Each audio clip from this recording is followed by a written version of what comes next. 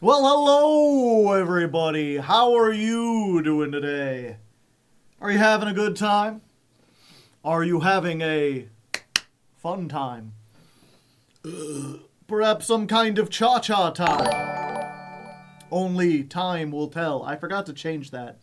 Somehow, while making my new merch, all of the notifications got disabled and it went back to the default ones. A sad state of affairs, to be certain. Either way, thank you, Angel Crab, for the 24 months that is 2 years. And for those watching on YouTube, today's weather, we did The Other Side by Pendulum, which is about a bunch of aliens trying to get you to dance.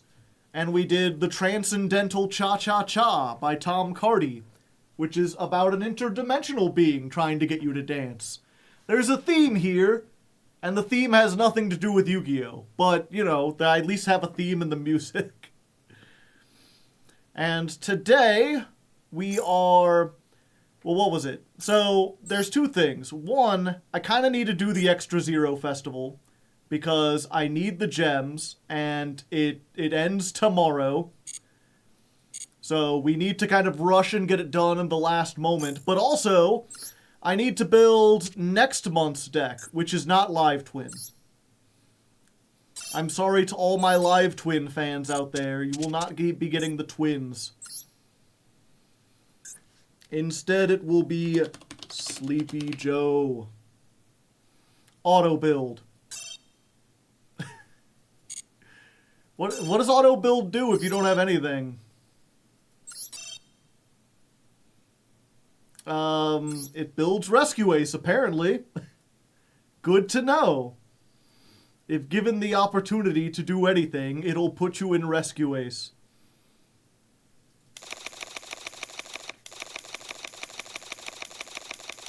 That is not what we're doing, though. Now you have Rescue Ace. Yay. Nemel. Yes, we were playing Nemluria. And I was like, oh, we gotta learn this, and I also gotta do the Extra Zero. I'm not sure if there's time. And then I read this card, and what was it? Cannot be normal summoned or set.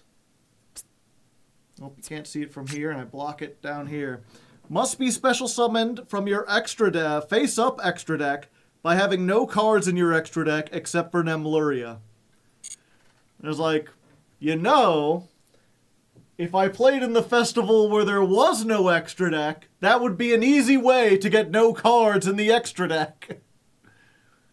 The problem, of course, I believe all the other cards... how do you special summon this? If this card is in your hand, you can target a monster you control, place it on the bottom of your deck, special summon it. Okay, so we could summon this one. Banish 3 cards from your extra deck face down. Okay, that might be a little bit more difficult. If you have a face-up Pendulum in your extra deck, you could special summon it. Alright. If you have a face-up Pendulum in your extra deck, you can special summon this from your hand. Okay. You need the extra as ammo for Nemluria. I think we still might be able to build it without the extra deck, chat. I think that might be possible. At least a version of it, maybe if we mix it with something else.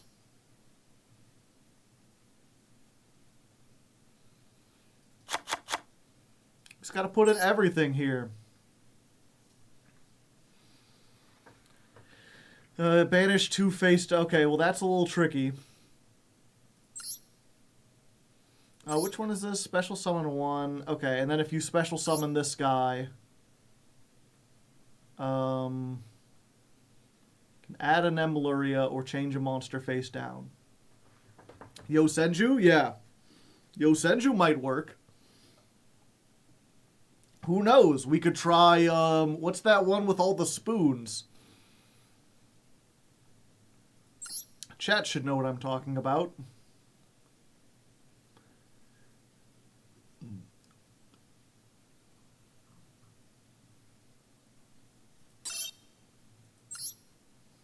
Metal Foes. Thank you. For some reason, I always want to call them, like, psychic stuff. Also, we should get the background music back on here. What else is new? We've got Time Travel Duel 2014. I don't care. We've got a survey. I'll handle that later. And we got the new Duel Pass with the, what's it called? Snowman Eater. Snowman Eater Mate. Terrors of the After Route. Okay. Nightmare Apprentice. So, I mean, I guess the Snowman Eater's good. Might as well pick that up. We gotta do the Duel Pass. Gotta watch out for that FOMO. I mean, plus you get all the gems back. And some ultra rare dust. I like how they don't even advertise the other dusts anymore.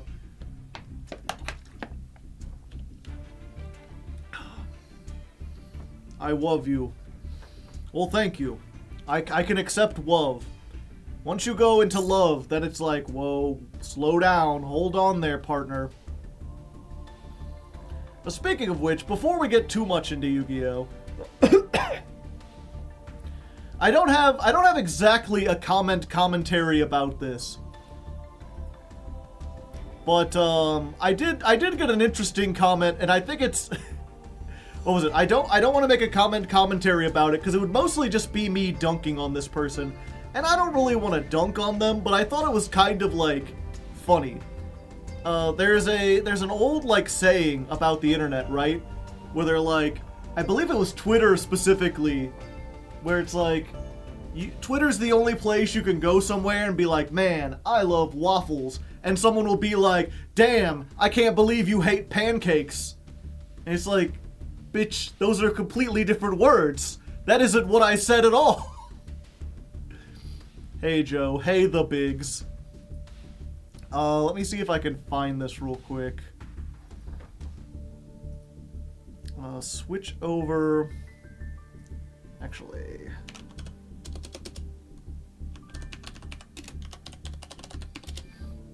My apples to your oranges.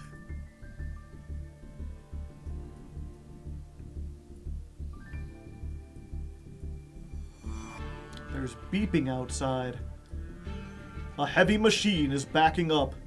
What could it mean? Okay, let's go ahead and see if I can... This one? Oh, okay. I guess that works. It's like how you can love cocaine and not hate meth also. I suppose! But yeah, if you don't know, I've started a new series for the Politics channel. Something that's a little more stream-friendly, where basically I'm just responding to comments and making little MS Paint drawings. And people seem to enjoy them. They're getting more views than a lot of my like well-edited videos that take like months to make. So I'm probably gonna keep doing them. Alright! What? Huh. Weird. It's only showing that. Let's... Ah, there we go.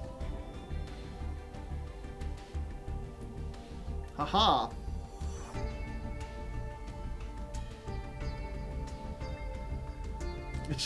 Oh, someone has the exact words of the meme. Twitter's the only place where well-articulated sentences get misinterpreted. You could say, I like pancakes, and someone will say, so you hate waffles? Like, no, that's a whole new sentence. I love all your content. It's the first time I've come to a stream. Well, welcome, 1965 Shelby Cobra 426 SC. You have a very oddly specific name. I like it though, and you've camel capsed your name. If you know, regular viewers will know that I always get frustrated when someone comes in and like their name is clearly 3 words and they didn't bother to capitalize like the first letter of each word. So trying to read it, it just becomes this like, it looks like one big long word and it's hard to tell where one begins. But you have capitalized Shelby and Cobra. Top tier name. That's my car and I love her. And online, I am her. That shirt gets every vid, yeah. Oh wait, it wasn't this one. It was the first episode. We were talking about, do immigrants steal jobs? Okay, so and you can watch that again, you know, or you can go watch that if you want to know the context of this. But where is it at? Here it is.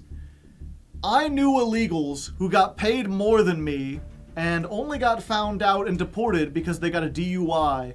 So please spare me the they only take lower wage jobs. Which, for one, I didn't say that they only take lower wage jobs. But I'm like, in general, you know, if people are coming over here and they don't speak English and they don't have, like, a college education, they're not going to be becoming doctors, you know? They're not going to be lawyers. It's unlikely that I don't think an illegal immigrant could become, like, a sports player or, like, a CEO or whatever, you know? So it's like, yeah, generally they take low-wage jobs. I don't think that's, like... I don't think that's a hot take, you know? So I was curious. I was like, interesting. And what job is that exactly? You know, your job, apparently his job hired a bunch of illegal immigrants, and it's not a low-wage job. So what is your job? Construction. I'm sorry to tell you this, buddy. If you think that construction is a high-wage job, it's it's not true. I'm not sure what makes him think that, like, construction is this, like, elite center where people can't just, like, and, you know, I'm like, you know, he says some other stuff about, like, and they hired a woman and she couldn't even do the job, so she got, like, a higher paycheck. I was like, I'm just like, I mean this with no disrespect. Construction is a noble profession and an essential part of society, but they do not earn high wages. They probably should earn a lot, but a lot of their work is considered low-skill labor. It's something that you can do without a degree or years of education, you know? Again, that's not a hot take. I think that's pretty, and you know, I looked it up. I was like, what is the average salary of a construction worker?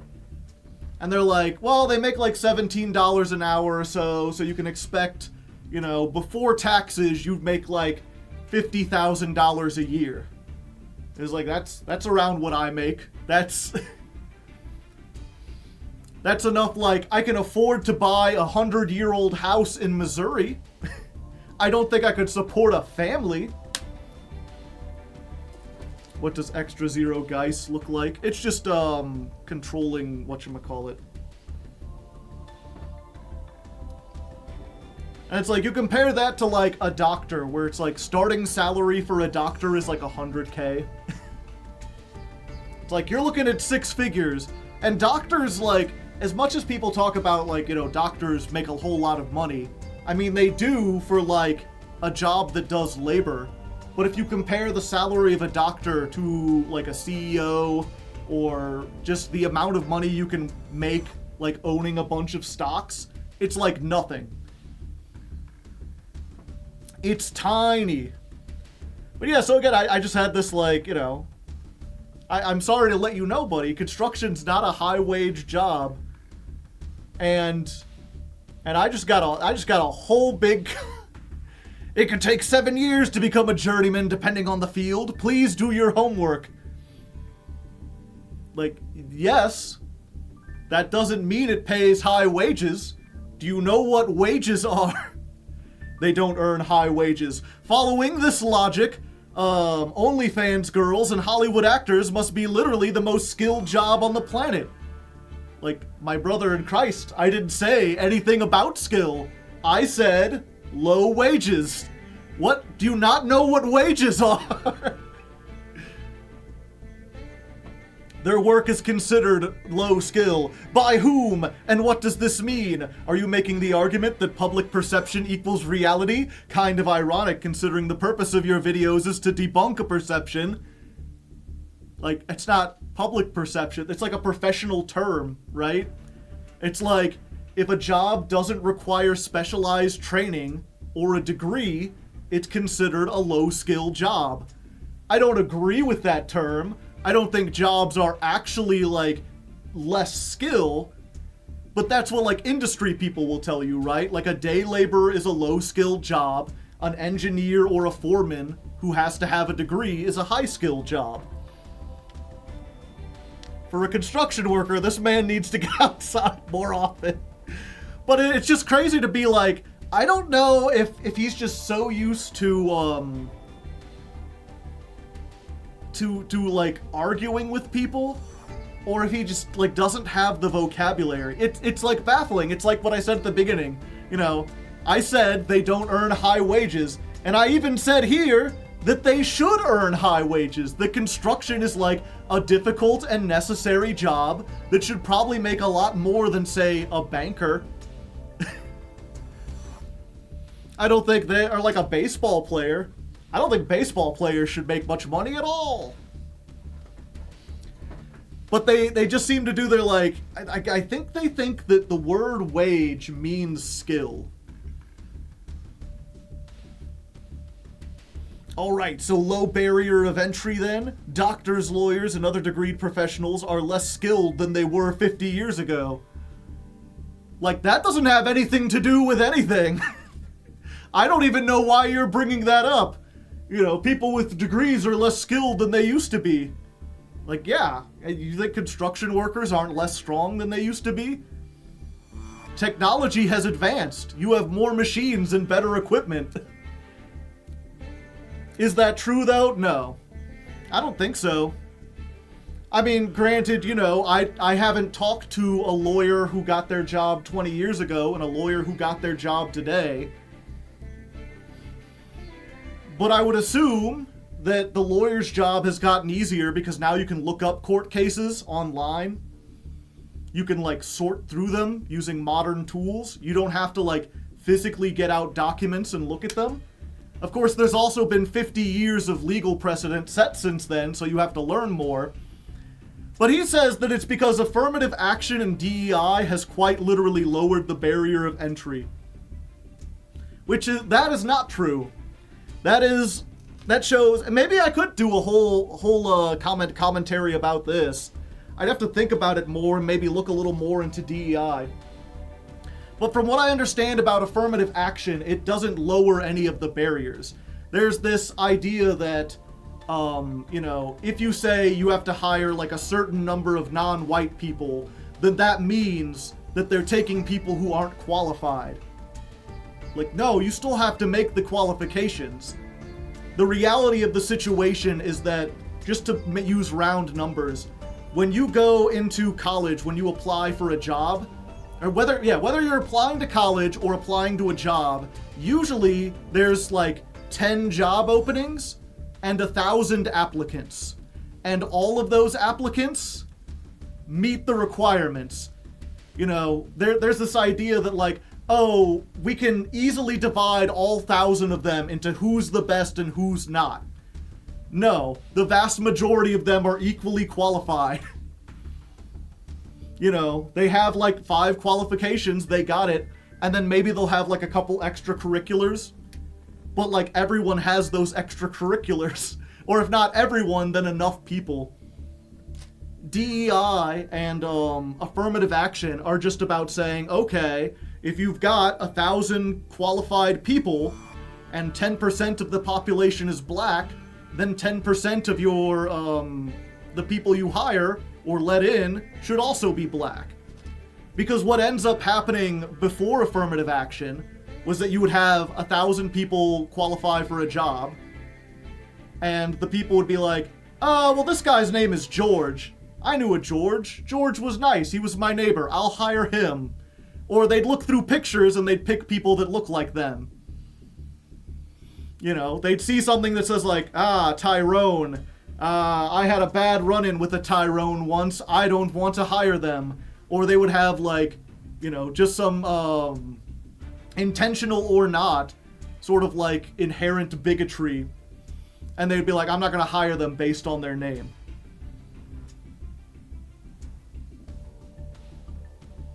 The premise of DEI is that you as a human have inherent biases towards certain groups. This eliminates the bias, so you pick people who are just qualified. Yeah. Tyrones are... Just say they're racist. I mean, it's easy to say that people are racist, but I feel like that happens so much that it's starting to become one of those things that, like, loses any of its impact. You know, there's a lot of people, especially in the center, who as soon as you call something racist, they just tune out. Because they're like, oh, you're just like a woke soy boy, SJW. And to be fair, half of them did that as soon as I said I was like leftist or that I had left-leaning ideas, or before the video even began. But there's enough logical people that if you say like, yeah, you might have some biases that you don't realize, they'll agree to that, but they won't agree to the fact that they're racist. Well, we gotta hire Chad. Yeah.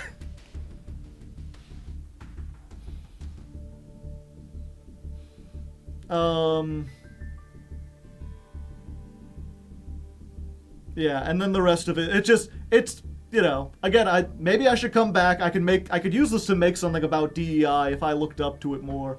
But it was one of those things I was sharing it with people in the Discord and just being like, I don't know how this guy is misinterpreting my words so well. Why, he seemed to think like, oh, so you think construction is a low-skill job? Like, no. I said it pays badly. I also said it should pay better because it's a high-skill job. I don't know how you're misinterpreting this. Unless, I don't know, maybe he believes that, like, maybe he believes the myth that, you know, people get paid equivalent to what they work. So, like, he's like, I work construction. Construction is hard. Therefore, my wages must be some of the highest. Like, not quite. Racism's not always blatantly obvious. Yeah. But, I mean, it's the same thing. You know, it's one of the things I learned about in, like, high school level psychology was how memories are created and how people can be sort of like, not even tricked, but like, what was it? I'm trying to think. So, people have this idea of memories as being like, you have taken a snapshot photo of what you saw and heard and put that into your mind. And whatever you remember is exactly how it happened. And that's not true. It's basically your mind creates a new picture based on what you can recall every time you try to remember something. And over time, or just with the way, like over retellings, or just depend on your own natural biases, those things can be rewritten. Those memories can be altered and changed. Human memory is actually a very, very unreliable. And a lot of people, when they hear that, they just can't take it. The idea that, like, their mind might not be 100% accurate terrifies them. And so when you say something like, oh, you might subconsciously think this, or you might be biased, they're like, no. I know exactly what I think, and everything I think is accurate, and my mind can't be fooled or tricked. And so when you have these ideas of like, oh, people might be unintentionally racist, they're like, no, that's not possible. If that was possible, that would mean I could be incorrect, and that idea is terrifying. I just make up my own memories to always be right, yeah.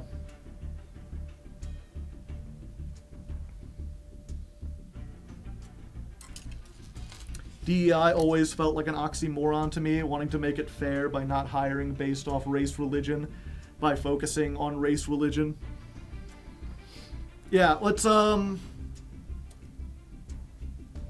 me try to think of it this way. like if we try to take it outside of the context of things that you might have a strong feeling about.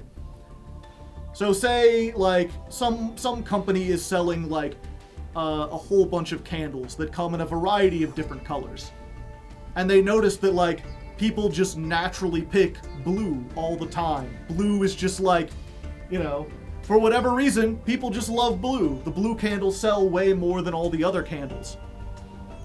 So if they wanted to make things equal and sell all the different styles of candles, they would have to naturally... Well, no, that doesn't work. Because that makes it seem like it's just like preference or whatever. And also, why would you want to sell an equal number of candles if you're talking about business? Should have said white candle. Blue is a color. Good color. The fuck you have against blue?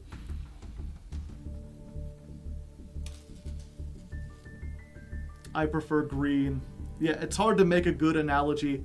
I remember the one analogy I made was like, you know, and I used to try to reverse it, is like, imagine there was a theme park designed specifically for women. You know, back in the 1940s when women couldn't go out, you know, they made like Ladyland. It's a space just for ladies. You can go in there, have a fun time. No men allowed. And then over time, they realized that like, well, one, it was kind of like being exclusive was kind of like mean. There was a bunch of people who would like to participate, and why not let them? But also, they were making less money by only appealing to, you know, one half of the population. If they needed to survive in the modern day, they needed to get more men to come to Ladyland.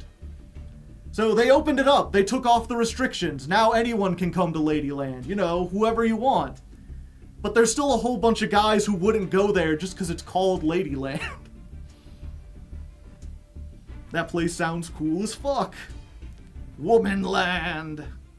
Men in Ladyland? It's a fun time.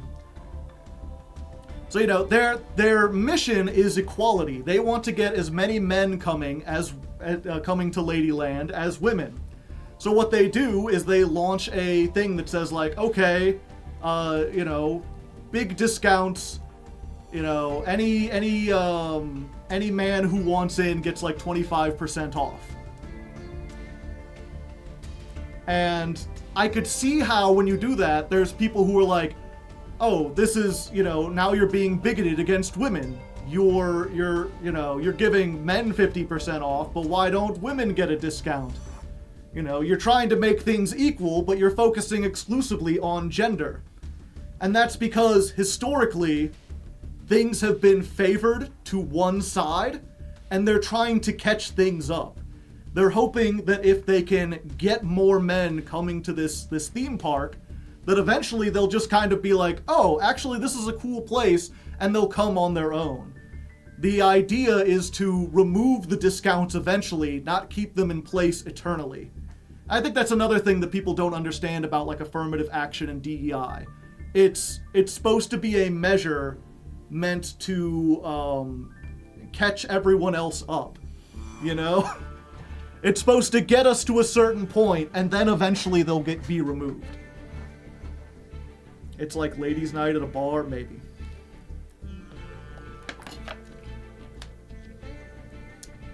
Many men wish death upon me.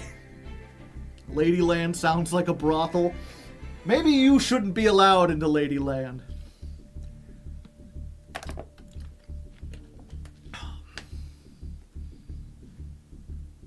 Is the next common commentary going to be how you can get up men coming? No. See, this is why this isn't a commentary. This is just yapping.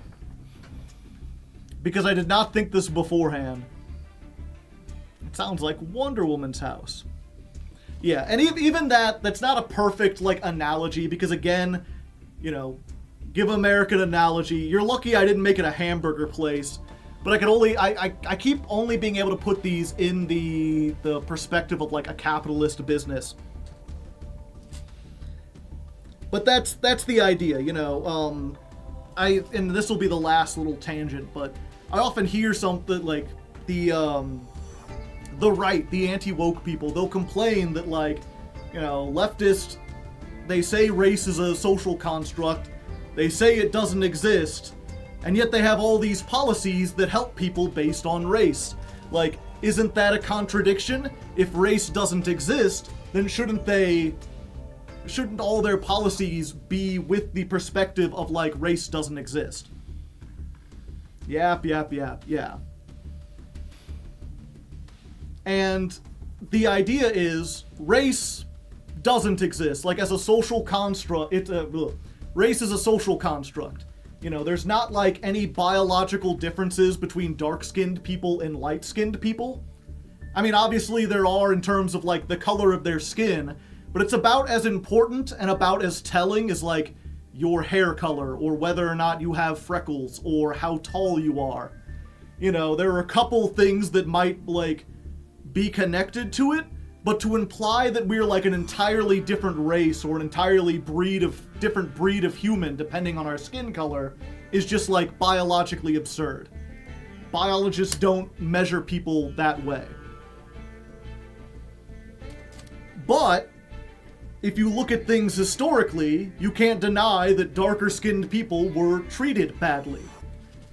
So if you want to make up for that historical inequity, the problems that have been done in the past, if you want to try to raise up the people who have been pushed down for hundreds of years, then you have to, like, the best way to determine who has been discriminated against is to look at that historical signifier. So it's like, race doesn't matter from a biological perspective. It matters from a cultural perspective because it used to matter, and we're trying to undo the harm that was done. Witches don't exist, but that doesn't mean there wasn't a lot of harm done to the people who believed. Yeah. The other thing too is that, like, you know, we treat all dark-skinned people as if they're, like, the same, and there's so much genetic diversity even just in Africa that, like, someone born from southern Africa would have more in common with someone from, like, Indonesia than someone from, like, northern Africa, someone from, like, Egypt. And someone in Egypt might have a lot more in common with, like, a German than they would with, like, another black person from a different part of Africa.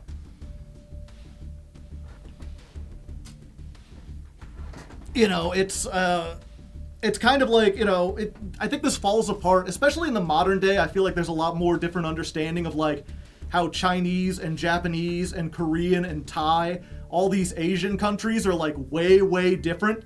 They have very different cultures, languages, and a lot of times they've been, like, separated onto different parts of the land and haven't really, like, been genetically intermixing, at least very much.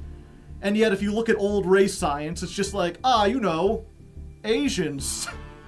Everyone on that side of the planet, they're all the same, right? It's like, no. Very different. Orientals, yeah, in quotation marks. Yeah, and I mean, that's the other thing, too, is, like, when you look at, like, what do people who care about race consider to be white? Like, I talked to my dad, he's like, I remember when Italians weren't considered white. Like, Italians had their own, like, here in Missouri, there's an Italian part of St. Louis called Dogtown. If you were white, you didn't go into Dogtown. You know, the police were all Italian. They would be like, you don't belong here. Get out of here, you're gonna cause trouble for us. Nowadays, the idea that, like, Italian people wouldn't be considered white is just, like, silly. But it just goes to show that, like, you know, the term white doesn't mean anything. It's just kind of like this vague mishmash of whatever group we consider assimilated. There's literally a book, How the Irish Became White. They weren't considered white either. A lot of Slavs, Russian people used to not be considered white. Anyway, you ready for Yu-Gi-Oh? You want to do some actual Yu-Gi-Oh chat?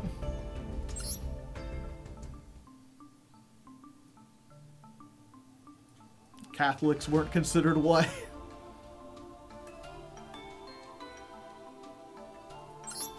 Hole? Let's see.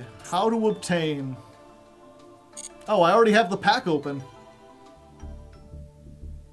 Oh, because it's new.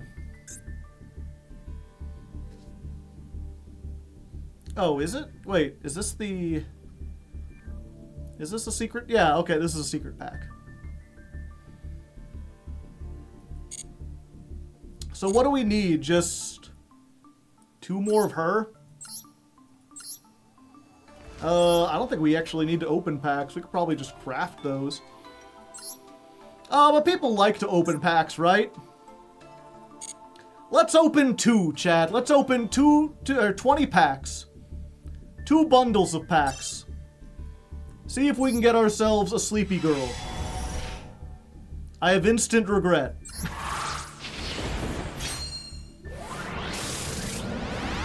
I was wrong to gamble. I should have learned. Oh, wait. I just remembered. We're going to be doing this climb on a different... We're going to be doing this on a different thing. So actually building the deck here doesn't help me at all.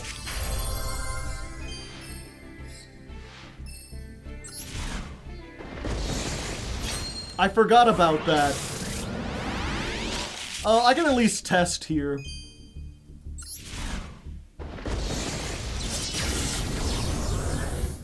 It's okay, more dust, yeah. Did Nemluria win the Patreon vote? Yes. Yeah, this is on the main account. But that's... okay. Yeah, if you missed it earlier with all our talk about DEI and stuff. With all that woke nonsense. I was originally like, I need to learn this deck, but also I need to win the Extra Zero Festival to get all the gems and also the cosmetics and everything. And then I was like, aha, we can do both at the same time. And now I'm realizing, no, we can't. Or we can, but I would be spending... I'd be spending gems getting a deck that I wouldn't actually play on here.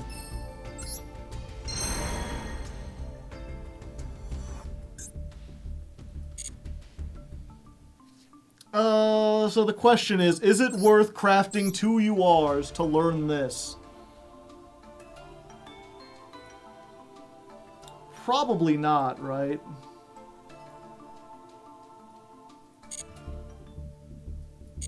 Maybe? No.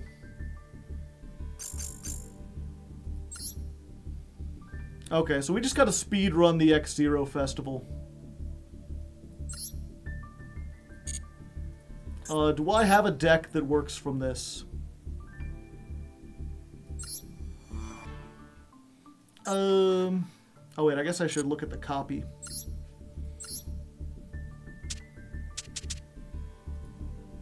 See if you have all the cards for this, the Gren Maju.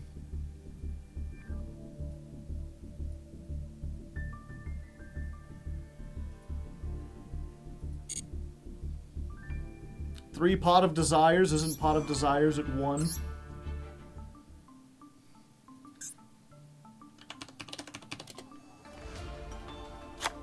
Yeah.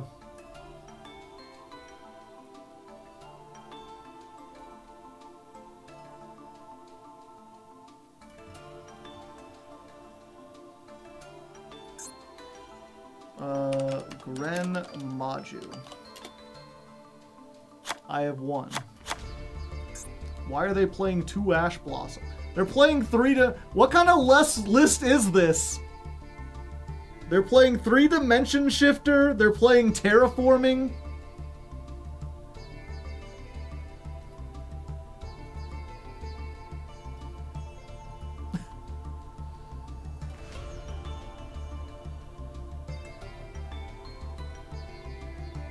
Oh, this I could play. Except I think, what's it called?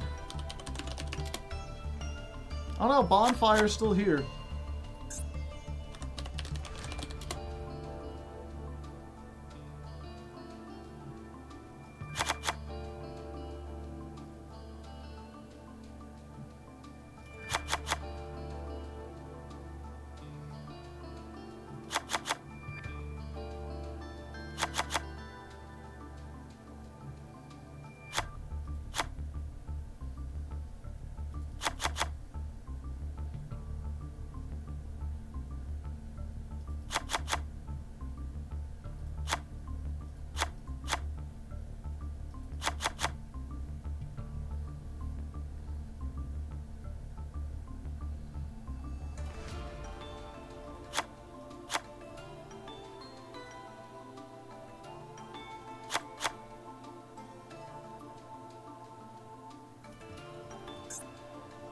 Oh, I'm not crafting 2 of these. Get that shit out of here. Fire recover.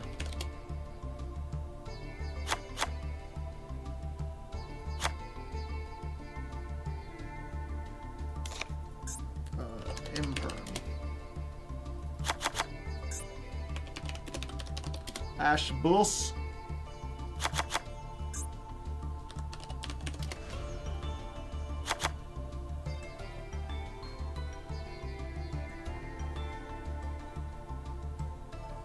They're playing 46 cards.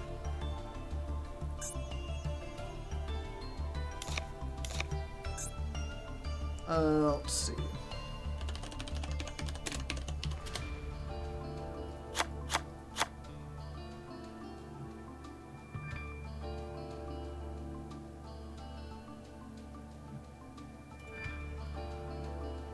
Do you need called by?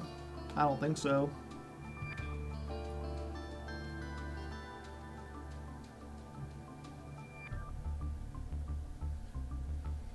Spell trap removal for Shining Sark. Do we need it? We're just burning people to death, right?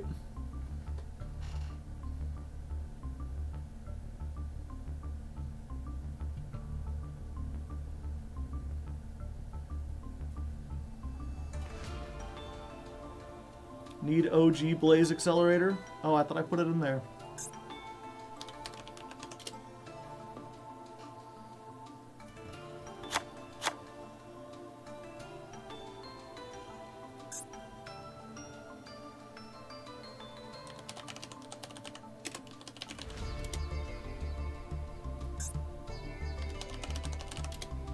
Oh, is Lightning Storm banned?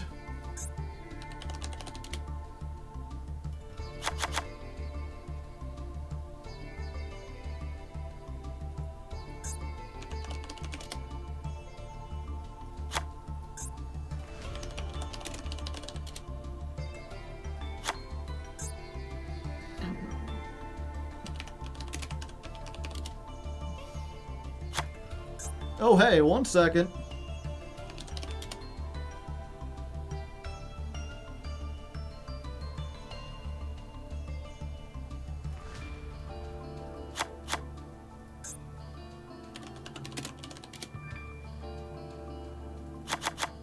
Hold up.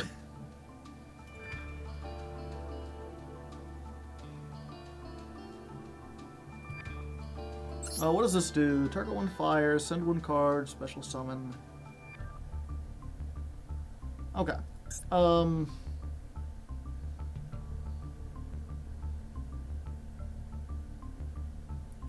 Thrust.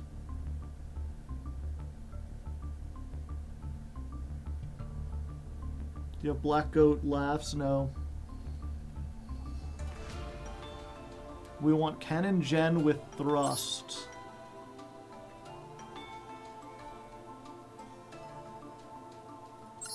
Sure, we could try.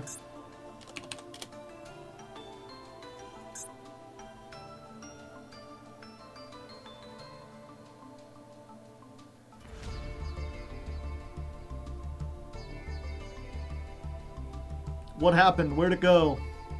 There it is.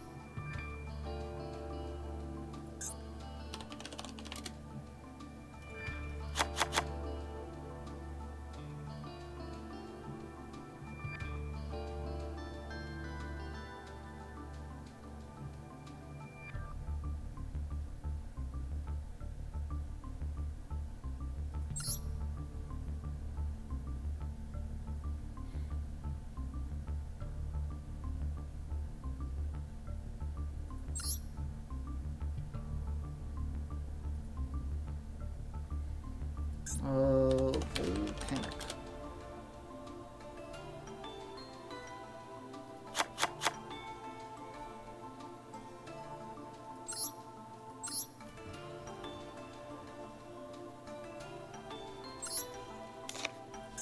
Let's...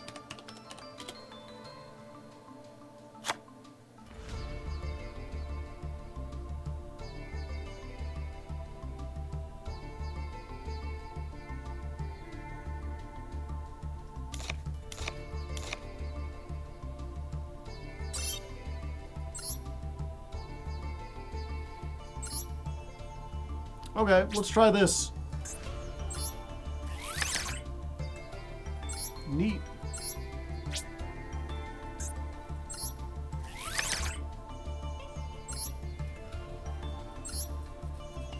I think 3 of each lad. 3 Gen to 1 Ken.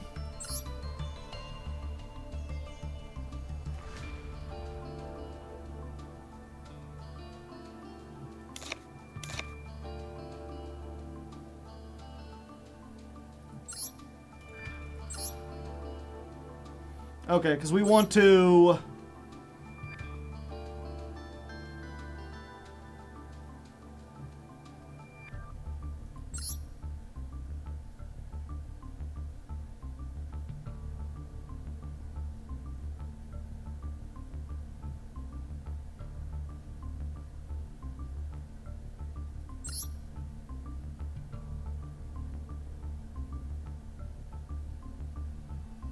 Yeah, so we want to summon this, and then special summon this guy, and then we get to draw 2, discard 1.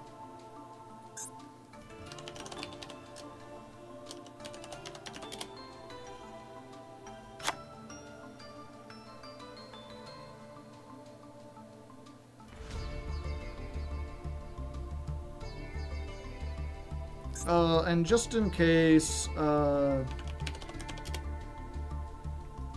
do that. Okay, let's try this. I have no idea how it'll work. I have no idea if it'll be any good. But I like fire. Y'all like fire, right? We can test it out and see how it goes.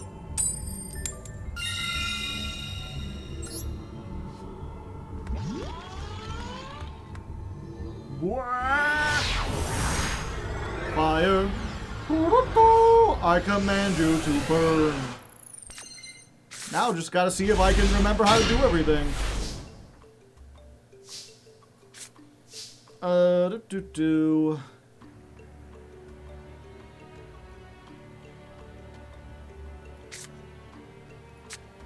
Okay, so we can normal summon this. Add a card. We want Volcanic Blaze Accelerator. Then we will use this to give them a bomb token. Bomb planted.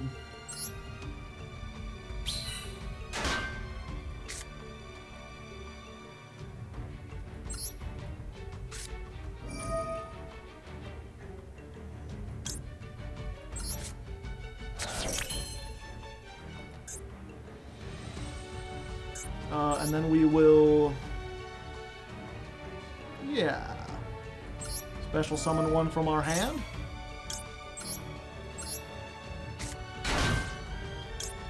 I like to special summon. Grab this one.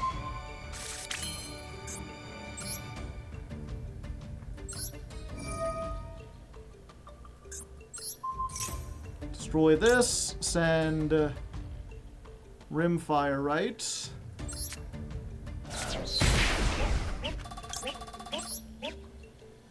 Banish this, send a Volcanic from your deck to your graveyard except for Rimfire, or banish, place a Volcanic Rimfire. I think we need to do this one.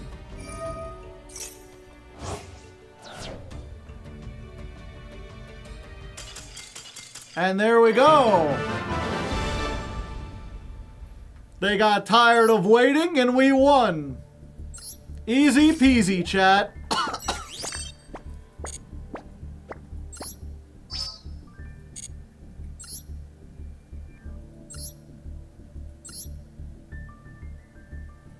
They were playing Vanquish Soul.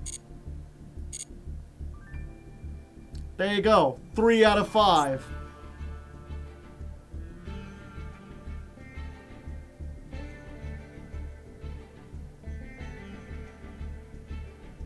Win con. Bore opponent to death. Win con. Bore into the opponent's skull. Should Flu get their maps back? No. I hate Flu and I don't want it to do anything ever. Flu is barely playable? Good. Okay. So we can do this. Hello.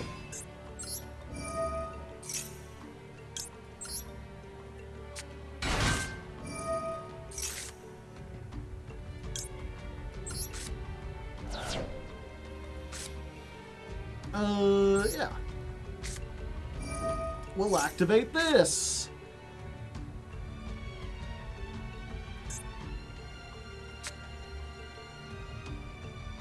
Other than Volcanic counter. Damn it. So I'd have to put Scatter Shot. Let's do it.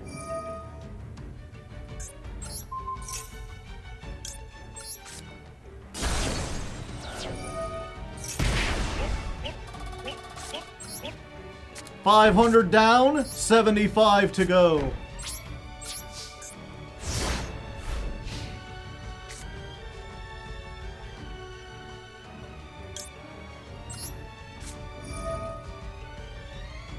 Take one Volcanic, special summon it. Bow before your Emperor.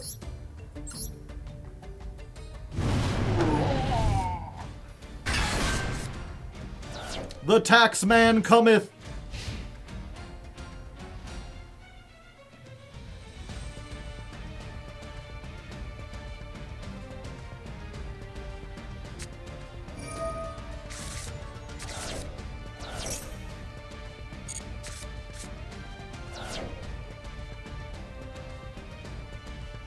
Uh-oh.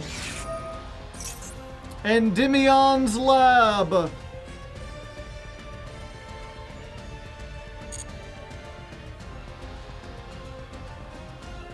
They're gonna teach us how to spell, chat.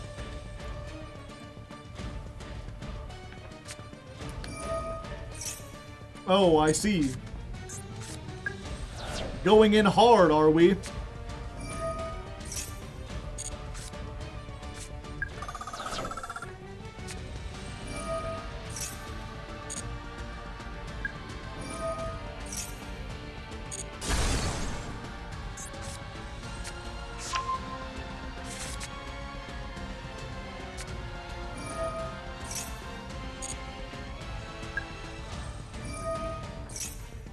Okay, so this only gets an effect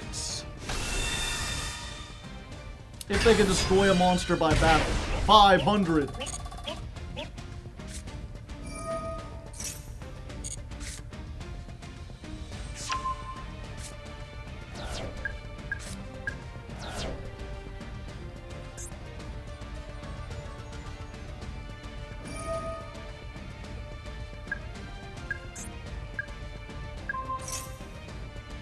Sure.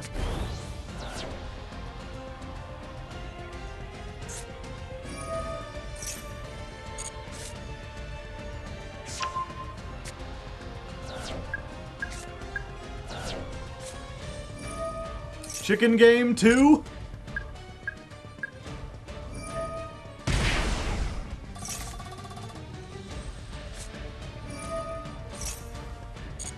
Is this Exodia, chat?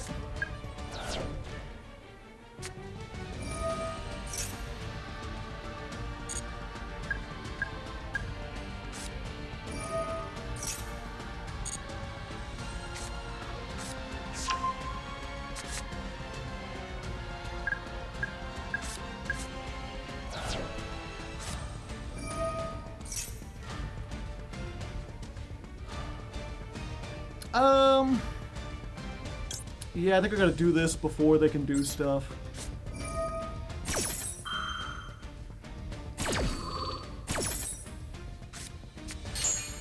I just love the idea of, like, spill all their spell counters!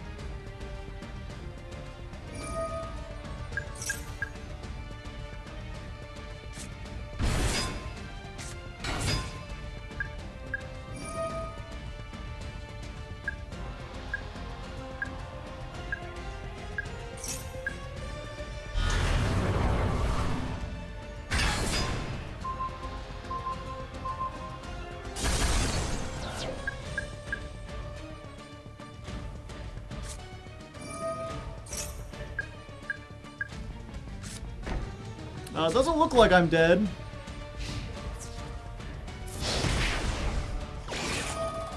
Damn, they understood how counter worked.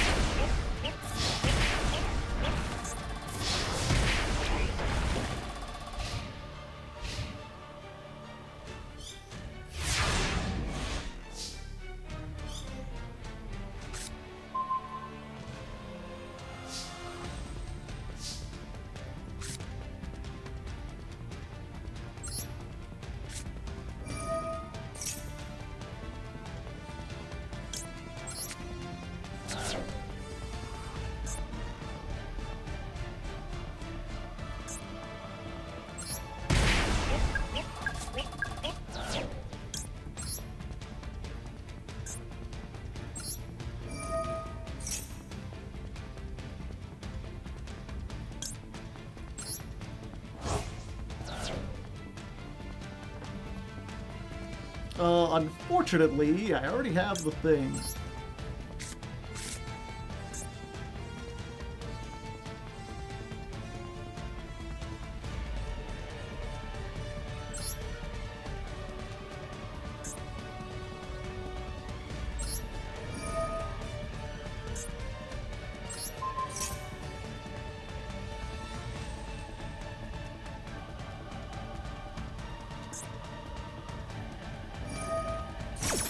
Oh, come on. You didn't need to negate that.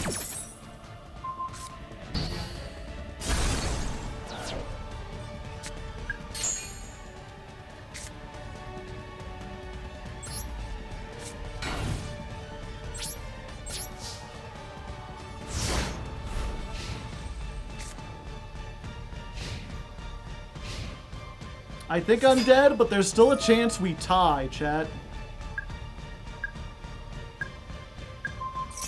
Oh, they can banish face downs.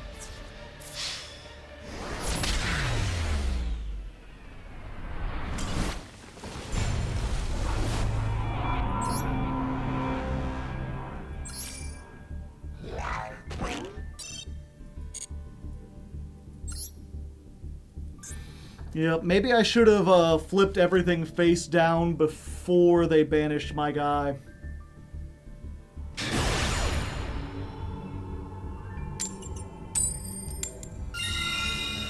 Winning a coin toss every time. Winning a coin toss with a coin toss rhyme. Oh, I see.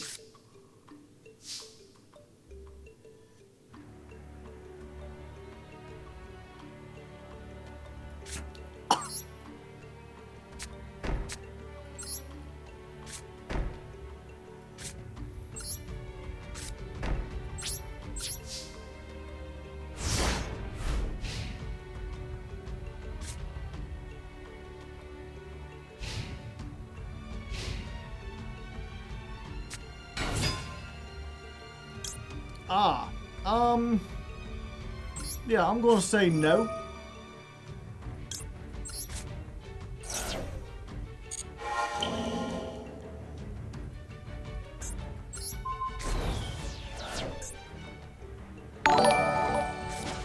No Voxus, thank you for the prime hype. Libromancer pulled me through the event, nice.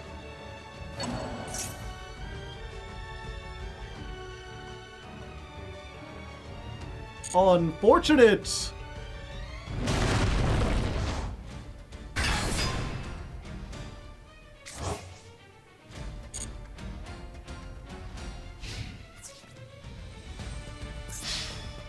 Regulus. They are regulating me.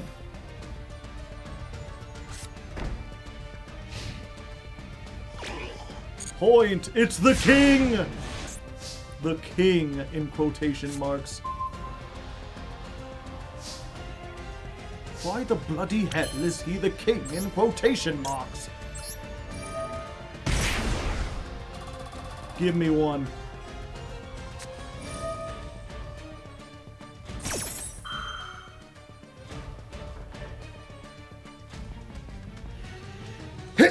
Yeah, Chuga.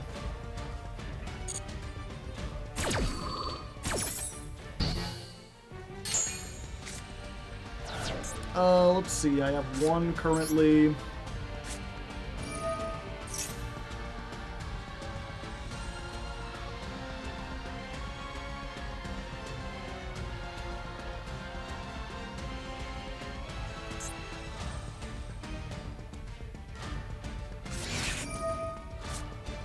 Come on!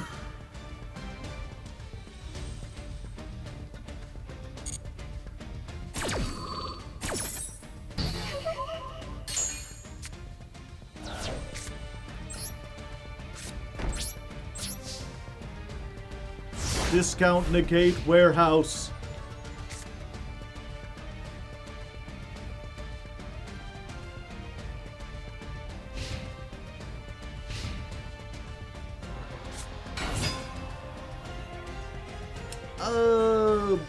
I think I can't allow them to get to that.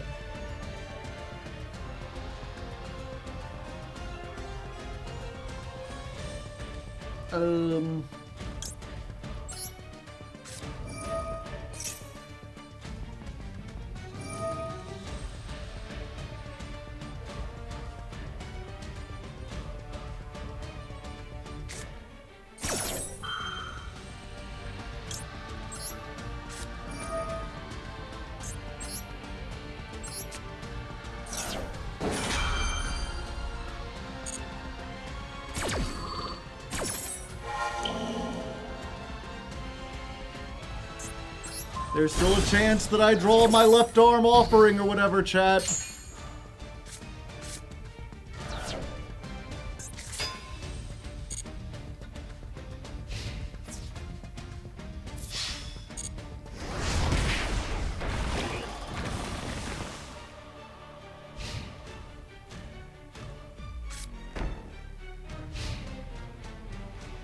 I wonder if this is imperm. Who can say for sure?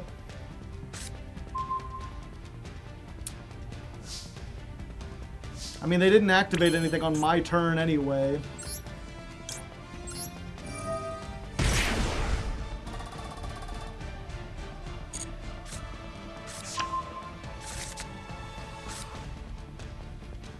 How much defense does Lone Fire have?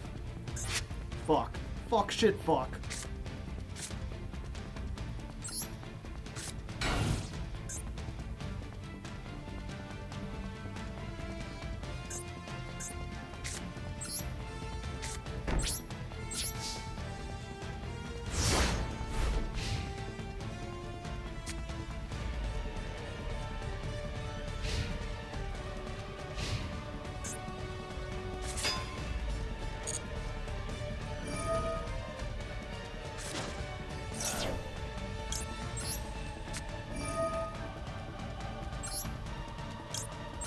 Banish the shell.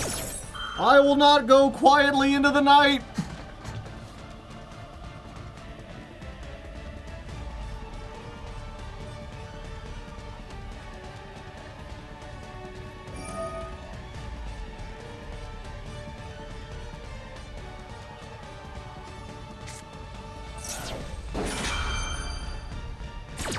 It's Jover, maybe?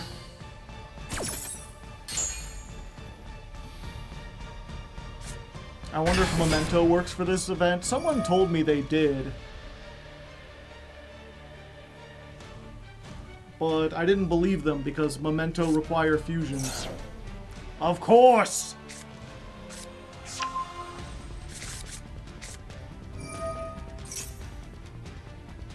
Yep, they've got it.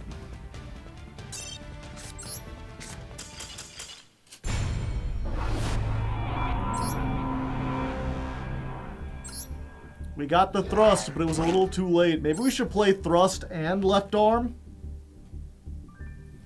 Although if we did, we never would have gotten a chance to open it. I was really hoping they would use the Therion negate, but they used the trap first.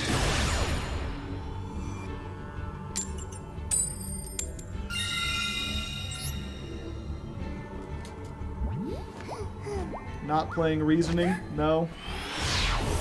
I have too many monsters for reasoning to work.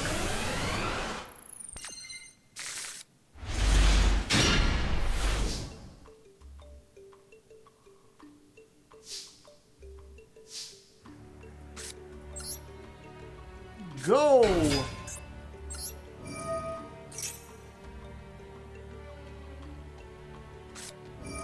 Gamma, why are you still legal?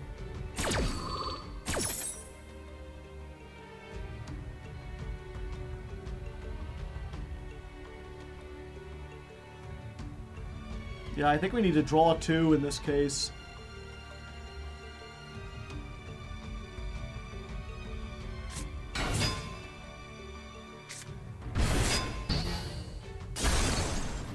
Granted, maybe that would be funny if we just played nothing but psi frames.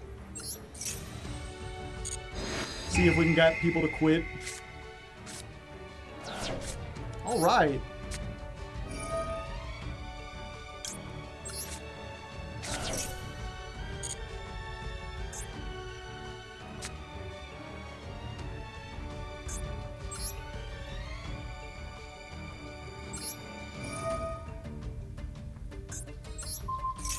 Bang.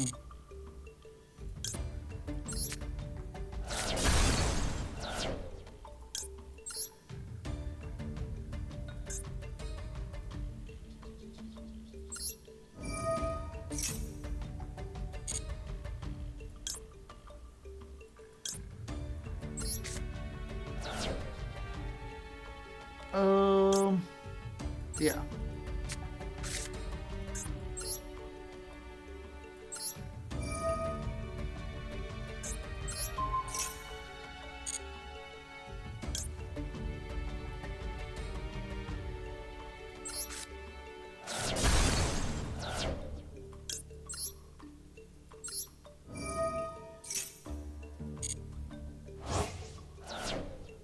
Banish this, and we send 1, which is you.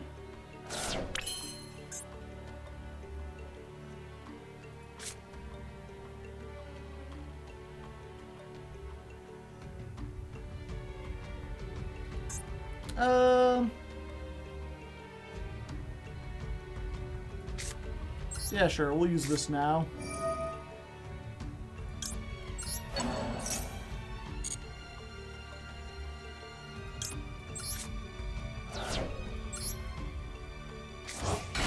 We could trigger it on their turn with Forbidden Droplet.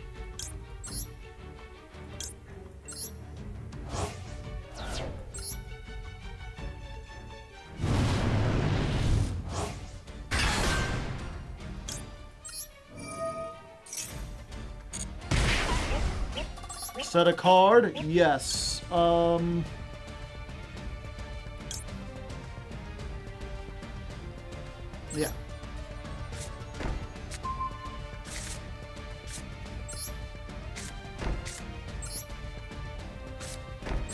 Alright, we got a pretty good setup, chat.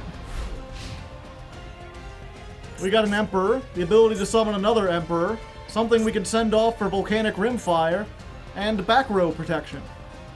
Just gotta hope they don't open with Harpy's Feather Duster or Heavy Storm.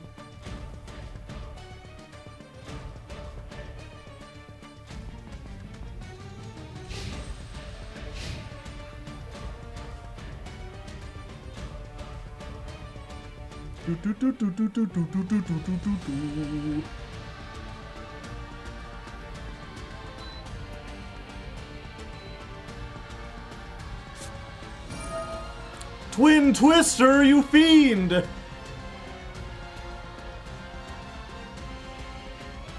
least we get to see what they discard, so that should give us an idea of what they're playing. Never mind.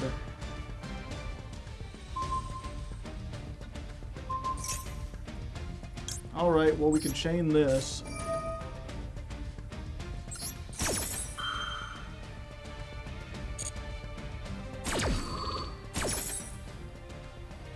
Do we just get another Emperor?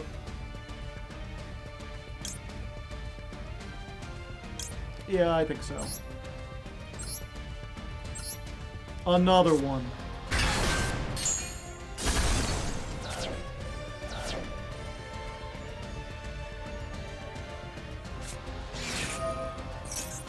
Ancient warriors!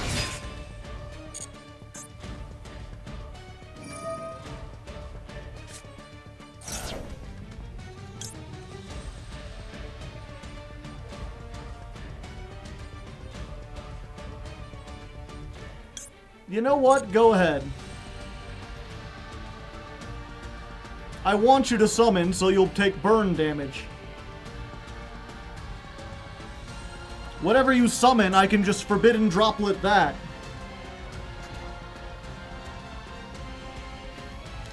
Someone go tag Uber Sloth. Tell him he's missing Ancient Warrior action.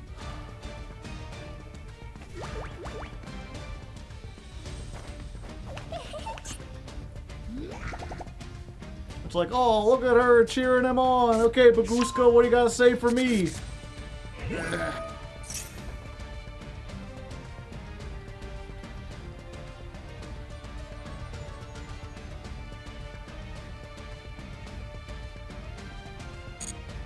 Uh-oh.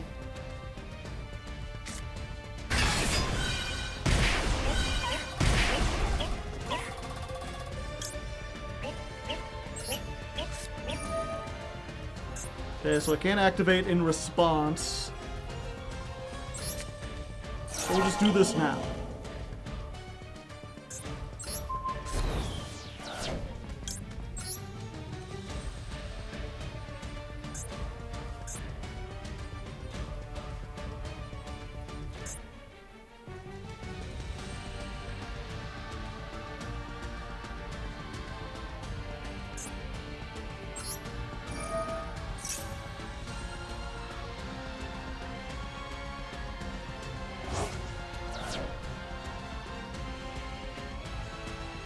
Put Volcanic counter down there.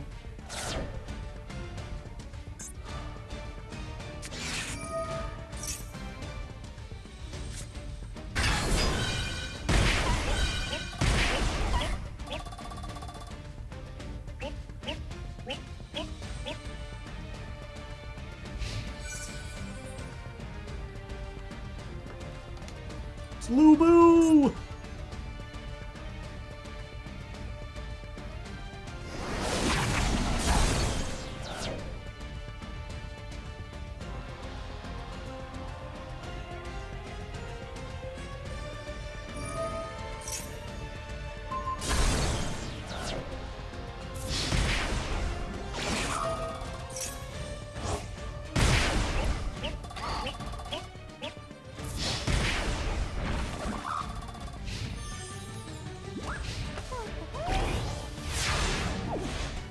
Alright, alright, alright. What does Lubu say again?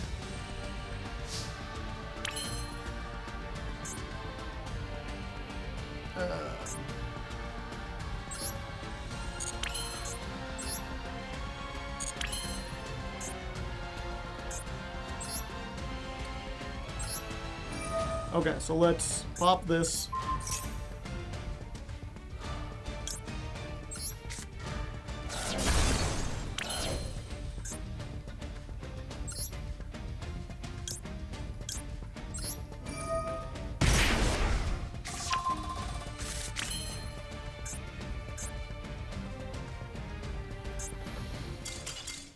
Oh, okay.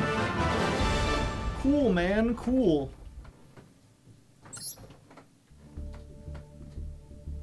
Joe doesn't have Scattershot. You can't send it with the thing, I don't think. Unless I'm misremembering things.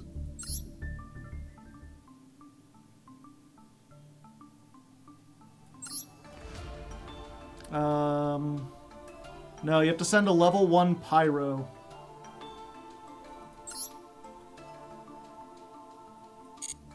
And Scattershot's a level 3.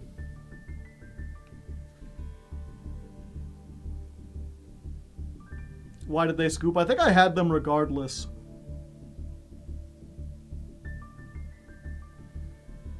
Scatter. Ah, I'm up against a Synchro guy. I think this is, what is this, the second stream where I've gotten like 7 wind coin tosses in a row?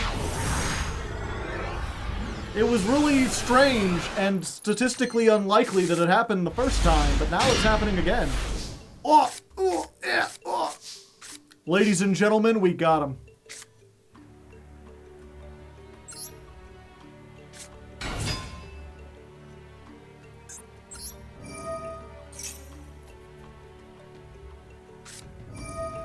Valor on the Gen.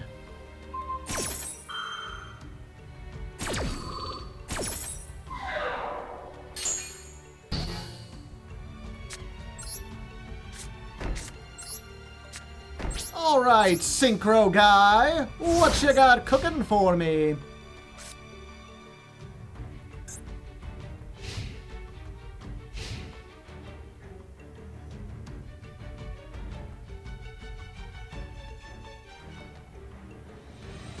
Oh yeah, I was like, I wonder what he's playing. Like, probably not Synchros.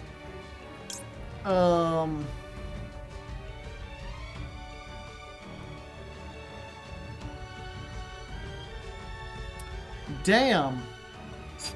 That was like the one thing that sucks.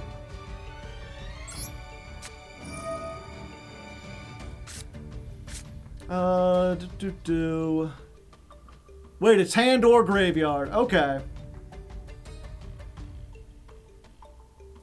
So we still use this effect. And I guess we go ahead and flip Gen face down too.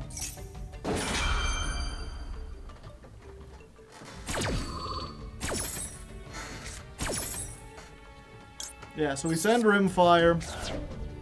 That's a good draw. And then we give him the old Badoom Tish.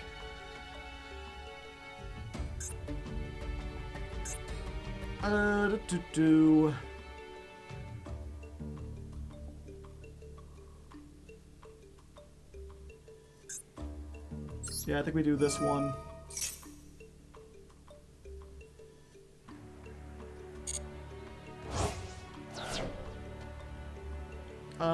I think with what we've got, we want to send Emperor. Because we'll be able to summon next turn if we survive.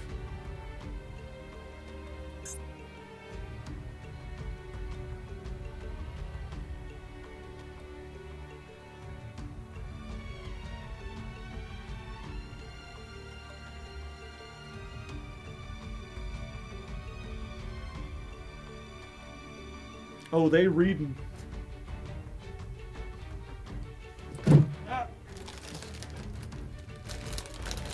I have to get some dinner soon, chat, before it gets too late.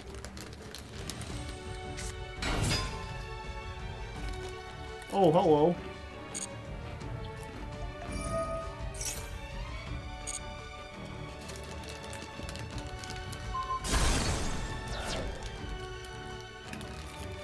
People were asking if mementos can do anything. We're about to find out.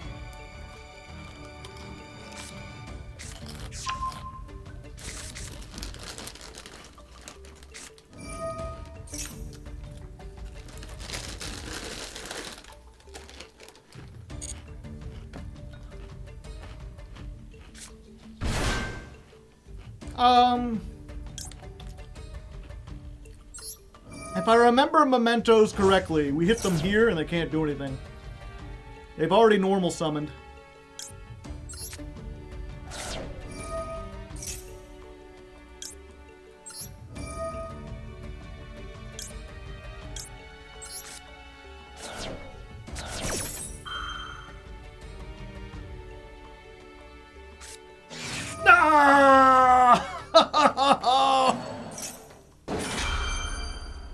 How could this happen to me? I made my mistakes. They called by the grave.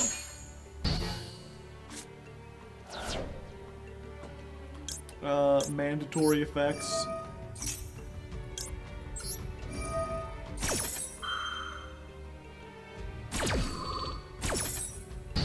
Well, we're dead. Are we?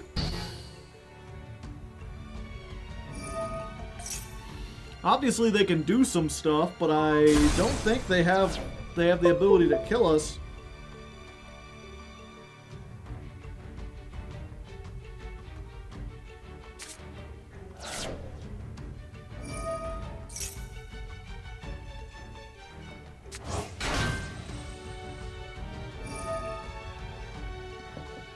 Well, here, while they're doing this, I'm gonna go get toast started.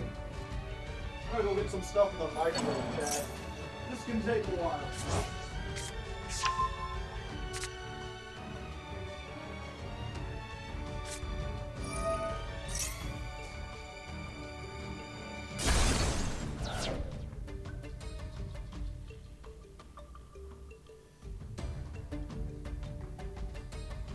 You see, the key to being efficient is to do two things at once. Not physically doing two things at once, but by doing something while something else is completing that's automatic.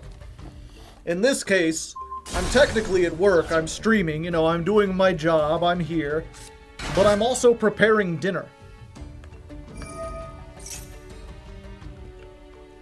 Chunky. So I made some beef in the crock pot the other day.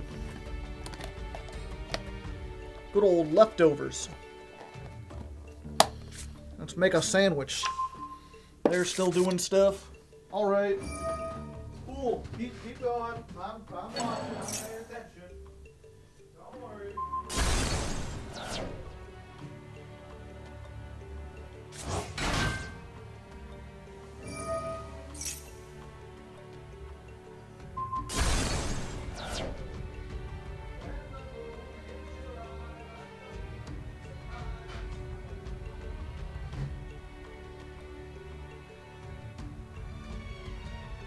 When you've had too much wine, that's memento.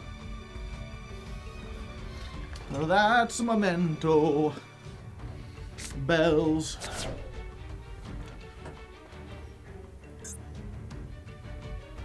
Huh. Still playing Momental Infusion despite their complete inability to fusion. The heck you playing Volcanics? Average battle damage 3,338. How do you get to that much?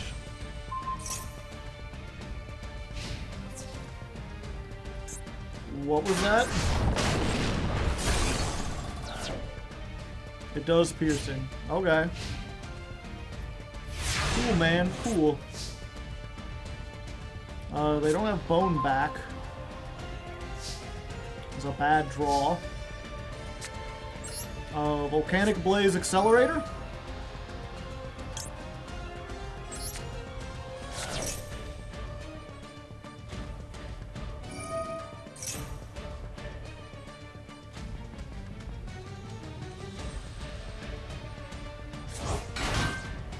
Okay, Anguish. Anguish gets a card.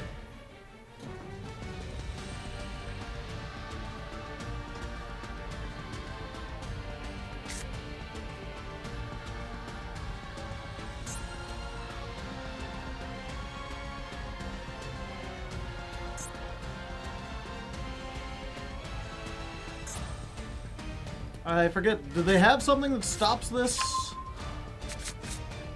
They can't target mementos with card effects. Yes, they can. Ripperoni, the San Francisco treat.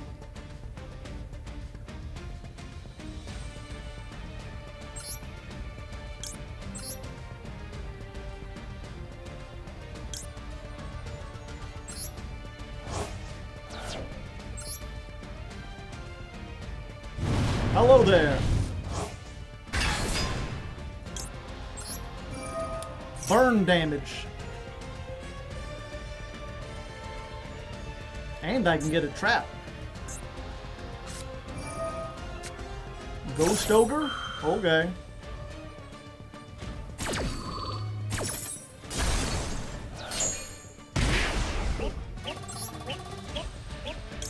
Let's see.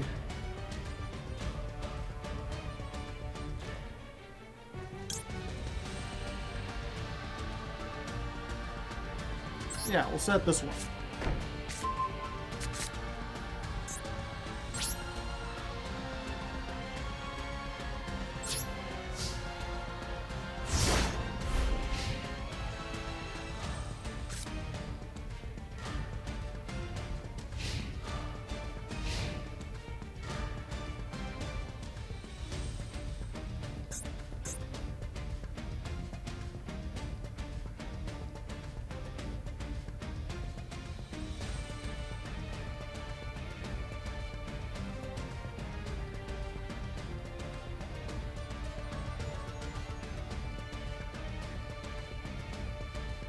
What can you do, buddy?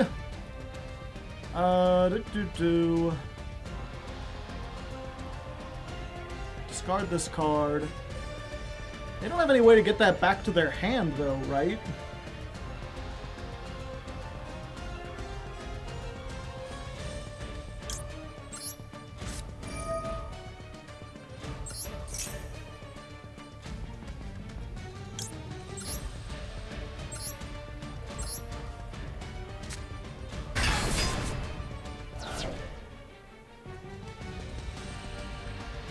Sick top hat, bro. Thanks.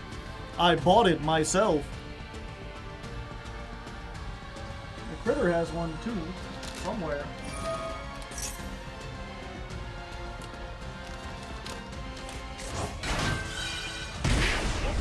There we go.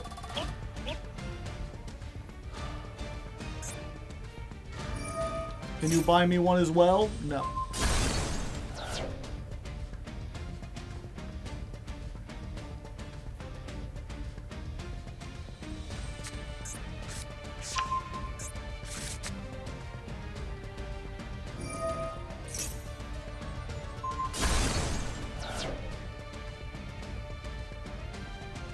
So is there an end goal to running no extra deck?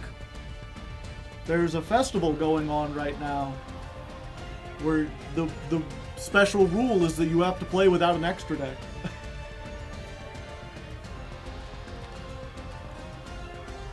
Though there's like a whole other ladder with the no extra deck festival. And you get gems and rewards and stuff. I haven't been on in a while. It's okay.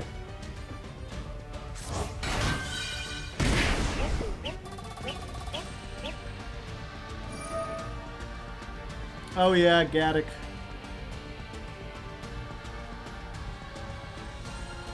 Do they remember? They do.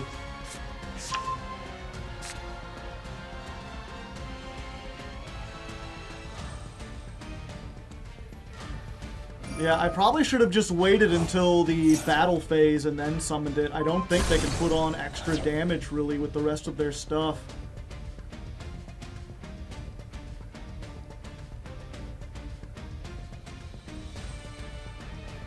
Oh, it's only during my main phase. Okay.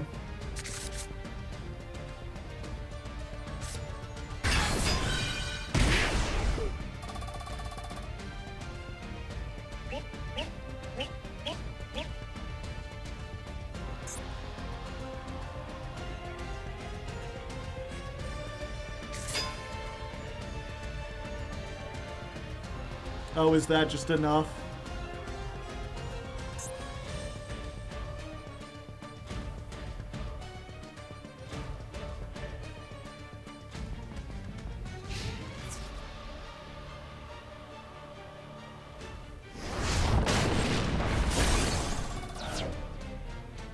Yup. Math, my arch nemesis!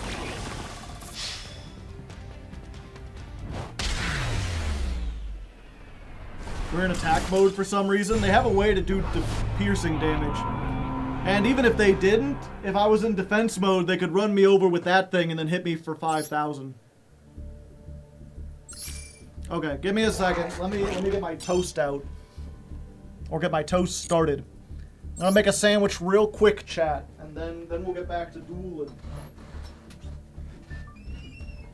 Alright, toast is in the toaster. Or rather, the bread is in the toaster, becoming toast. In the meantime, I think we need to go harder on being silly.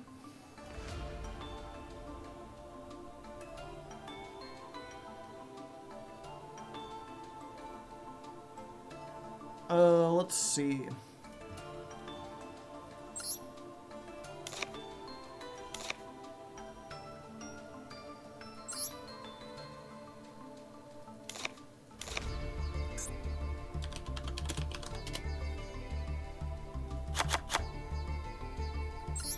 $59 cards.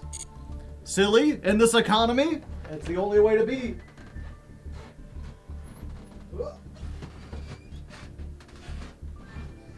It's times like this, chat, that I wish I had smell-o-vision, so you could smell the delicious beef I'm cooking. It'll be up in like 10 seconds. Just give me one more second, I'll be right back. I promise. See, look, just like I said. And behold, shredded beef and cheddar on nice white wheat bread. Wheat toast, rather. With a meal like this, we can't be stopped.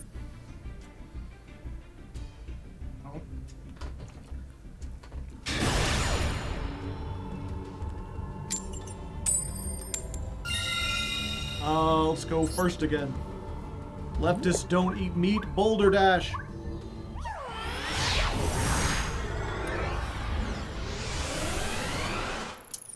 Bugs are meat. Who says they aren't?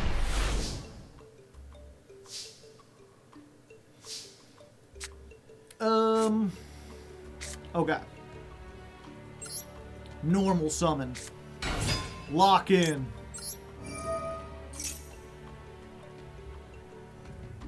Give me my Blaze Accelerator. First, let's go ahead. Yeah. Send this to the graveyard. You know, for fun. Bomb token.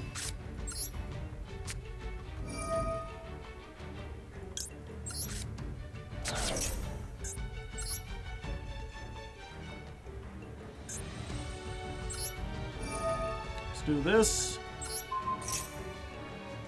Send you. Activate.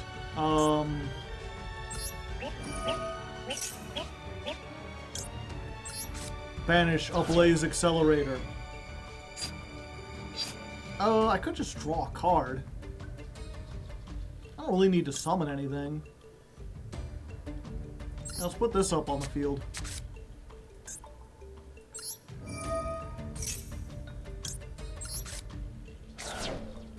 That's a pretty good draw.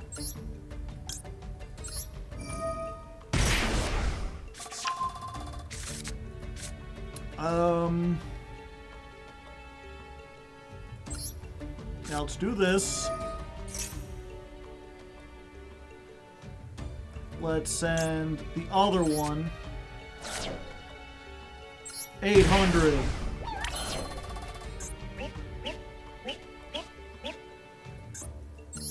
And then we'll special summon by banishing this.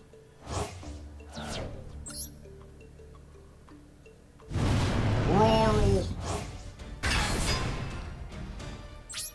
Alright. Your move, Cyber. What do you got for me? Oh, I didn't get the trap because it has to inflict damage. Somehow I have a feeling Pot of Duality, or my burn card will not be effective here, chat.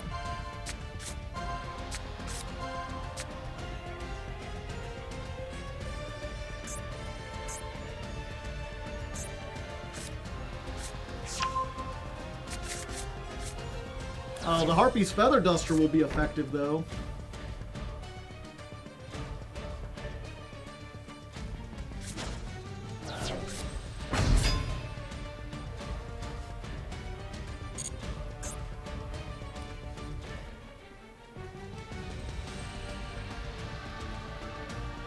the loner, I think.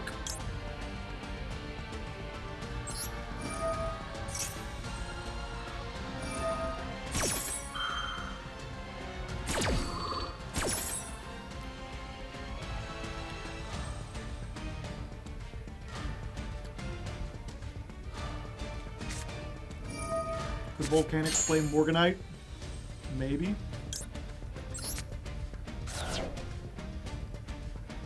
That's a good one.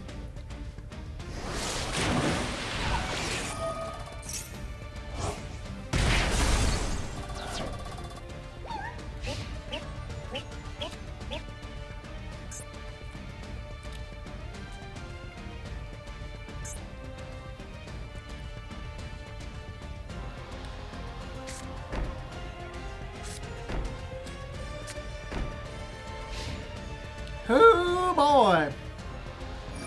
This feather's about to get dusty.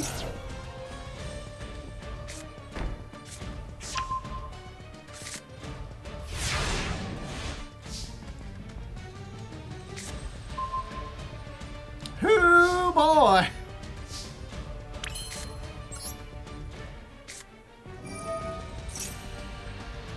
Dusting feathers! Dusting feathers! Go ahead and summon your stuff all out and summon it together.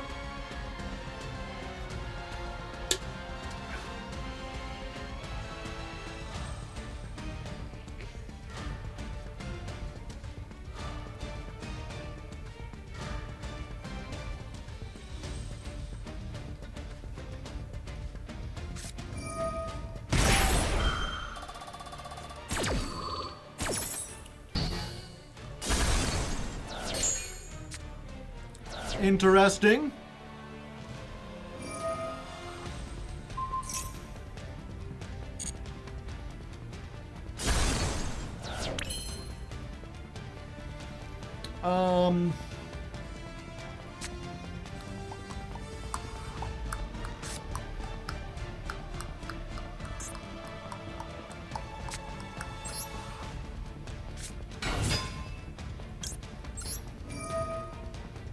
Flip them.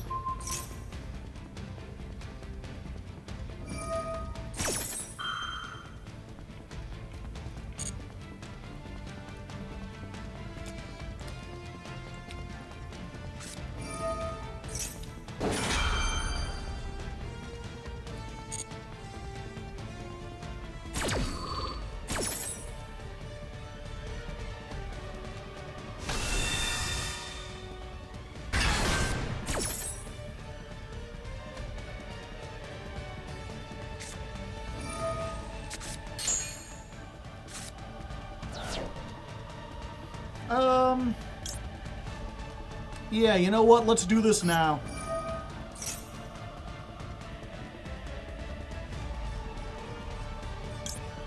Surprise.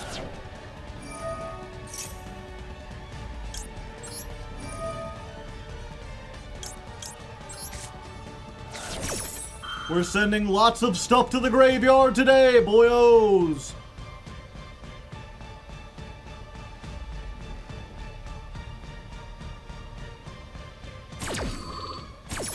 We've resolved Scattershot. 500. 500. 500. Aw, come on. Didn't even let me get the burn effect.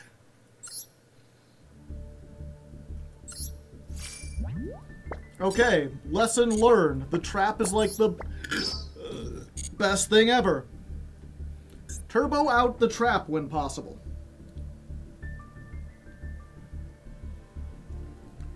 Why did they send me back?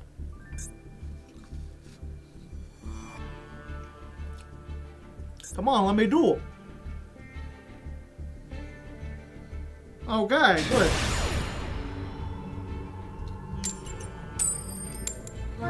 Trying to... Oh, I finally lost a coin toss.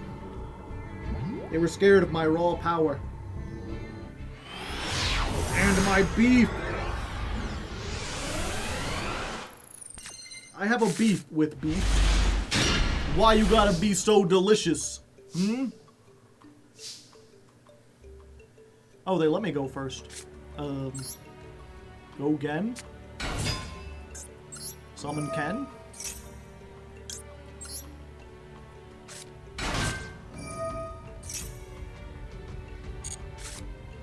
Draw 2. Discard the shell. Activate.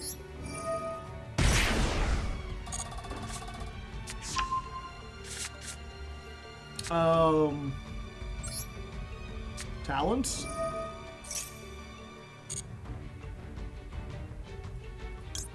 That grass.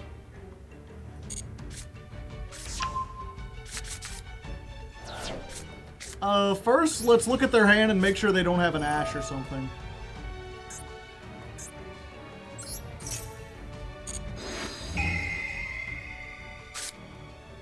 Ah, I do not want to deal with this. And also, now they have one more card in the deck.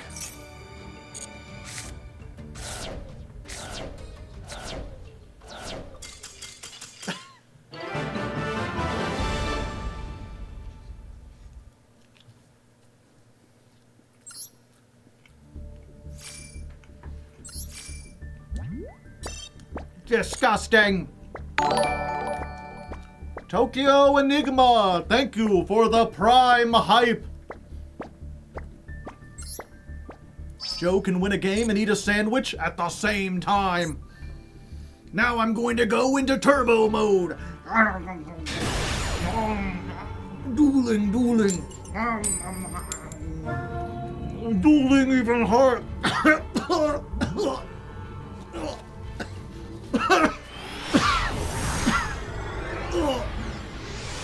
Turbo mode was a mistake.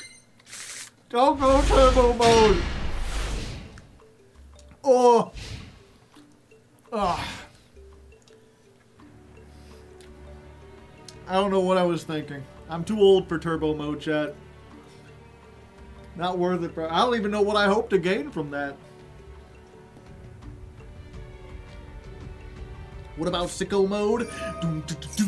Oh, hey, it's that shining Sark everyone was warning me about. Also, I realize I don't have any drinks. I don't have any fluids. Let me get some fluids.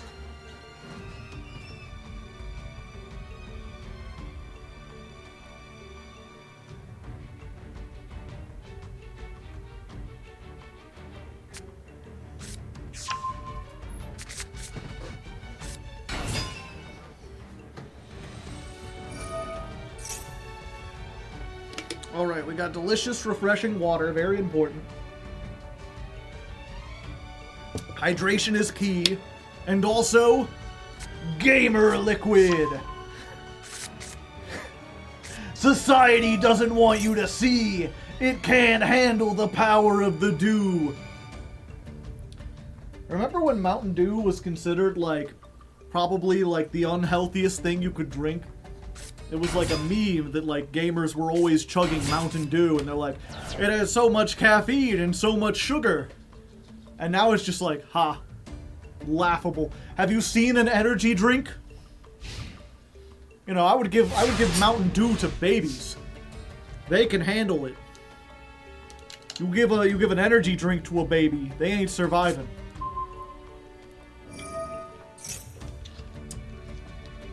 Okay. So what do we got here?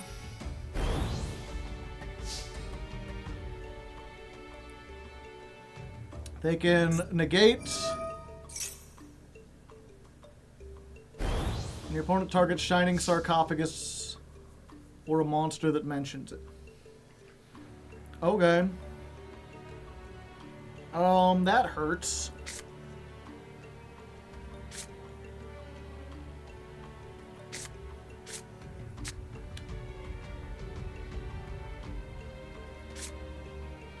But they can't negate Gen.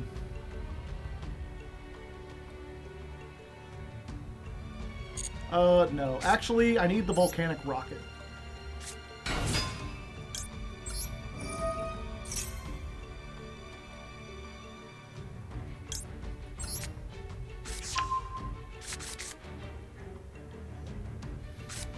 Let's see if they negate this first.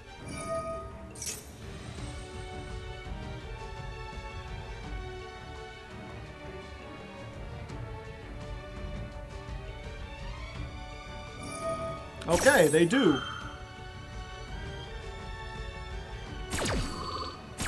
Does Shining Sark give them any kind of thing?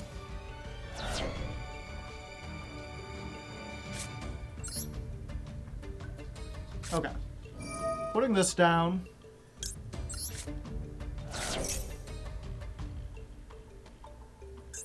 We're going to special summon a Volcanic from our hand. I just realized we have no, like, extra deck cards. So we have no way to actually get rid of this.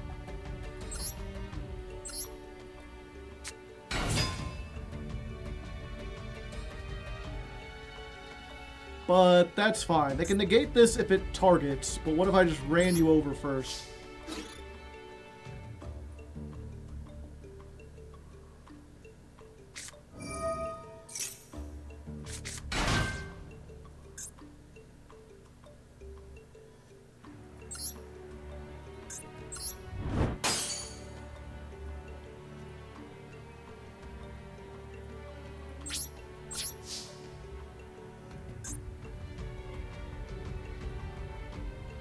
Is that 3 Blaze Accelerators? No, just 2.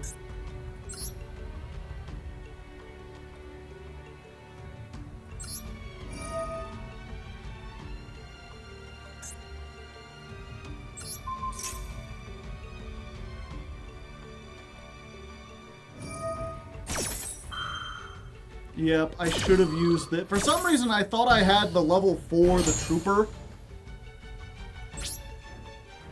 And I don't. So I'm probably dead here.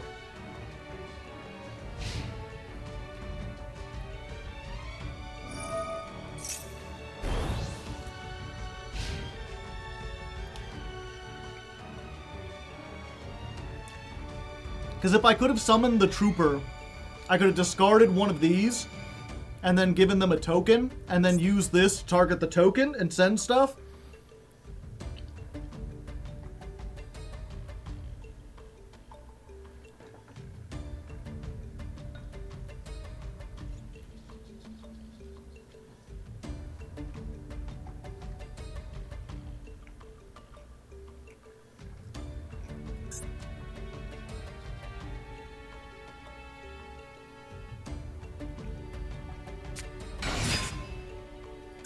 Gold Gadget.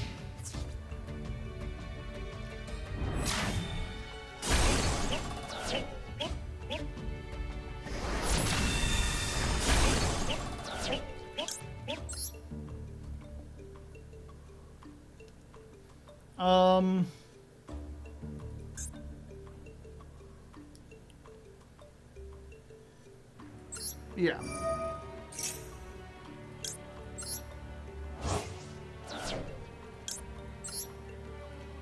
I'll put this here.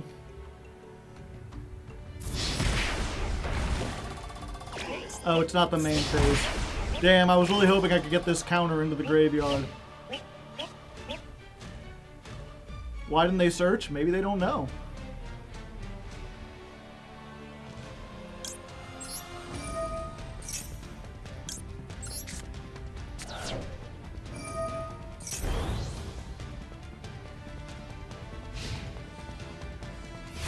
They could have killed you this turn. They could have, but they didn't.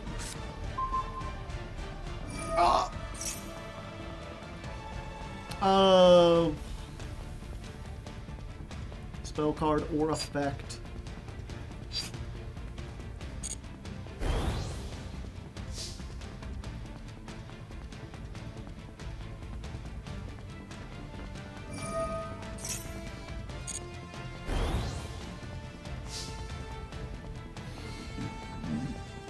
Okay.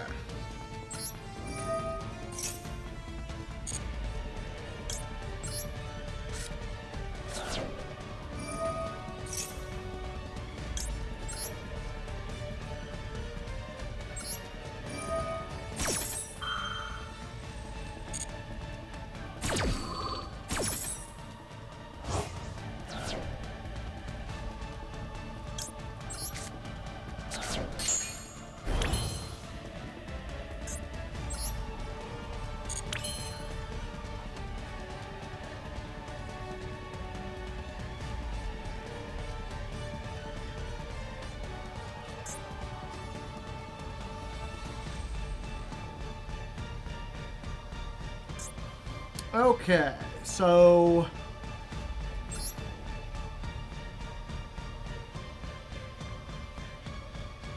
yeah.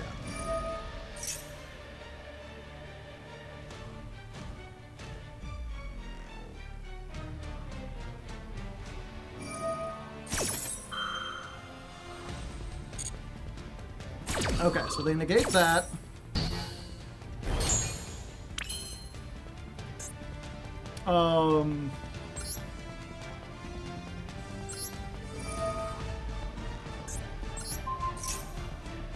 They negate that.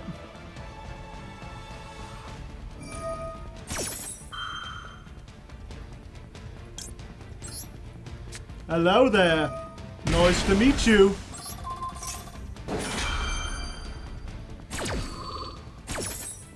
Get out of here.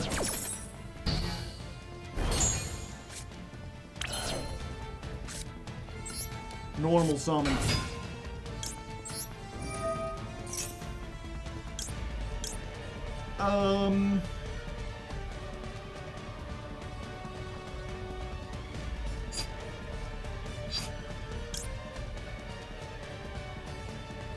Yeah, so add this to my hand. I can at most get 1,500. I'll still burn because there is one banished.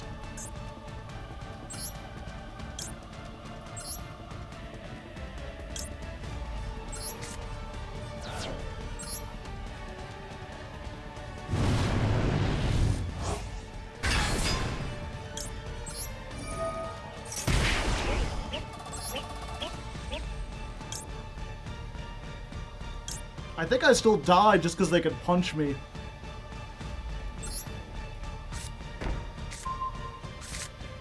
Although I can get rid of some of their punch ability.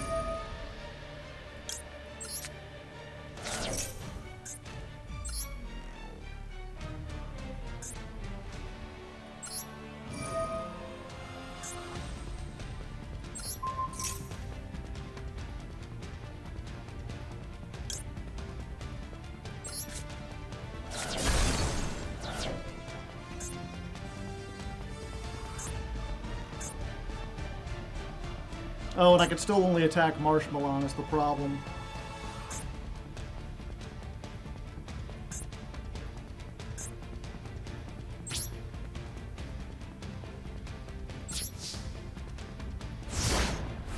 Three of their 4 monsters float.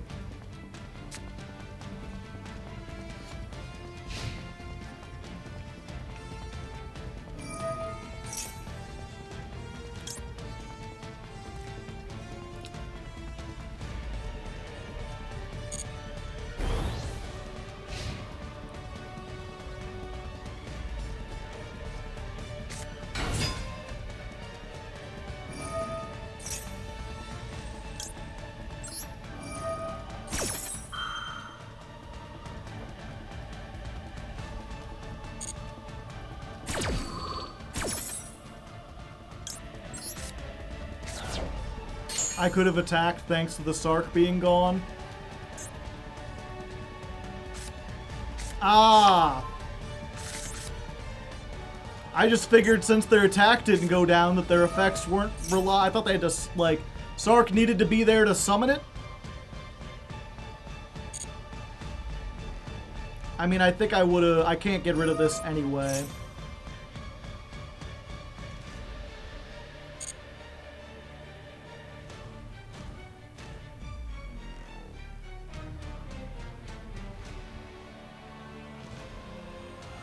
All their good effects need Sark. Gotcha.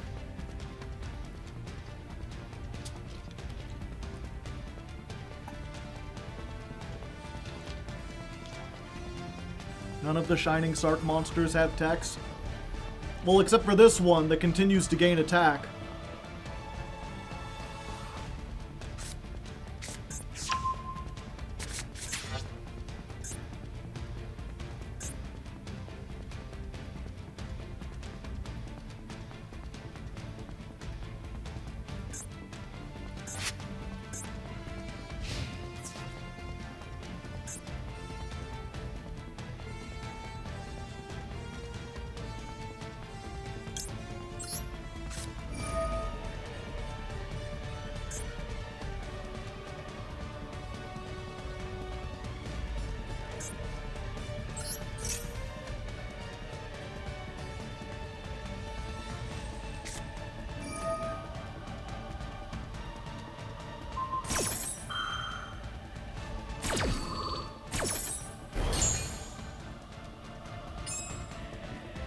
Um...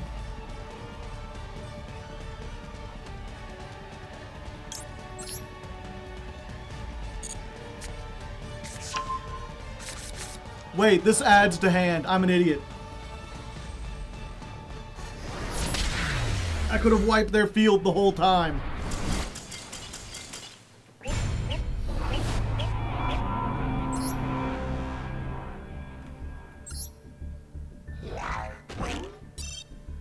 All right, we live and learn.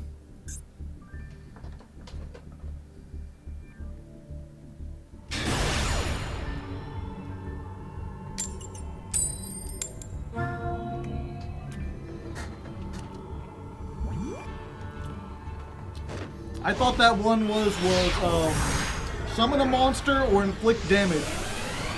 I forgot it was, you could also add it to your hand. That makes everything more powerful.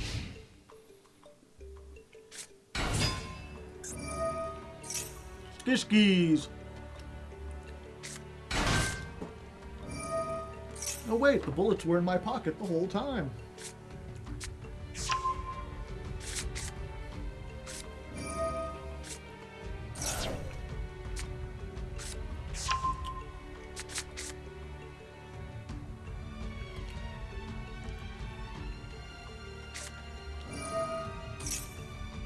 Wouldn't Necros be better than this? No.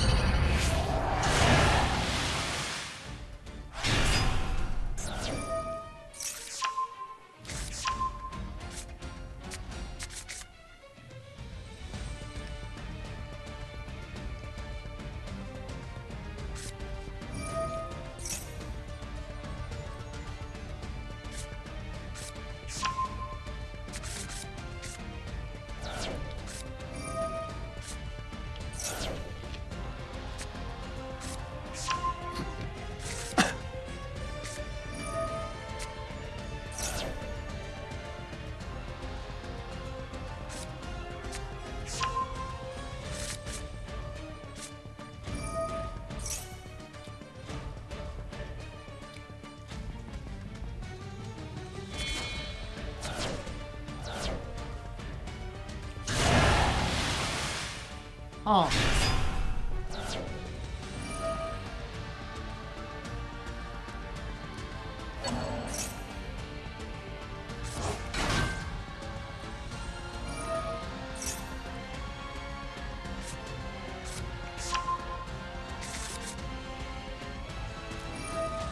On the gate pass, they're not done.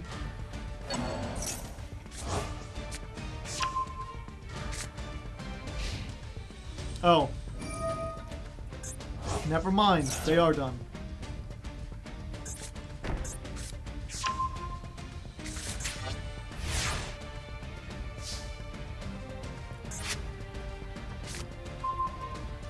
Oh, hey.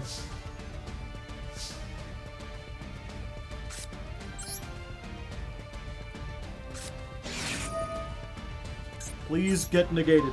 We will check back later to make sure.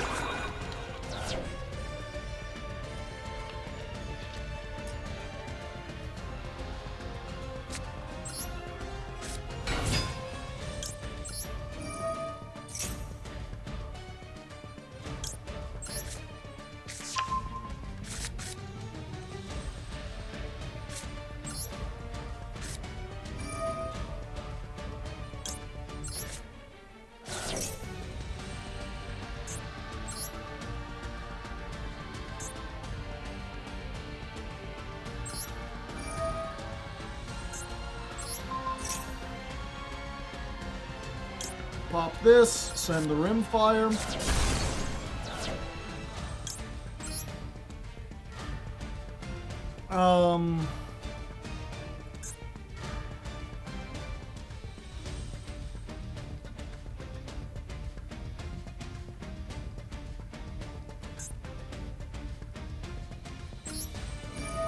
Yeah.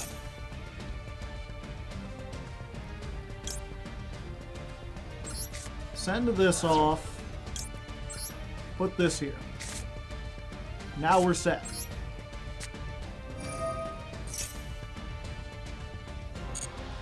Then we're gonna send this Moons.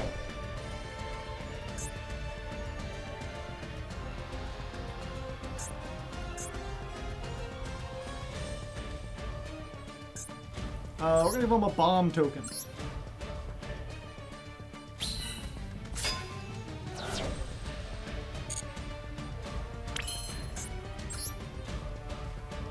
Do I have any banished? No. I need to banish some cards is the problem.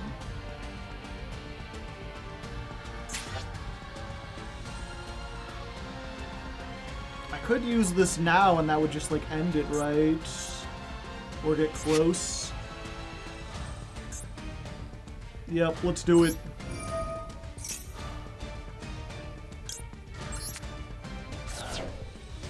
Oh, come on!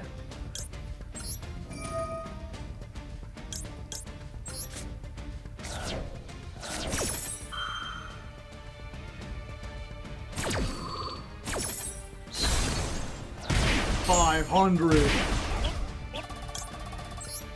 $500. $500.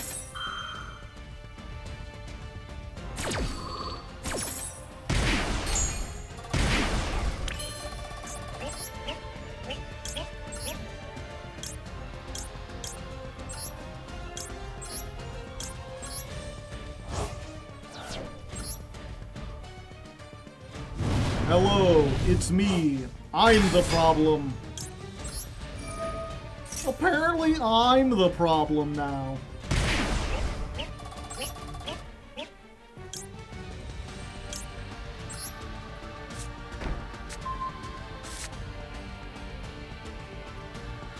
Battle phase.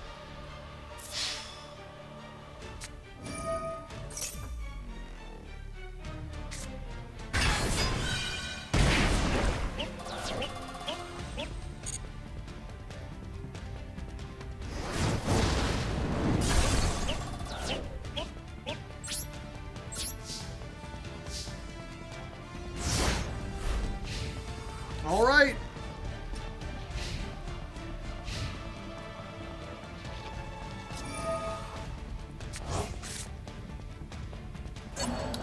I'm trying to remember, do we have any way to recycle these?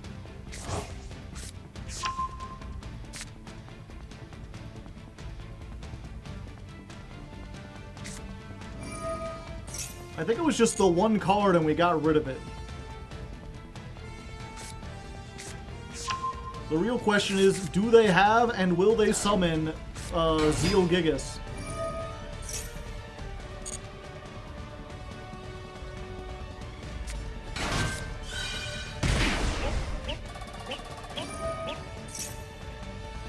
I think we do this.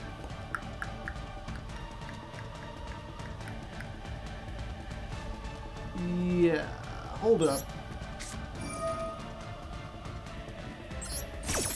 Could add it to my hand and discard it, but I think this is funnier. It's if this is summoned, you can add a Volcanic. Okay. Special summon Trooper in defense mode.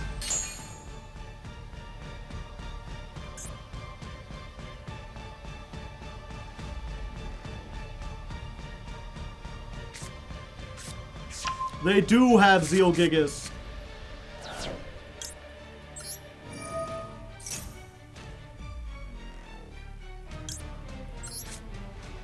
Add counter.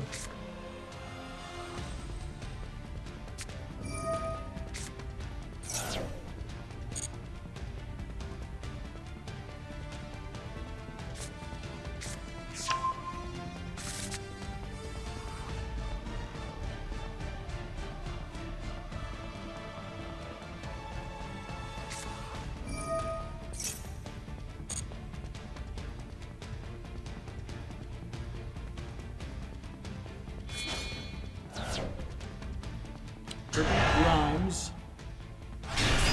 500. Look, I should have just summoned a second one of these. I didn't think they were going to be doing all this summoning.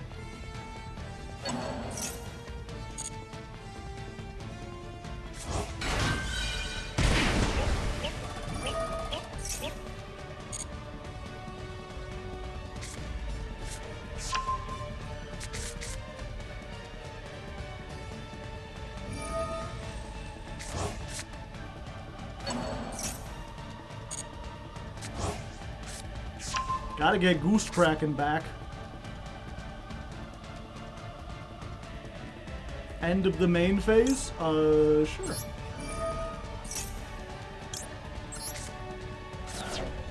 That's a nice one.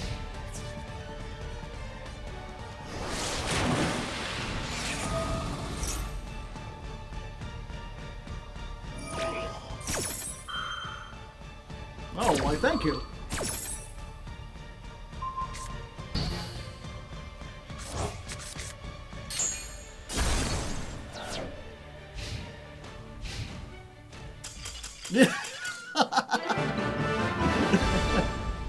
There you go! We did it, chat. We're learning.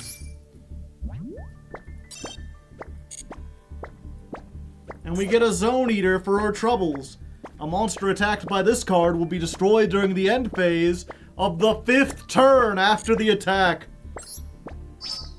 I wonder, has anyone done a series where the whole point is to go on the ladder and try to complete a specific challenge?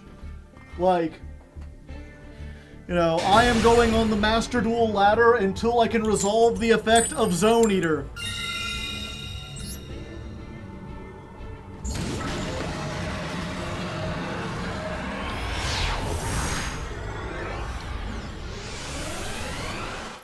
And then you build a deck around getting and resolving it.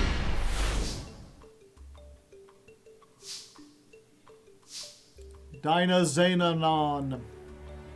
Don't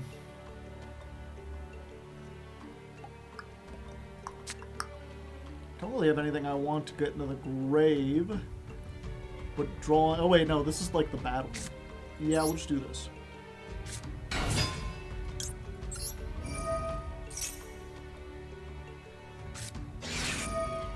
Imperm.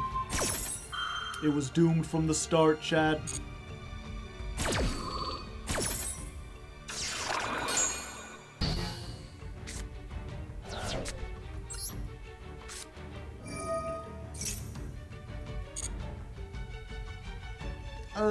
What do we even send?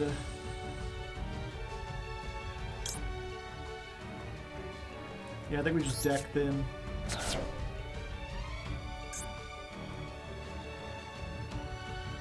Oh, wait, no, I need a Blaze Accelerator for that to do anything. Yeah, maybe I should have done this first and then normal summoned. 100.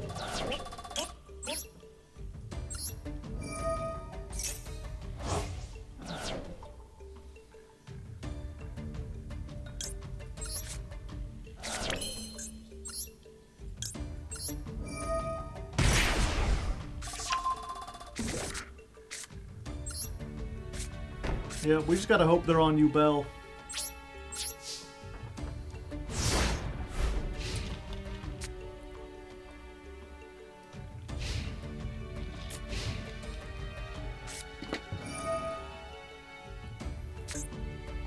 Ah, I see. I mean, I feel like this helps.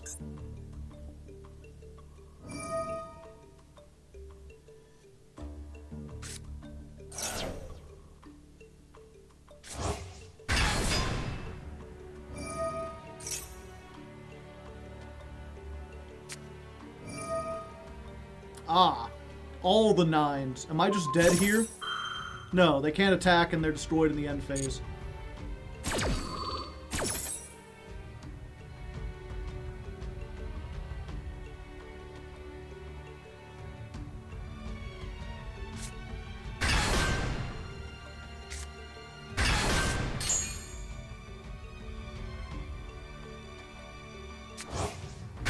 Utgarda.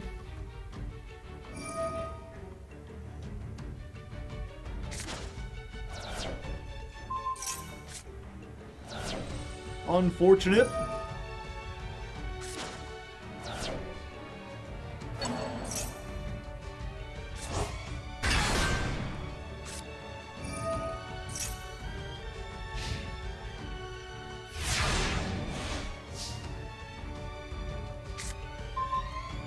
Damn. We just can't get any of our, like, power spells.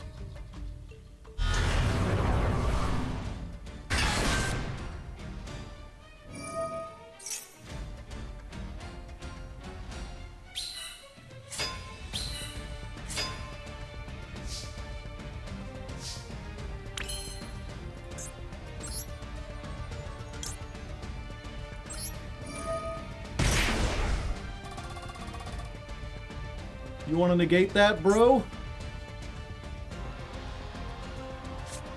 No. Of course not. Why would they?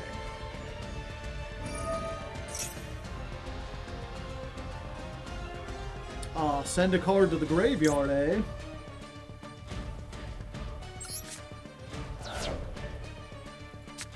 Why, thank you.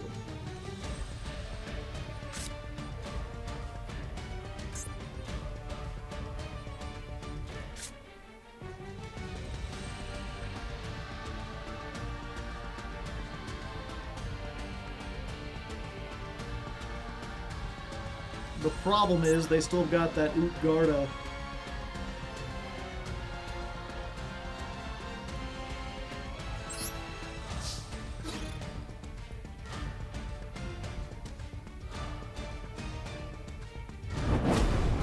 Get rid of a token.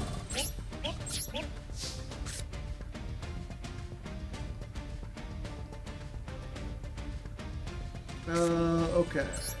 Normal summon shell.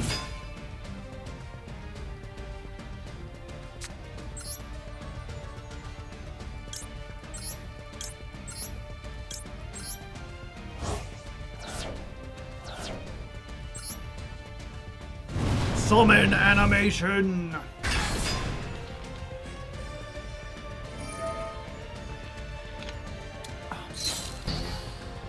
God damn it.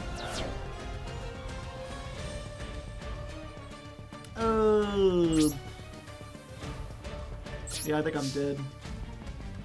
We'll see, though. There's still a chance, chat.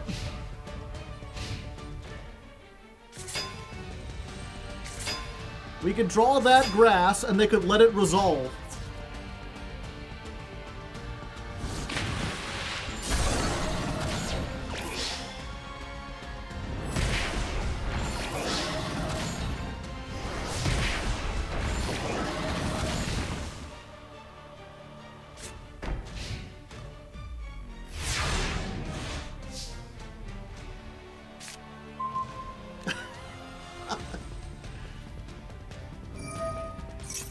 Thanks again. Okay, we'll just surrender.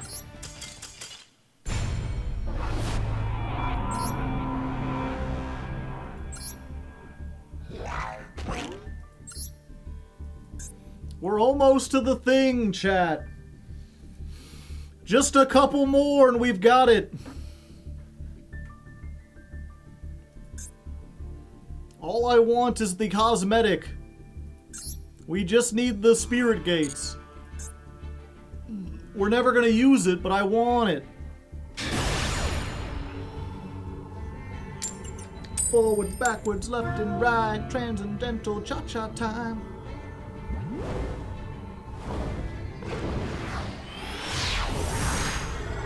Hit the dance floor, cha-cha-cha, salsa, rumba. Ah! We got it! That's like...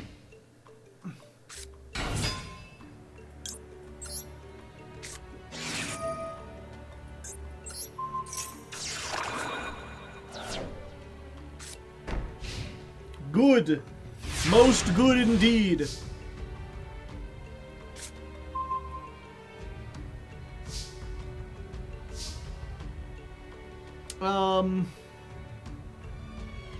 I guess we activate this. Banish your entire hand, and if you do, add one spell. Okay. So we're going to activate this. We're going to send you.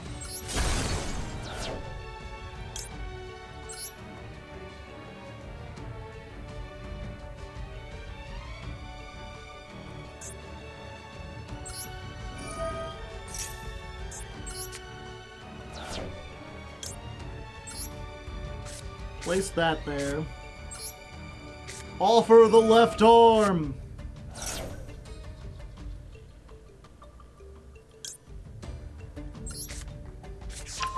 It's grass time.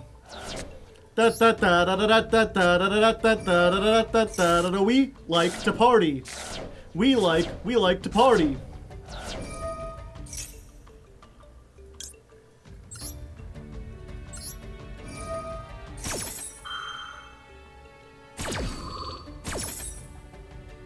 I really should have made sure I had this in the graveyard first.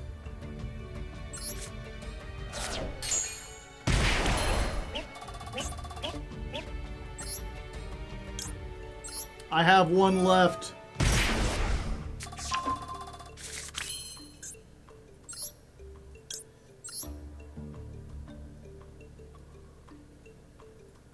Let's do you and you and you.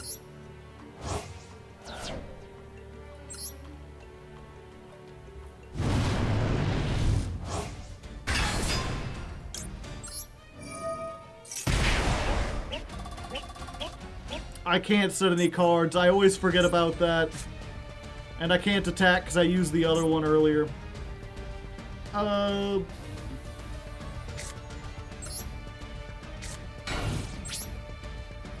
At least I don't think I can.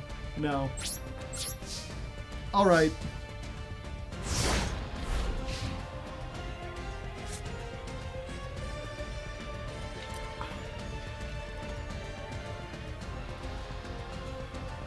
Maybe volcanic grass isn't good after all.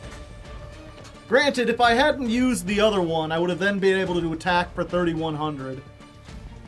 So they would have been very low, and special summoning more than once would have killed them.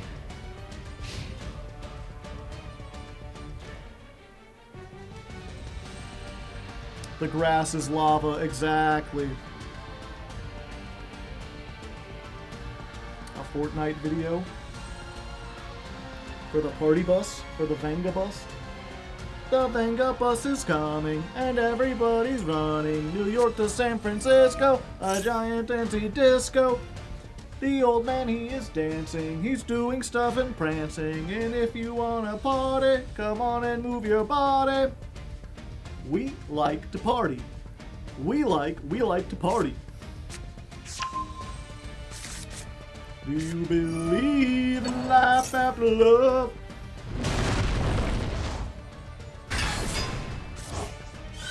I've never seen anyone else play this. Play what? The Baryons?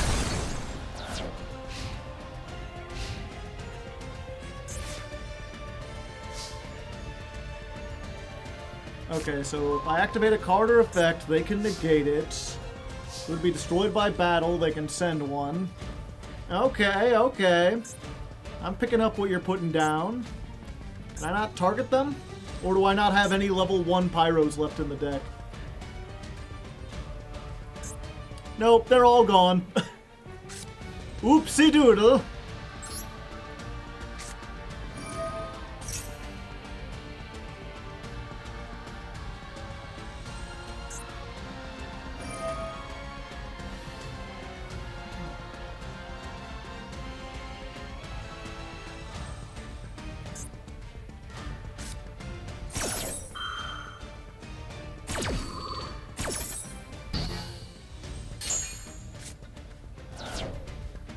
I think trying to destroy them will do like, what, 400 damage and we won't actually be able to do it?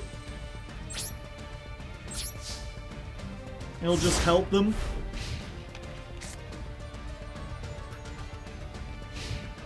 It ain't worth it.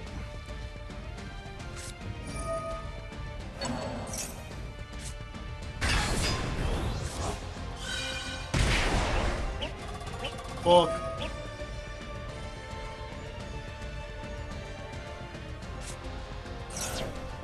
Maybe I should have just played Therion's chat. Maybe the theory on them was good.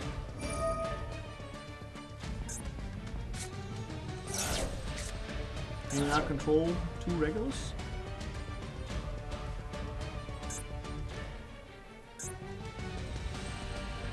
I would have just summoned another Regulus.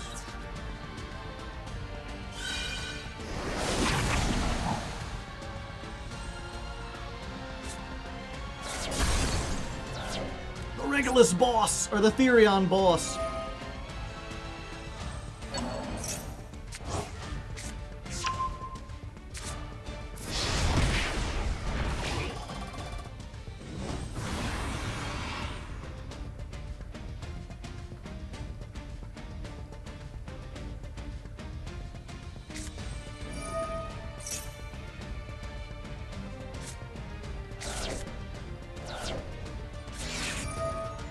Therion Irregular.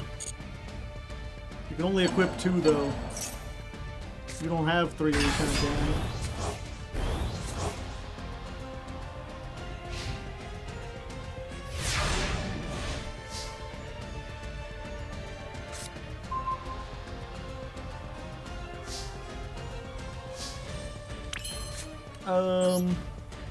Cosmic Cyclone!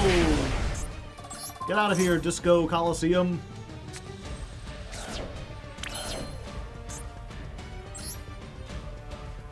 Let's see. Ah. So I'm doomed then.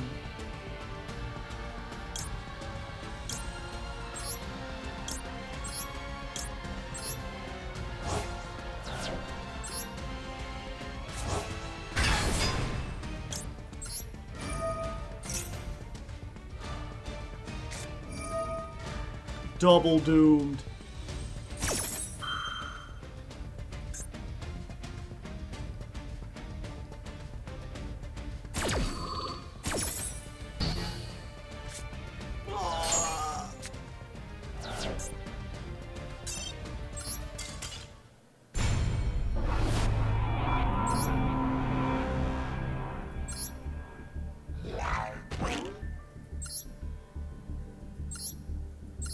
Yeah, I was looking at, I was like, what was the plan? We went through all this trouble like left arm offering, but we couldn't actually do anything. I guess we need a lot more fire monsters.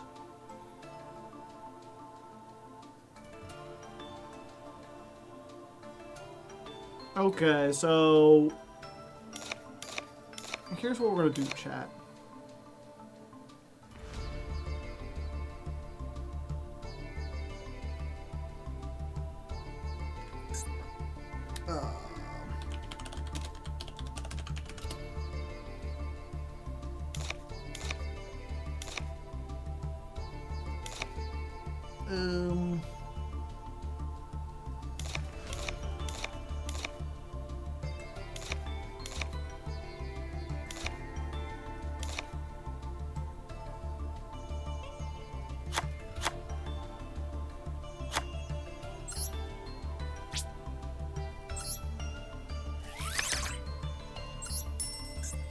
What's the other one called?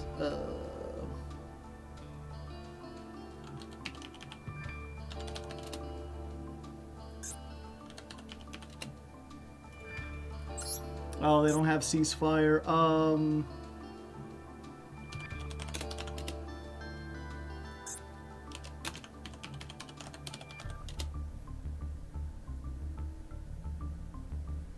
They banned Ring of Destruction? What is this, 2005?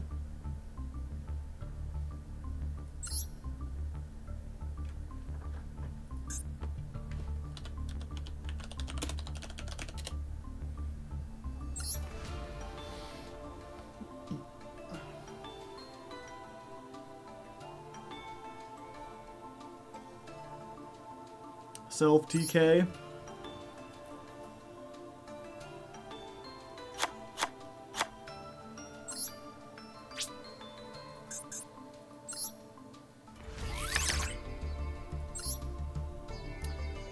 What else? Is there anything else that we could think of?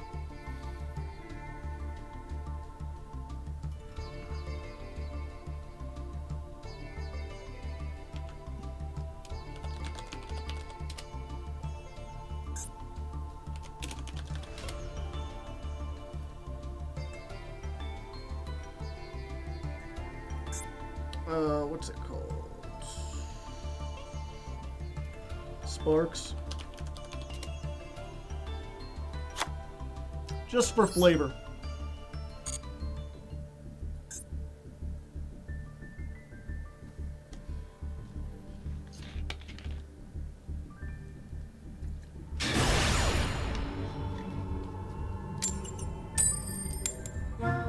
I know it's a UR, but you want 3 reload. I know, but it is a UR.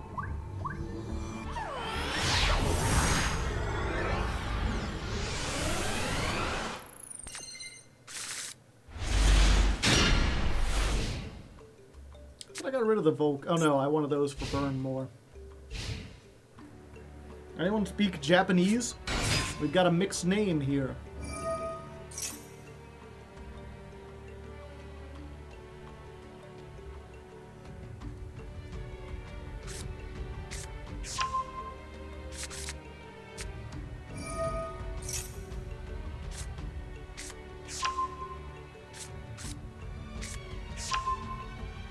They left Herald and Drytron legal.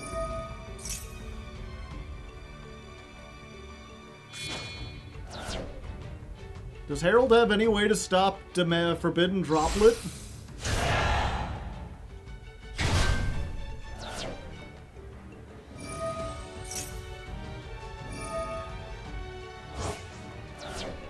No.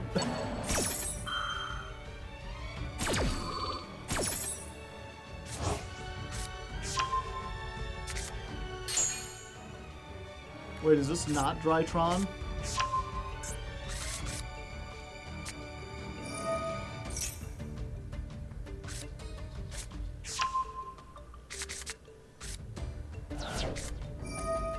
How rough it is has it been? It hasn't really. Oh, there's the Drytrons.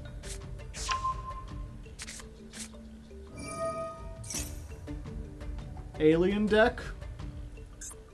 No. I've got Volcanics and they've got Heralds. The purple crayons even.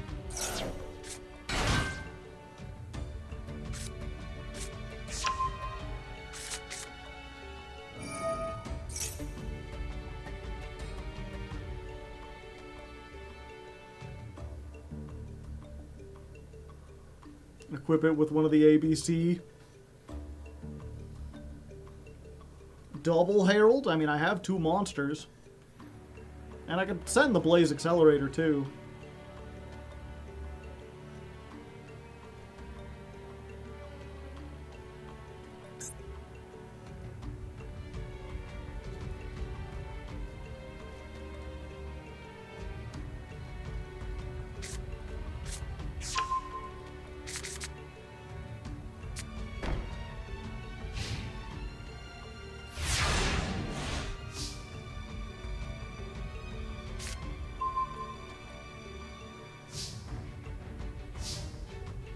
Alright.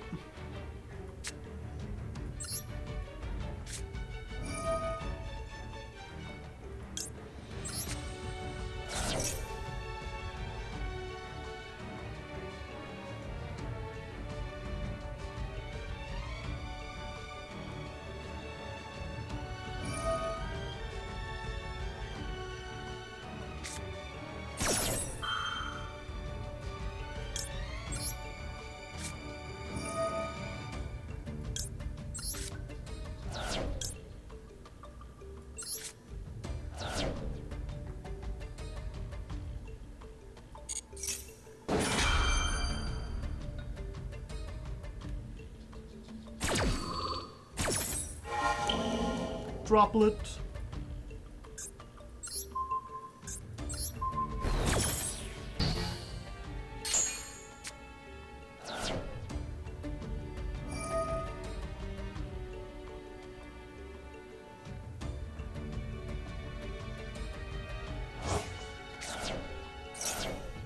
Ah, I see. Getting rid of your thing. Herald of Green Light. Herald of Purple Crayon.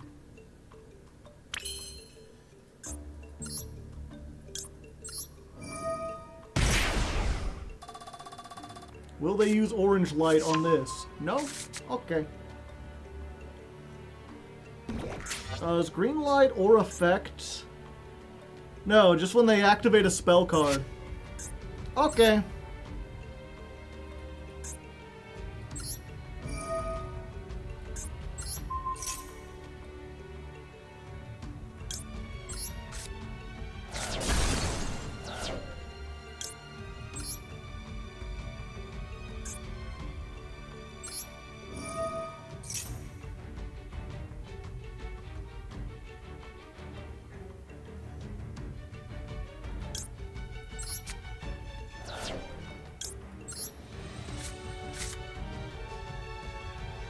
It's a pity I did not activate it.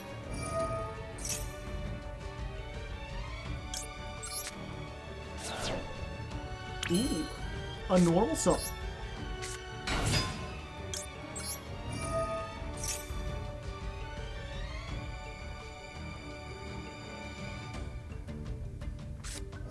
There's the orange light. Is this at 1? Yes. You chose poorly.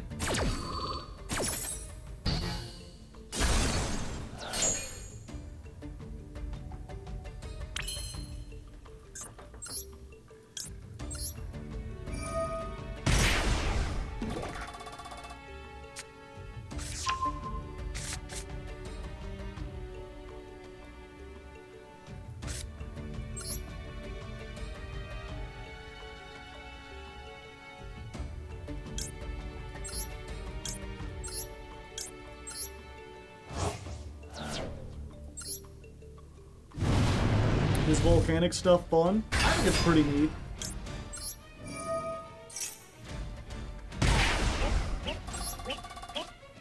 Which one do we want? No, we want this one, because we learned how to do the cool thing with it.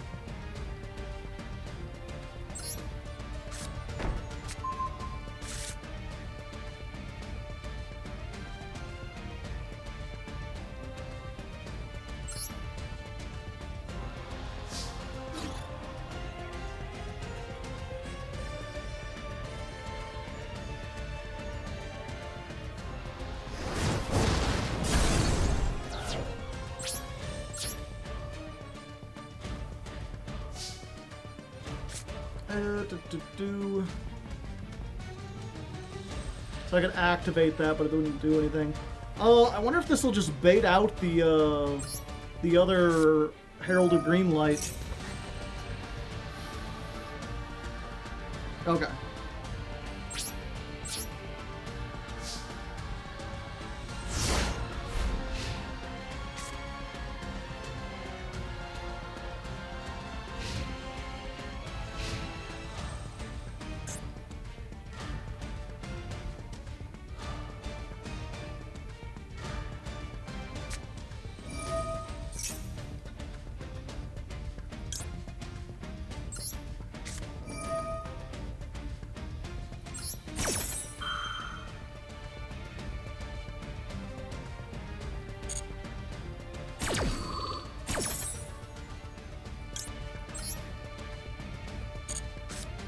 Hi there. Nice to meet you.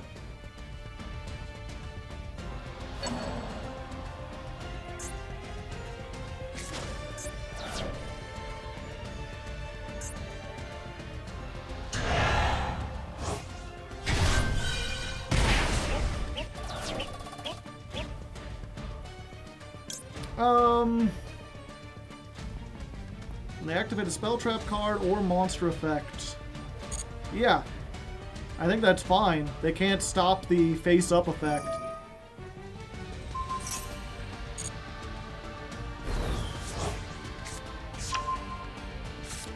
Oh, but they can stop the scatter shot itself.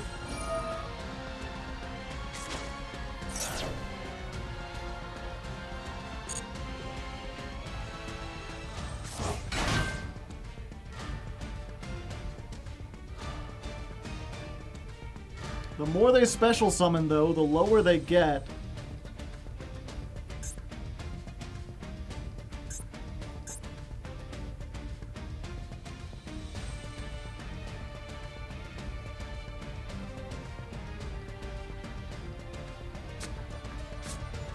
Oh! The big guy!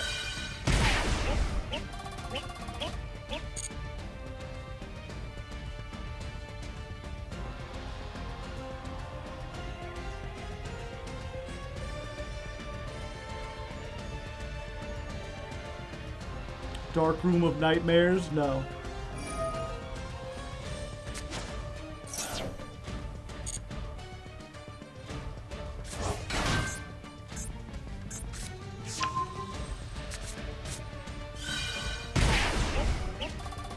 It's gonna be close, chat.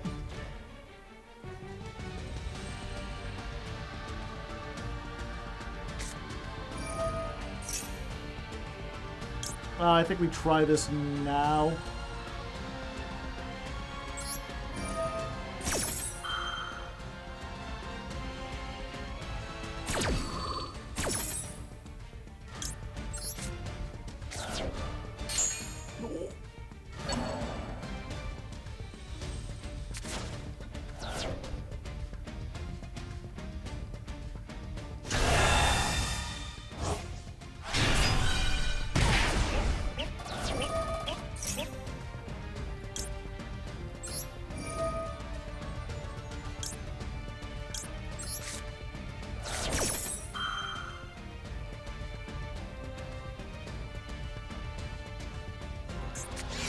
No! Every time with the called by.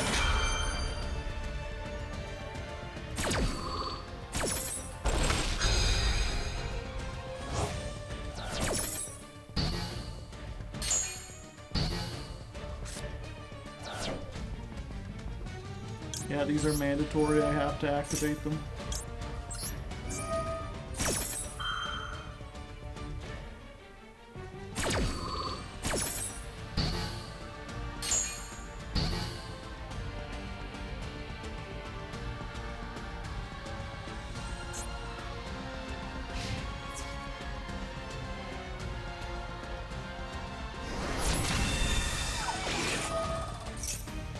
Volcanic counter. Hey, buddy. How'd you like to take another 900? Did you forget about me?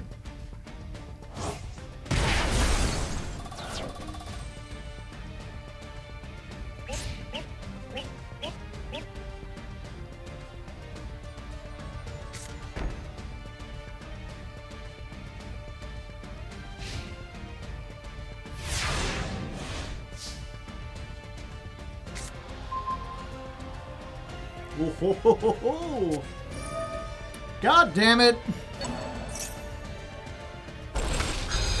This guy, he's unfucking believable.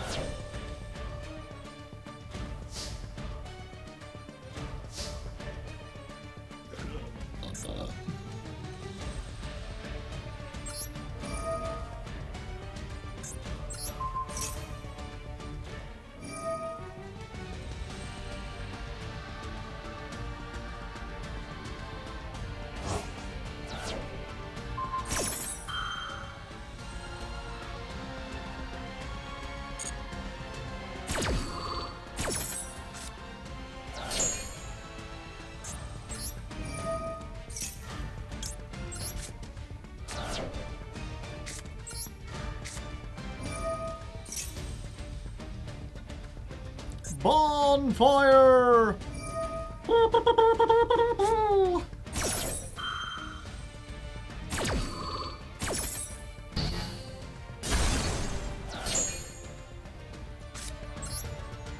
Does he have two names?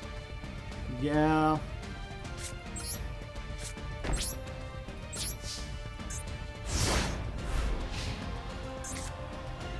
It just matters how much he's afraid.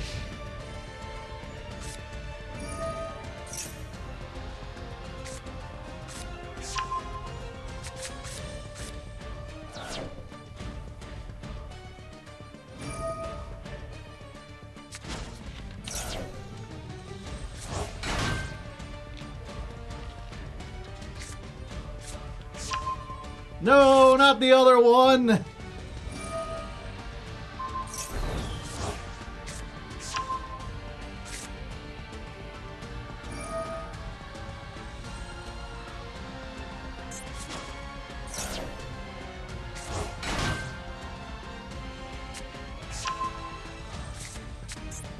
No, when this one is summoned, you just destroy all spell traps. Well, maybe they won't do it because they're afraid of the Tri-Blaze.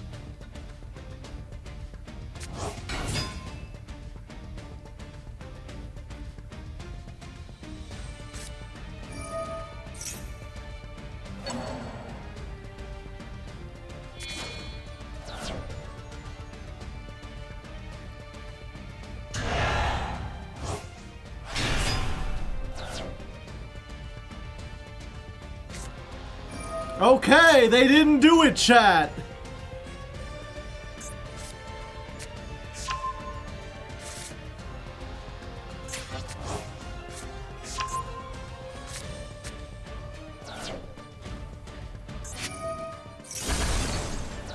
Oh.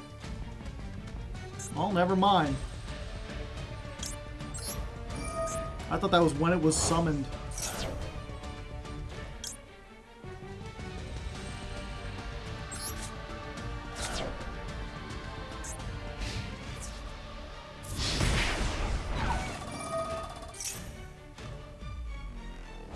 Well, we got close. I hate Herald of Ultimateness so much, chat.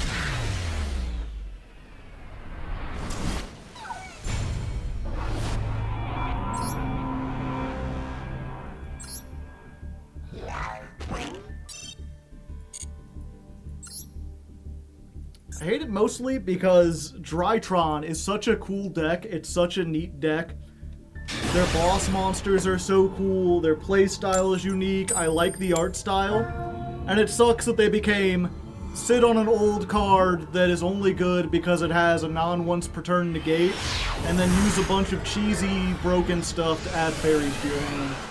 It just waters down this giant machine deck into like, oh, I'm gonna have 5 negates for your 4 cards. And for some reason, Konami is like, yeah, that's cool. We think that's a fun playstyle.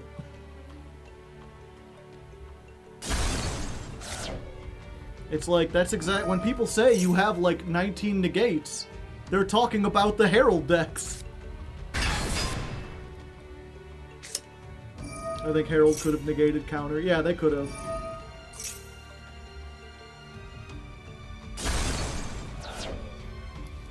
Yeah, we haven't run into this at all yet, which is unfortunate because I was like, yeah, magic cylinder, all this stuff. Wait. Without the extra deck, how does Yubel put on damage, chat?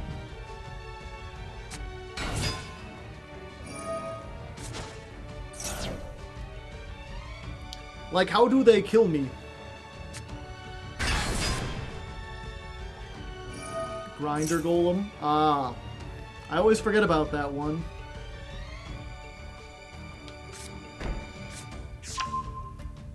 Eternal Favorite. Oh. I guess they can still special summon.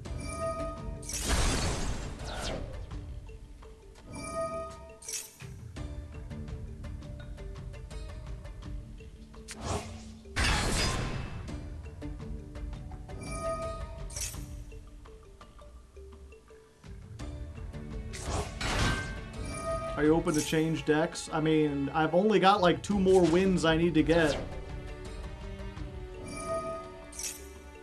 They play Ultimate Nightmare!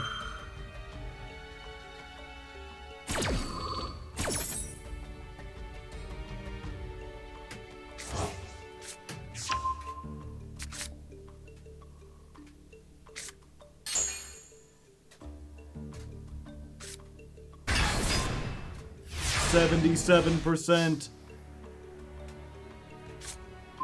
How much time you got? About an hour. We were doing really well, it's just been this last bit that's been difficult.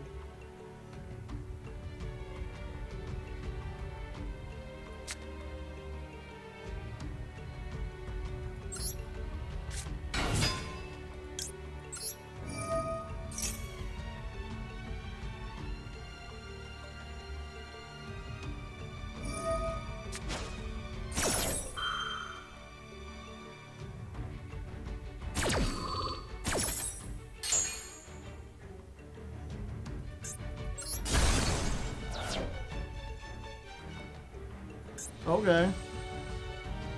Cool.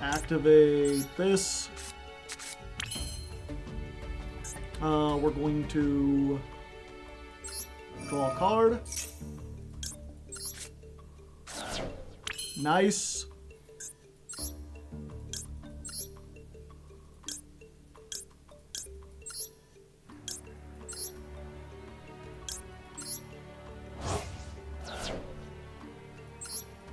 Oh, let's go to defense mode.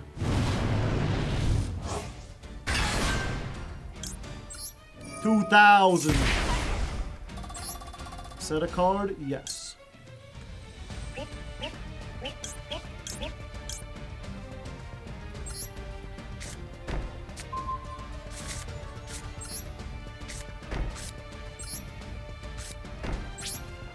All right. This is about as good of a setup as we could want.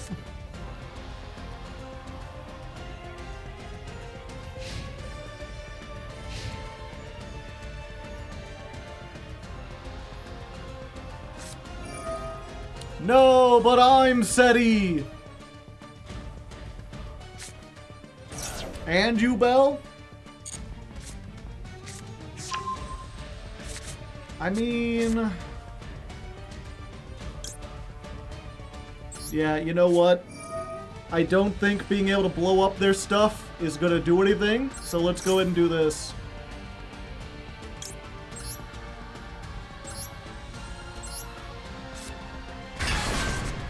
You gotta do this in 4 special summons, buddy.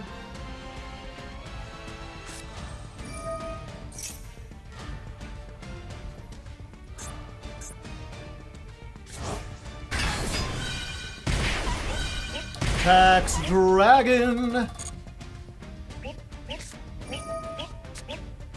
Oh. They're lubing it up. Druid's Worm.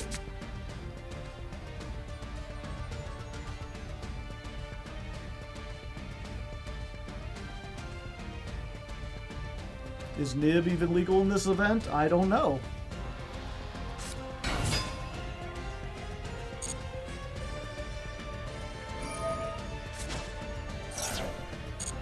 There's summon number 2.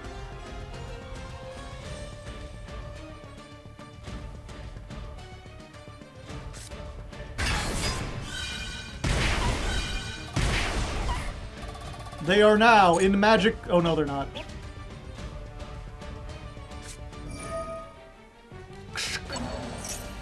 Captain, they are officially in magic cylinder range. I repeat.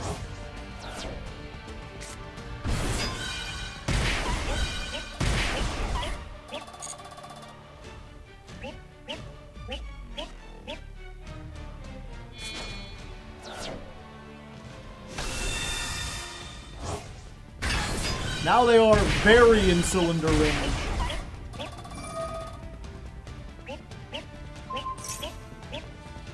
Sending one of them to the graveyard.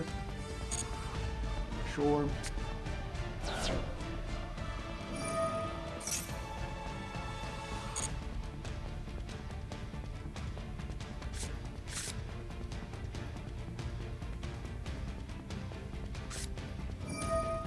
Wait. I do want to try to get him with the magic cylinder. But I also have another idea.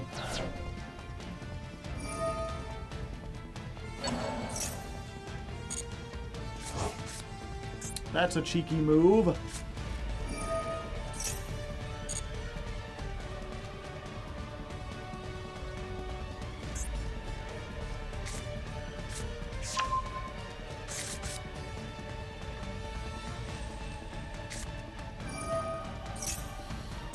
Come on, Volcanic counter.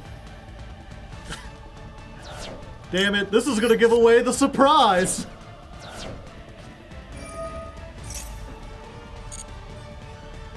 Wait, bamboo sword? You really need draw power that bad?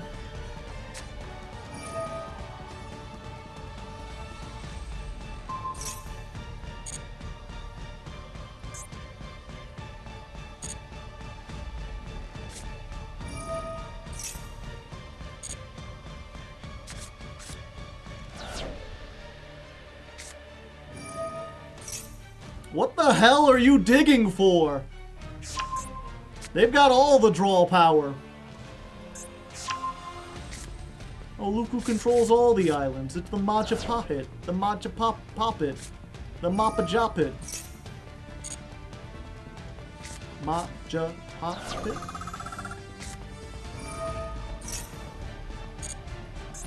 And into the void.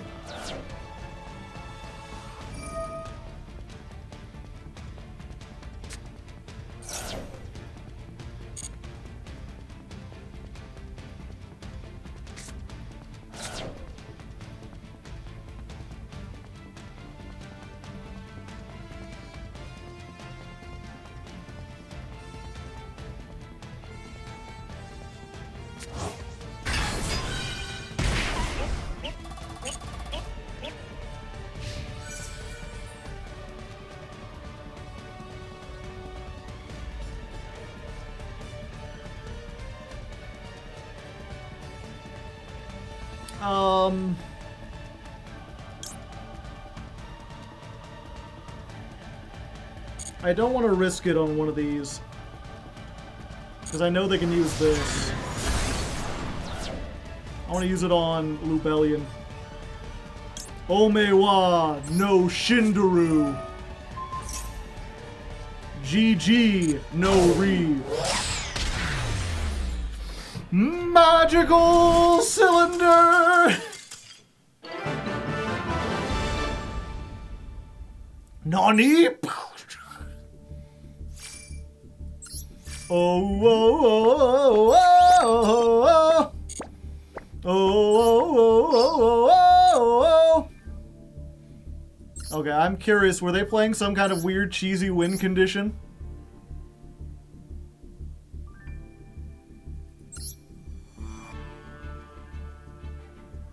No. No, they just really wanted... They're like, hand traps? No. Board breakers? No. We're going to play Yubel, and we are going to play every draw card known to man. And some known only to science. Wait, yeah, they're not even playing Nightmare Pain. What the fuck were they doing?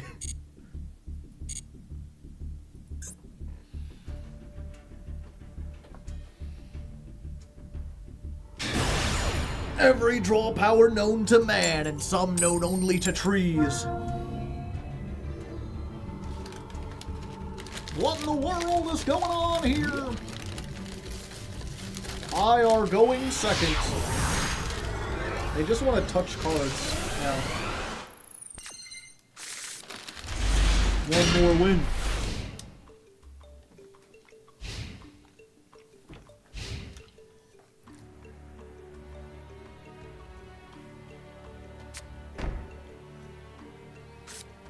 Alright. Okay. Slow down, buddy.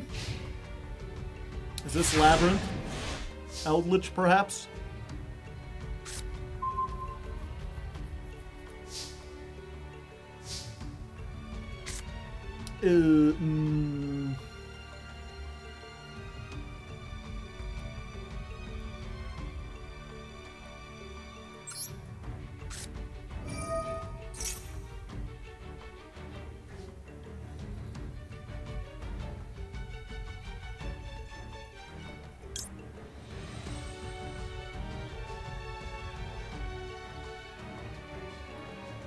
What do we even want to send? I feel like half of these are going to be called by. I don't have any ability to get stuff.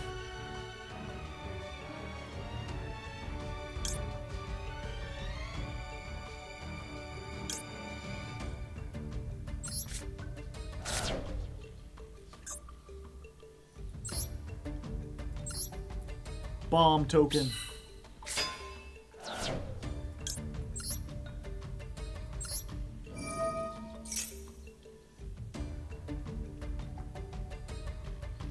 I mean, if they use the called by here, that would be great.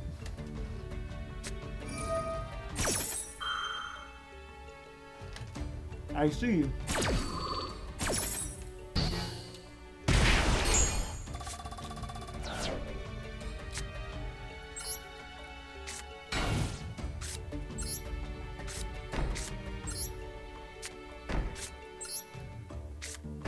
Are you also a burn deck?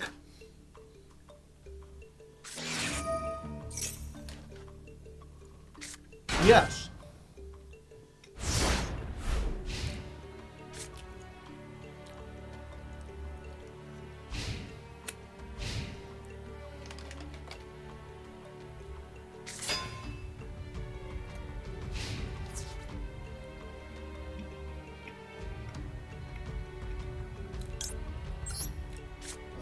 No.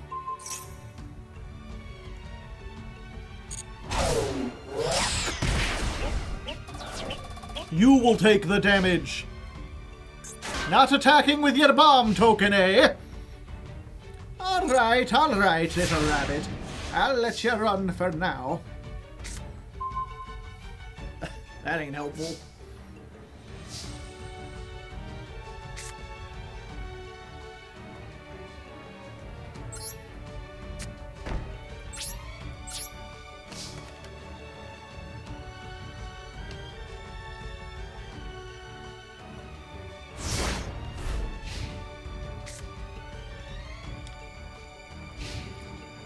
Drawing all our traps except the good ones.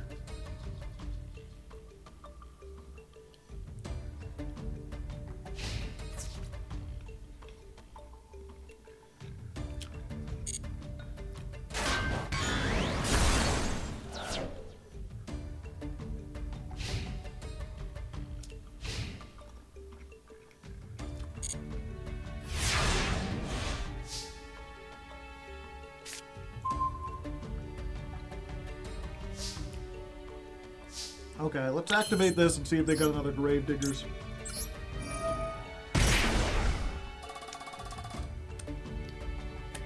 Doesn't appear like it.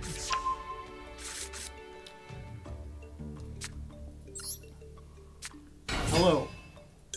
It's me. I'm the problem. Oh, I guess I'm the problem now.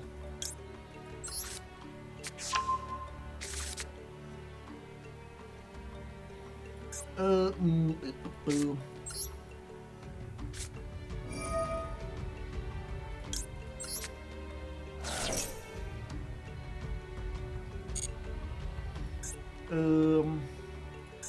But what if you weren't destroyed by battle?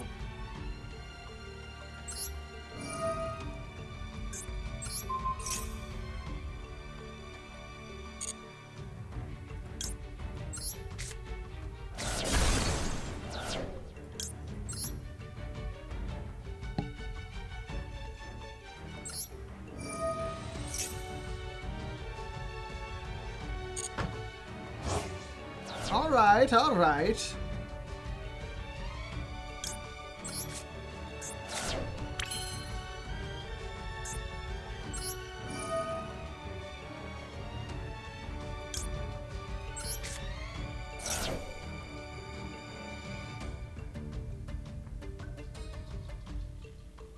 Another token. Now there's 2 of them.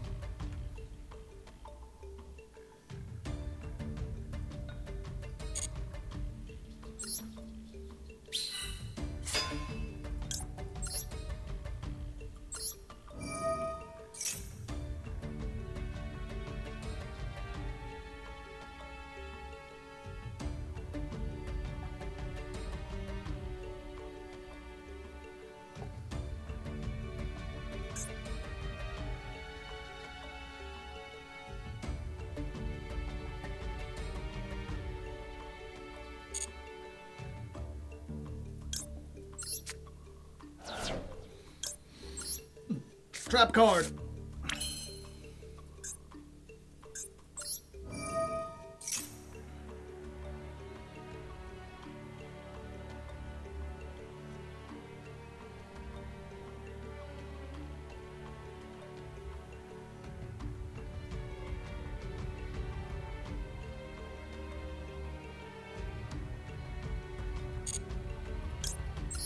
Yep.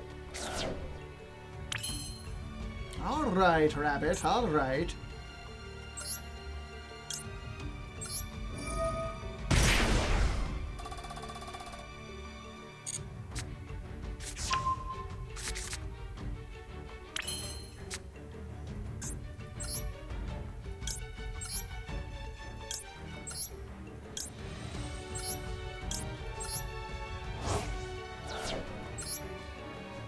It's me. What's up? 2,000.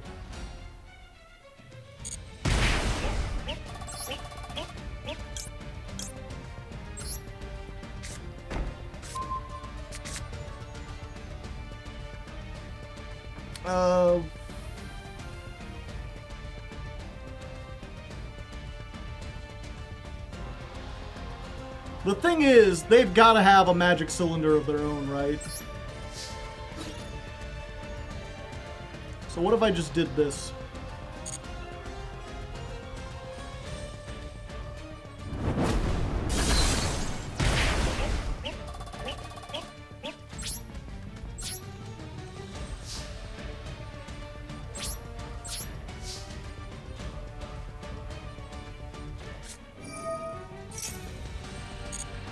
Zombira, the Dark! 500.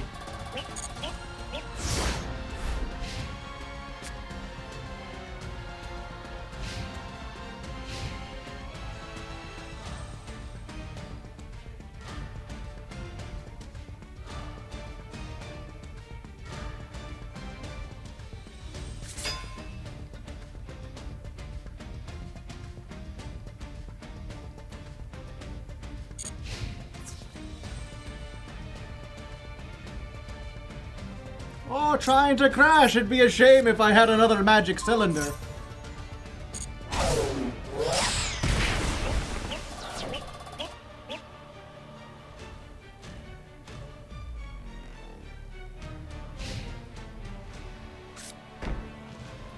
All right. Activate the emissions. Take a volcanic. Scatter shot. Special summon it? No, no, no.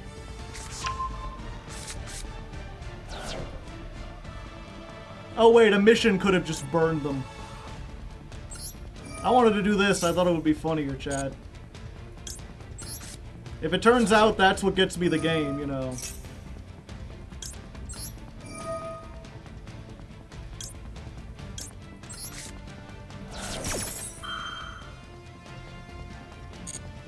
It's fine. They didn't have Cold Buy or another Gravediggers. 500. 500. 500. 500. We're scatting for game. Beat up up up boop. Bop bop bop bop. Diddy diddy diddy up up up boop. I'm the scat man. Skip it up it up beat up bop. Bop beat up bop. Skip it up beat up bop. Everybody started one way or the other, so check out my message to you. As a matter of fact, I can't let nothing hold me back, cause the scat man can do it, baby, so can you. Eat the poo-poo. We did it. We got the field parts. There are more gems. We could maybe get them. I'm not particularly worried about it. I mean, we've already got... Holy shit. Look at all these gems, chat. Bathe in the gemness. Ooh. 900.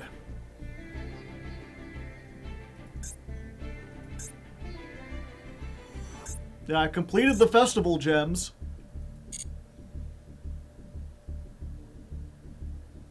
So on balance, was my volcanic idea for the event good or bad? It was alright.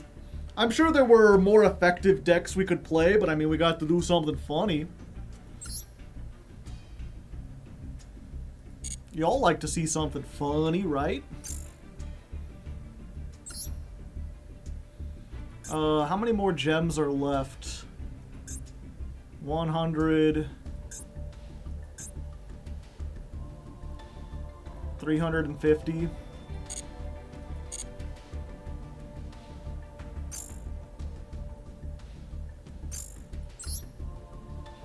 About 350.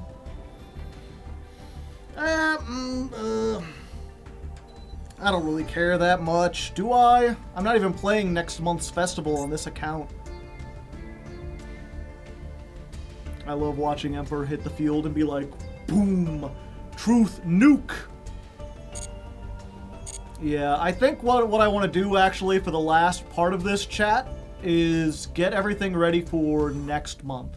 Or not next month, but next stream, which is tomorrow. I'm not doing a stream on Thanksgiving, which is Thursday. Will January start in Plat? Yes.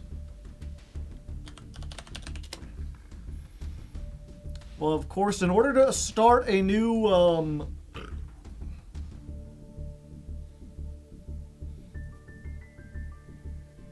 let's see.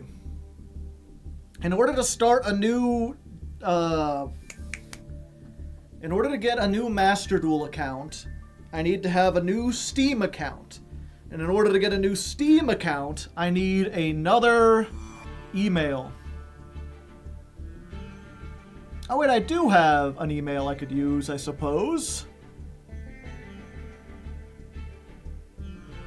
I have the politics, Hardleg politics. Okay, so let's go ahead. We're going to cancel this out. We're going to open up Steam. I was going to create another email just for like Jank Miss, but why do such a thing?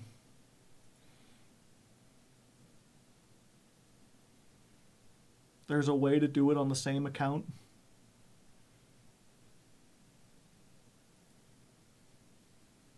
Let's see. We're going to change account. Shutting down Steam.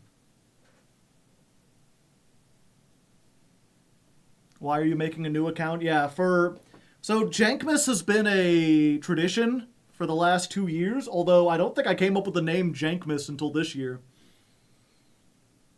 But we're doing Jank Miss, which means during the month of December, instead of playing a competent deck, I'm opening it up for the patrons to pick anything.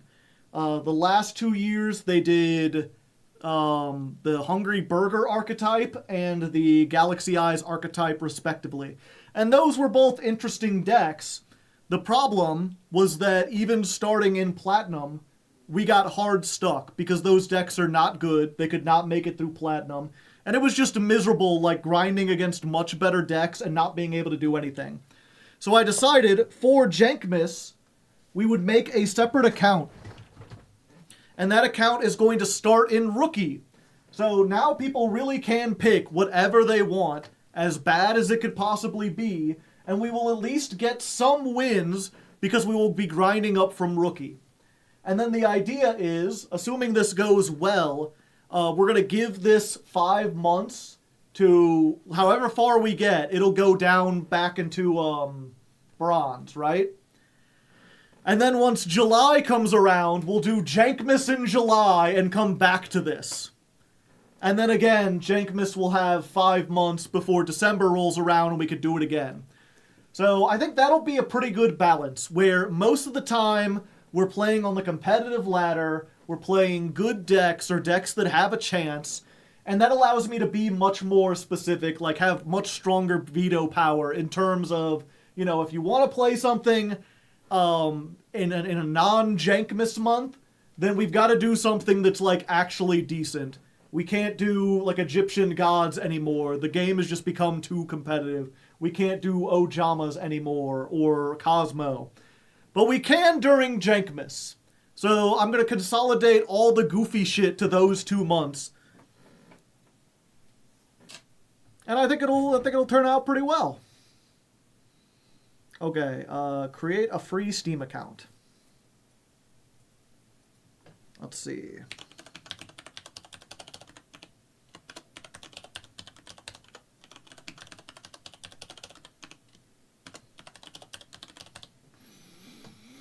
I am a United States resident. I am over 13 years of age. Waiting for you to verify.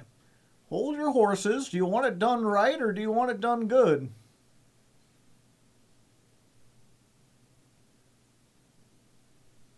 Huh, I haven't signed in on this email. I didn't think I had anything. But I've got somehow this email, which is like not public, and I only made for one person to send me like political stuff, has people trying to get like, Hey, how would you like to increase your revenue by 300% by advertising a gamer mic? I'm like, on the political channel? Did you watch this? The heck?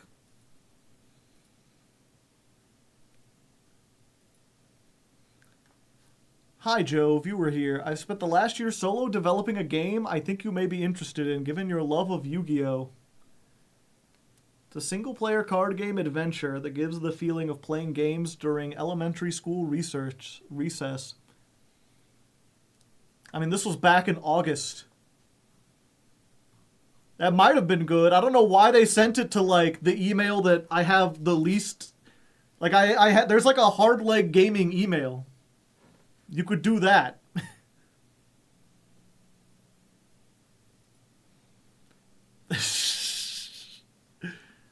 Sir, I visit your YouTube channel and found that your channel videos are not SEO optimized and your videos have very low SEO score. If you want, I can improve your video's SEO score by optimizing your videos on-page and off-page SEO. Number 1, actionable. Number 2, performance. Number 3, tag count. Number 4, tag volume. Number 5, keyword and title. As a result, your videos will get more views, likes, and subscribers. You will see 100% better results live on your channel when I start working on your on-page and off-page SEO optimization. I will do this according to YouTube's new algorithm rules.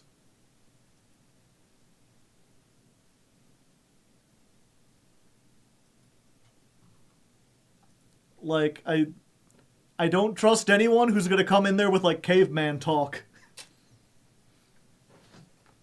Basically all the keywords. Sounds like a scam, possibly. Okay, so what are we gonna call this? A Jank Miss. Hardleg - Jank Miss. Password.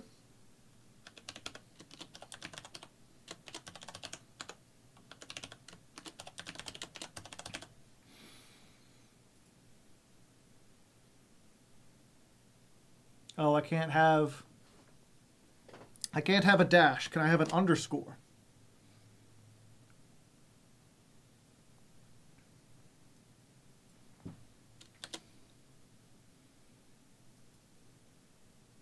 There we go.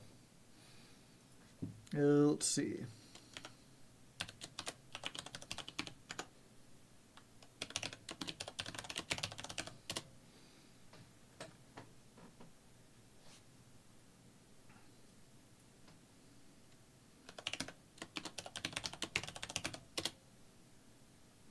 Okay.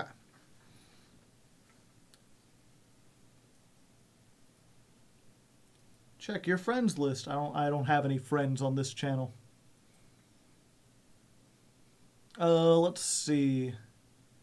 Library, where's Master Duel?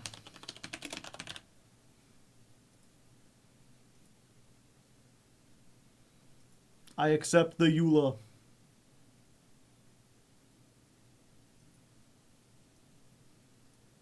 Select language, English. You have no progress.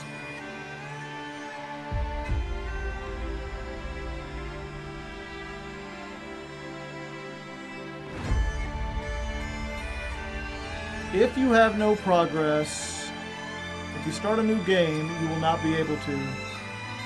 Yes? It didn't ask a question. There's no question mark here. United States. I am in Missouri. Sure. Yeah. Have you ever read the... I've seen some of the anime. Have you ever played the Yu-Gi-Oh! Trading card game? You could say that.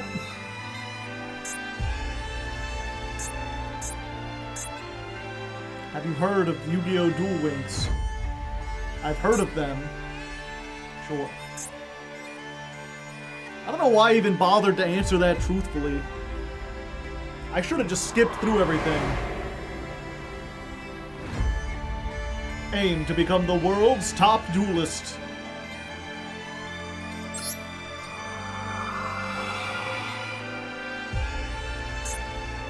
Can I skip? I can skip.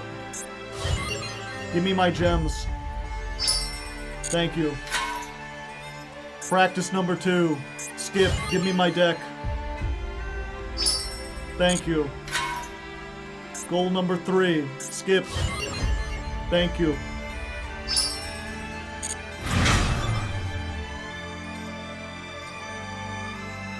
Can I turn the audio down at all? It's very loud.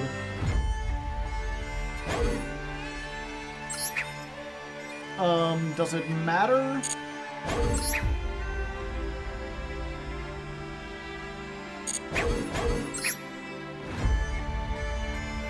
Probably not, but I do like jelly.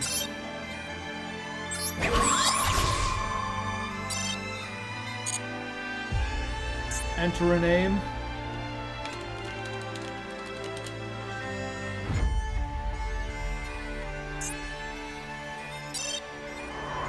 $10 GB of data?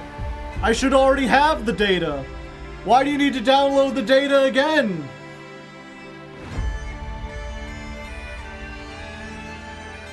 It's a good thing I have like a separate hard drive for all this. More data.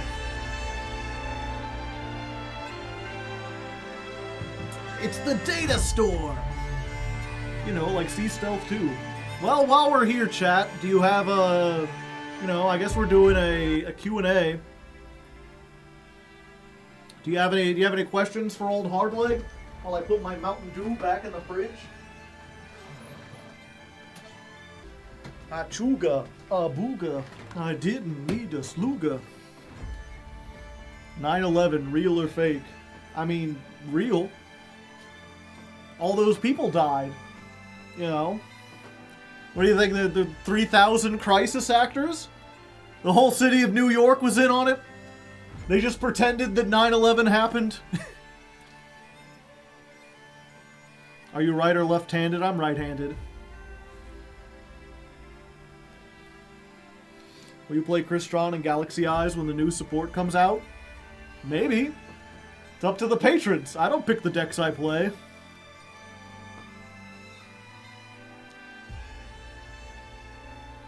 The plans were holograms. The One Piece, is it real or fake? I'm pretty sure the One Piece is real. Is that your real beard? Yes. If I ever come out to like a YCS, you can tug on it. I will let you snap my suspenders. I am that crazy.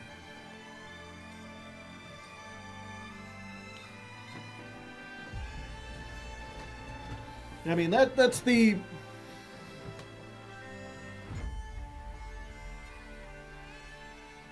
Will you dye it white for Christmas? No. Read any good books lately? No. I've just been working on the Legend of Lefty. Which I guess I haven't mentioned on stream for a while. Mostly because, progress on that... What was it? I think I mentioned this before, but just in case, Legend of Lefty is an audiobook I'm working on. I'm going to release it on the main channel once I'm done recording and editing it. I decided to split it into 4 parts. The first part is going to be like the first 25 chapters. It'll be around 100 chapters when it's done, so you're getting 1/4 of the story. And so basically for a while there, I had already written the story completely about 5 years ago, and then I kind of just set it aside to work on other stuff. And then I came back to it earlier this year, and I've been editing it, going back, rewriting, adding a whole new chapters, like, just getting everything, like, much better than I was. I'm a much better writer than I was 5 years ago. And then I've been posting it publicly for people to read. It's on Royal Road if you want to check it out. I still want feedback. But once I got to the 1/4 point, I decided, okay, now I need to record it, but before I record it, I want to go back and give it one more once-over. I'm not really looking to rewrite a whole bunch of stuff or change everything. I'm just trying to make it better. But, man, when it comes to, like, art that I actually care about, it's it is very hard not to be like a perfectionist about it. Or not even a perfectionist. I have constant worry that like what I've written is not good enough. Which I guess is good in the sense that like it makes me keep wanting to improve it and keep wanting to add things. But you know, it's not good for like going back and I was like, okay, we're just gonna edit it, we're just gonna make some little tweaks. And I ended up completely rewriting the prologue. I ended up removing like half of the first chapter. And now I'm wondering if maybe I could combine the first 2 chapters or get rid of it somehow and move the exposition later. And it's like, I'm supposed to have this recorded and out next month. Do you like jazz? I like a couple jazz songs, but not a lot. What's your favorite album? Probably Metropolis Part 2, Scenes from a Memory. Any pictures of Beardless Joe? Somewhere out there. How many sex scenes are in it currently, and how many will be in it, and will there be pictures? No sex scenes. There's an implied one, but you don't really get to see it.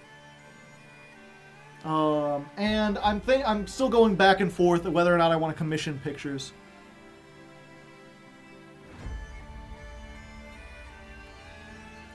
What with the commission art for the book, did you get scammed? I don't think it's weird. I got into a weird place where like I didn't get scammed. They delivered the art. It's just the art is really low quality, and the art's low quality, and the people, they keep like pestering me. They're like, "Hey, do you have more art? Hey, I could really use some help. Hey, do this." They're just very, very high pressure. Is there butt stuff in Lefty? No. How many antagonists? It's weird because I don't think Lefty has like an antagonist. Lefty's antagonist, I guess this is the funny thing, and maybe this might have been an interesting way to market it. Lefty's antagonist died before the start of the story. Lefty's antagonist is a historical figure whose decisions have made Lefty's life much worse. And he's pretty much just like dealing with the machinations of a guy who is long dead, who is long gone, but the effects he had on the world are still rippling out. Is the antagonist society? Kind of.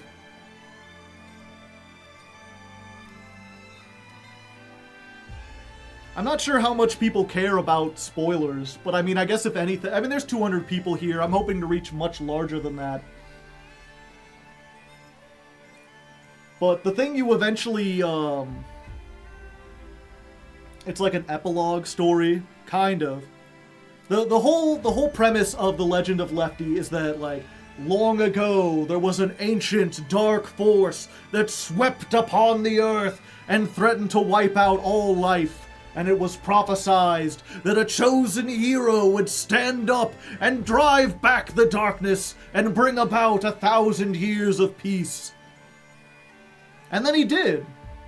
That was like a long time ago. That was not Lefty. Lefty's story takes place like long after that, in a world where there are no more warriors or soldiers, where the whole world is united under one government, where there are no more lands to explore or monsters to defeat. And Lefty's kind of this guy who is just like, in any other age, he would have been a great warrior.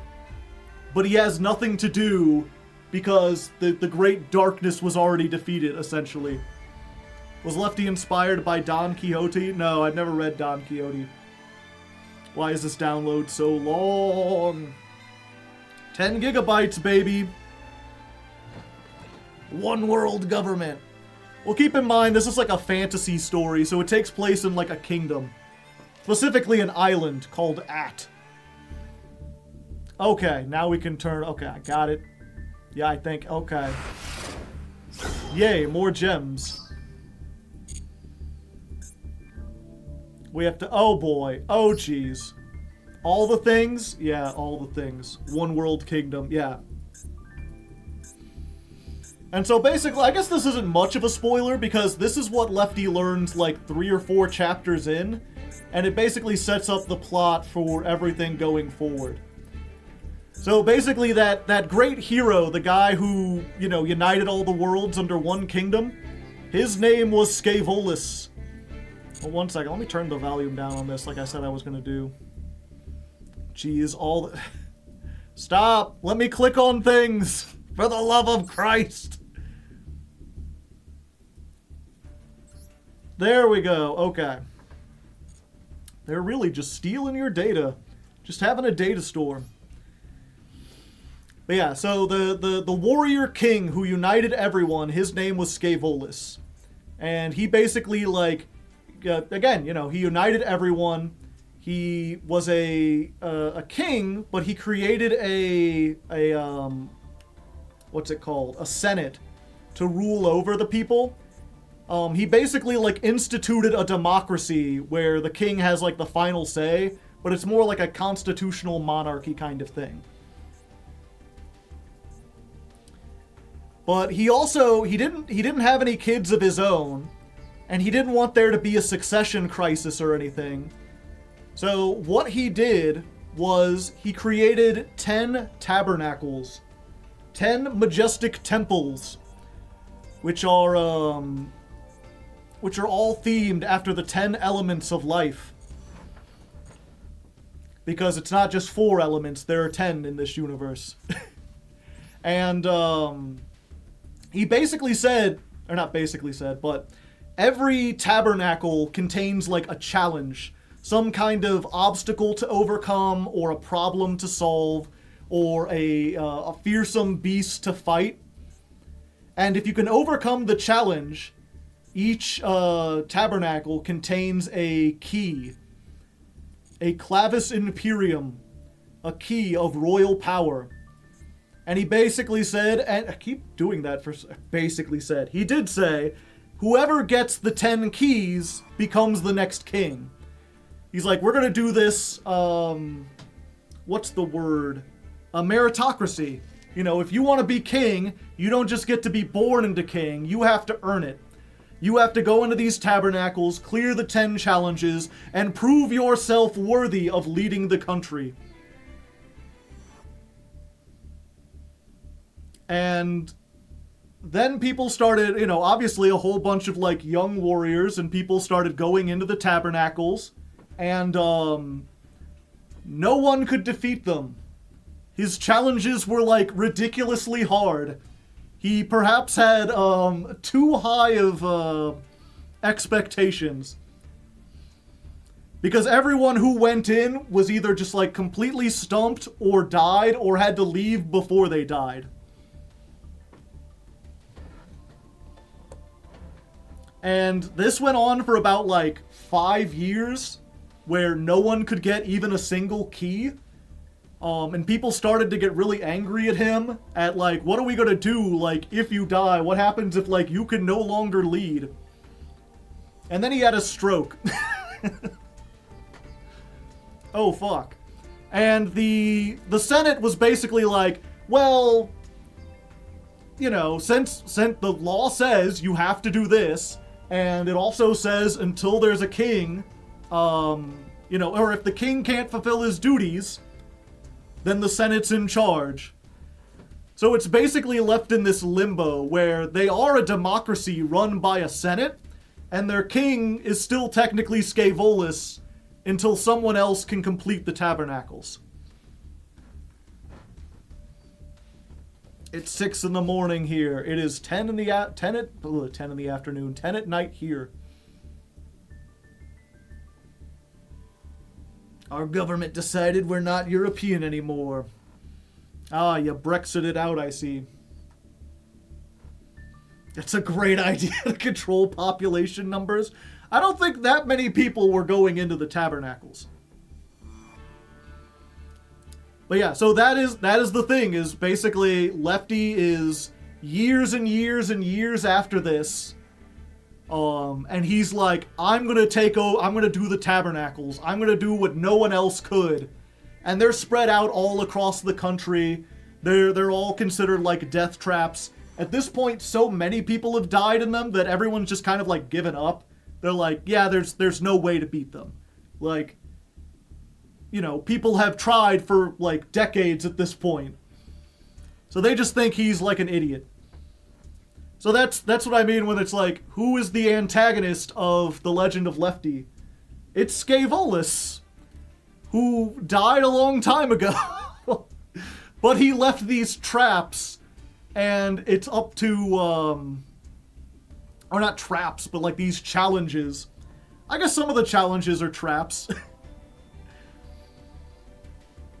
But it's about him trying to overcome and basically become king by defeating these challenges.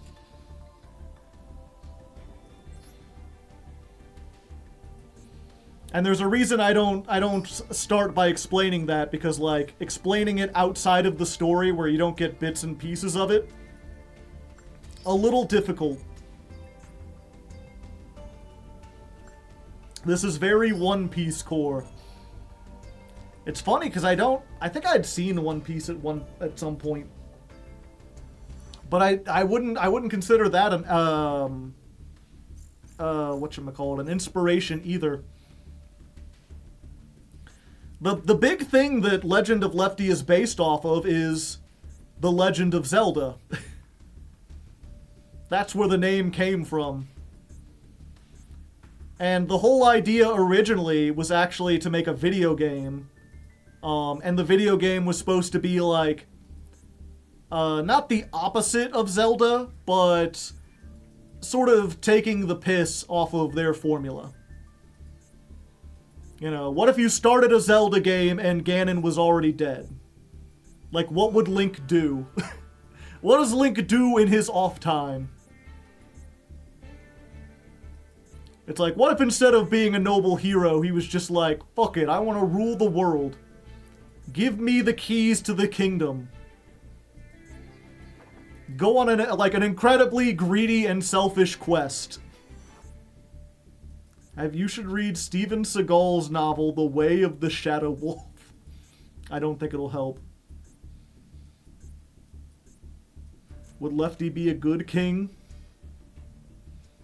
Is he not a terrible person? I mean, it depends what you think of terrible. I mean, he's certainly, like, very headstrong. But, I mean, part of the reason that motivates him to, like, try to become the new king in the first place is the fact that, like, the Senate is really dysfunctional. It doesn't really get a whole lot done. And he's like, we could really use, like, another king. We haven't had one in a while. The first and last king that we ever had, like, unified the entire nation and brought about all these great changes. And since then, it's only been downhill. I hate that I literally have to look at every single thing, otherwise it'll give me a red exclamation mark. It's forwarded by Sheriff Joe Apro. Never heard of him.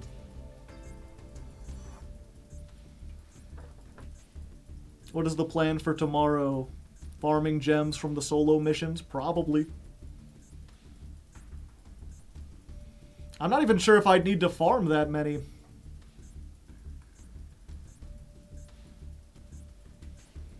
Is Lefty right-handed? Yes.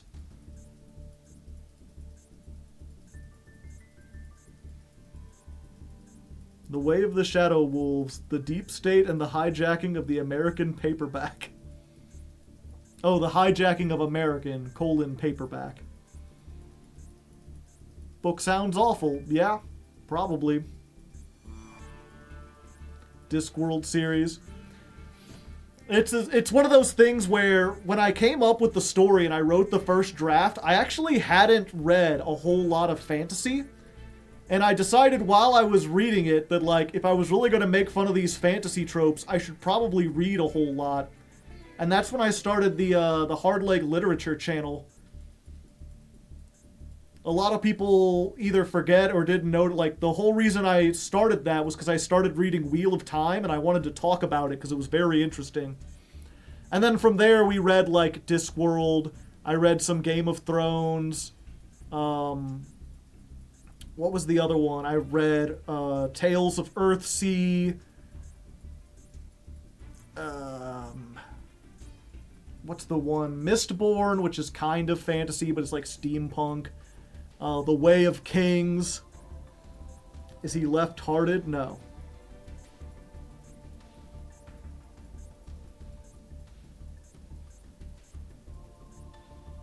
I mean, that's the thing. Like, Lefty's like his real name. They just named him Lefty when he was a baby, before they knew what hand he used. Discworld, does it have to do with that game? There's a Discworld game? Is Lefty a DILF? No, he's like 19.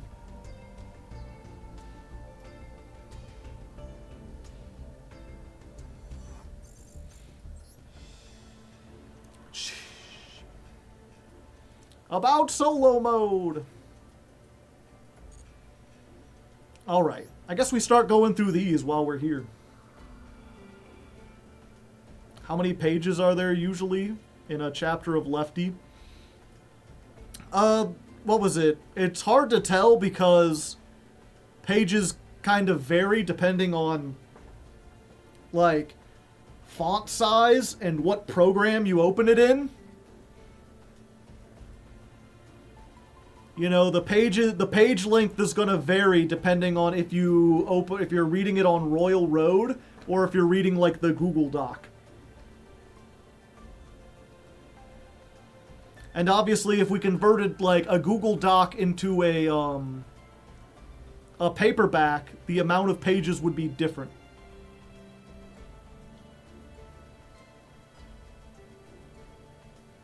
I think there's a word count though.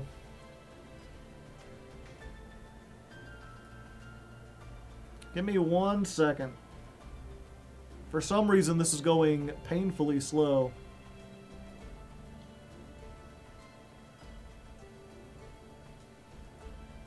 Does Lefty have a cute anime girlfriend? No, but he does date a fish person. Oh, actually, I guess there's Amelia, but she doesn't show up until, like, part 2.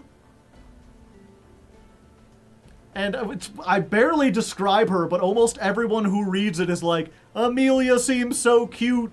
She just has that kind of personality. I don't think she's anime, though.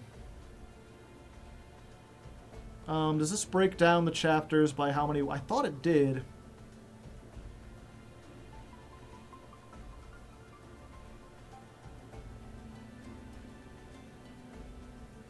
So it looks like the word count is about 3,000 per chapter. Some are like as low as 1,000 and some go up to like 4,000. But it looks like about 3,000 is the average.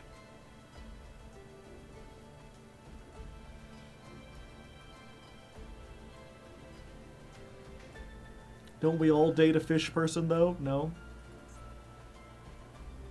Have you ever watched or read Berserk? No. I know, like, a bit about it.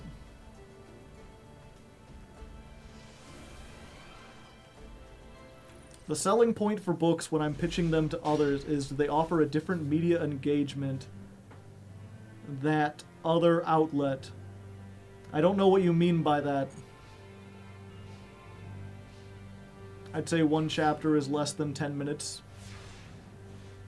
What was it? I think if in terms of audiobooks, I calculated that the first whatchamacallit, the first fourth of it, like the first 25 chapters, would be about 5 hours long. Is there magic in this world? Yes. They have elemental magic, although, like I said, their elemental... The elements in this world are different from ours. Instead of... What was it? They talk about the elemental forces required for life, which are food, drink, breath, and sleep.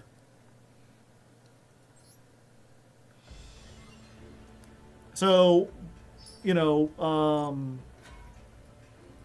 one school of magic is basically cooking. Being a chef. Chefs are mages. They're basically like what we'd call white mages. Food is like healing magic.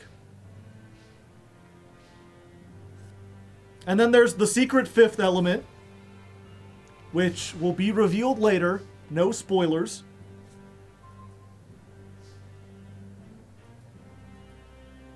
And then there's the four primary, what was it? I forget the word I used.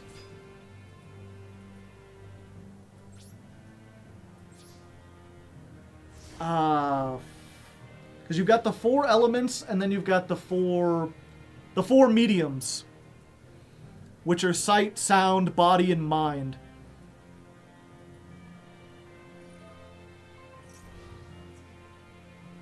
Your monster is battling. Activate. Yeah, I got you. We're taking out the field spell. Crash. Spam is really nice if you saute it, yeah. The secret ingredient is love. Yeah, so those are the 10 tabernacles.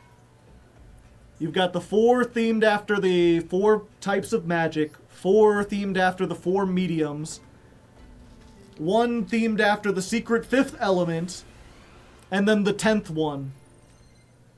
The Cash Tabernacle, the Tabernacle of Kings, the one that only opens up when you get the 9 other keys. The final challenge.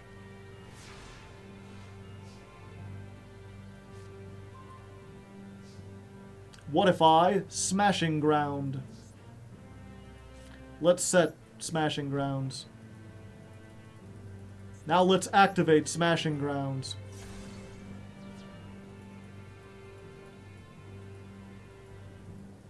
Do they have the spam equivalent that is dark magic of cooking? Dark magic is, like, dark cooking is making poison. It's like, what if you cooked something, but instead of healing someone, it caused them to die? That's like black magic. It's forbidden. You cannot make poisons. Poisons and acids. Or I guess acids would be like dark drink magic.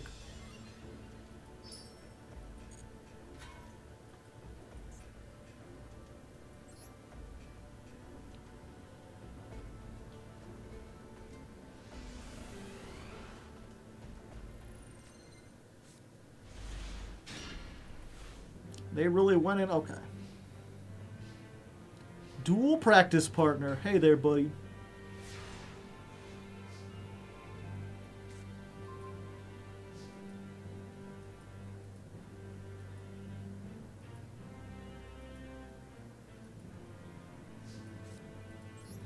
It is really weird how, like, the base mechanics of Yu-Gi-Oh! Are, like, fairly simple. Like, you see, you get to normal summon. There's attack. You compare the stats. Yada, yada. If you had set skill successor, it would have been destroyed. Good thing you didn't. And that's the worst thing about trying to teach someone Yu-Gi-Oh! Is like, you know, oh, here are the rules. Like, the base idea is cool. Like, here are some fairly basic rules. And then the cards change the rules. Like, that's the effect. If the card says to do something, it can do whatever. And it's just over time, the cards have so much of text that you're essentially playing a different game now.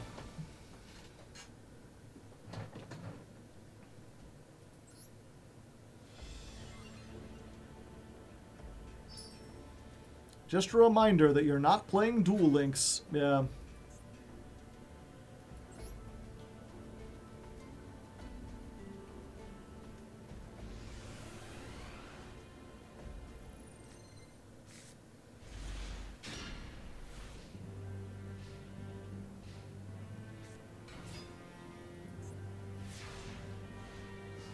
Winged Dragon, Guardian of the Throne. Or are we just playing a duel now? Do I have any synchros? I do. Huh. Something smells like burning. Does anyone else smell burnt toast? Isn't that supposed to mean something? Like if you can smell burnt toast? Like that's like bad, right?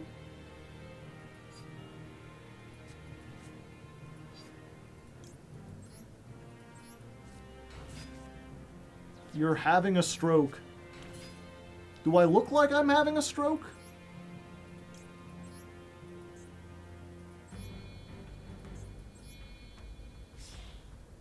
You haven't cleaned the oven. Stroke. How long has your computer been on? About 6 months now, I think, at this point.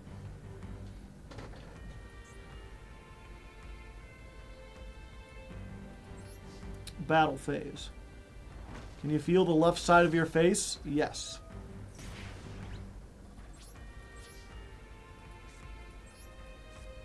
Here, give me a second. Let me go check the kitchen and make sure I didn't leave something on. I don't feel like I did. No, the smell went away when I left this room. I wonder if maybe my space heater's finally dying. You never turn off your PC? No, I mean, I put it into sleep mode. Fissure, no!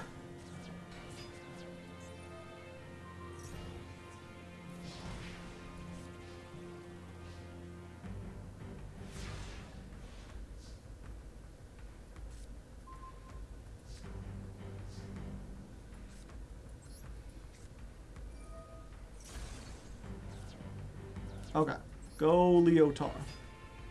Just realized, did I do this? I did this reversed.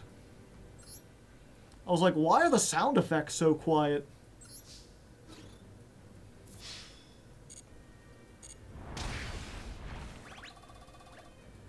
Why you don't turn off the PC? Well, for me, I usually have like I have a bunch of tabs open. I have various, like, my calendar and everything, and if I turned my computer off and turned it back on, I'd have to reopen everything and find all my documents.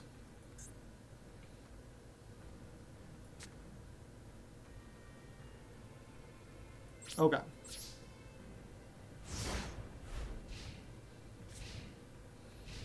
Might be that a bug got into the electricals. Possibly. Damn it! They won't let me keep a monster on, chat.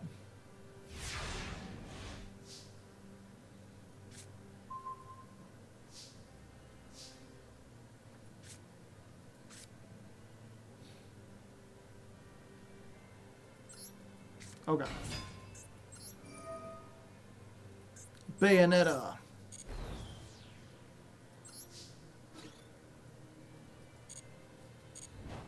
Is your oven or toaster? No. Like I said, the smell went away when I exited this room. So it's not something like mentally. So I'm probably not having a stroke. And it's not something in the kitchen because that's where I walk to. Are we losing to the CPU? No.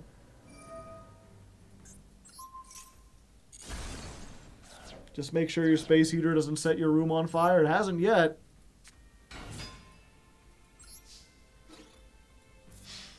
Maybe it was a toasty fart. Yeah, maybe.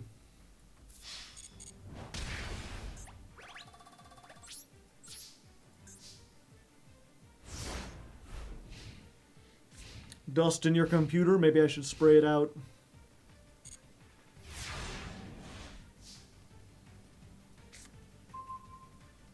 How unexpected.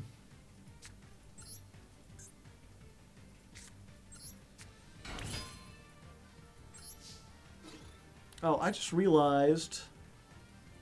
1 second.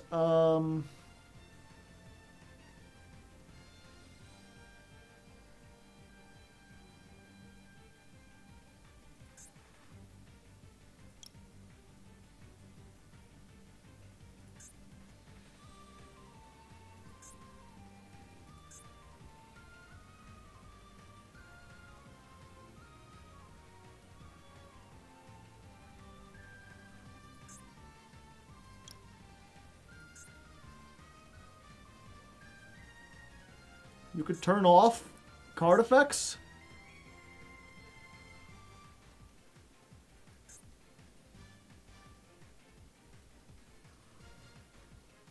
Okay.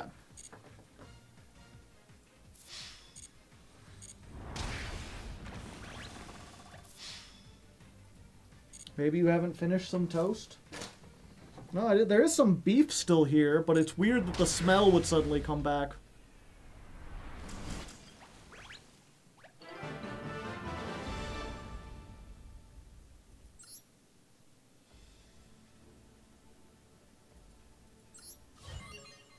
Complete. Give me the gems. Fork 'em over, fork 'em over.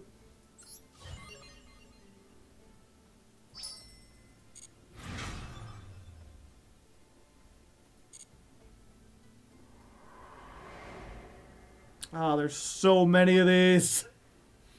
Okay, I don't think you people really want to see this. You want to see the pack openings and stuff, right? Oops.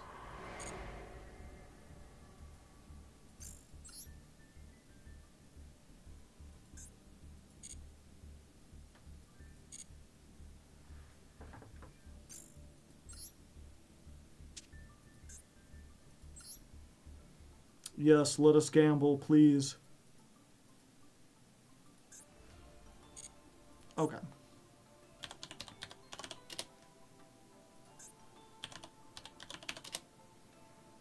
Nemluria!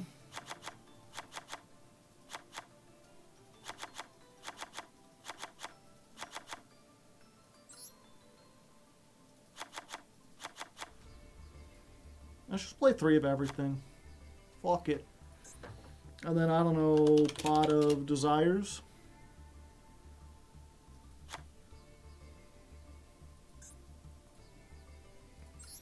Pot of Extravagance. This is about to be banned, so there's no point in getting it.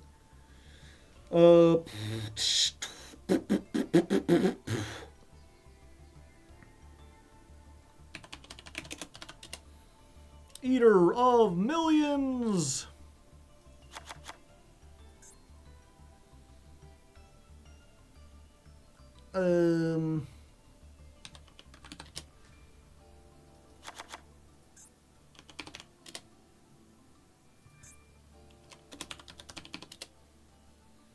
You know what? I don't think we want to start with this. I think if we're gonna go into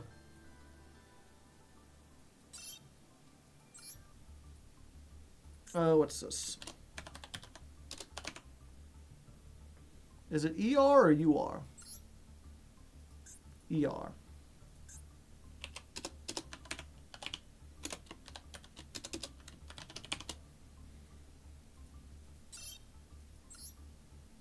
Well, let me think for a second. We would want Ash.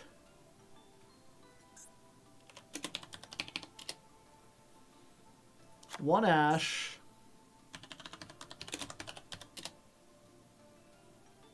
One Veiler. One Imperm. Droplet has 1 T. One Droplet. One Lightning Storm. One Solemn Judgment. Is that all of the, is that all the bundles? Did I forget one? 1, 2, 3, 4, 5, 6. Nibiru.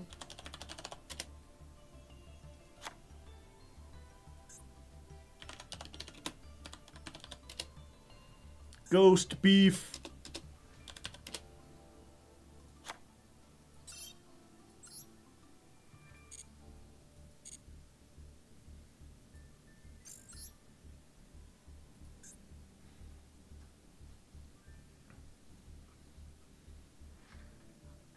Oh yeah. Might as well...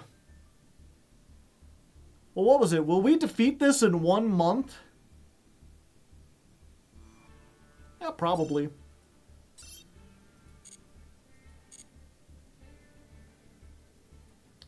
Yep, we just meet triple tactics.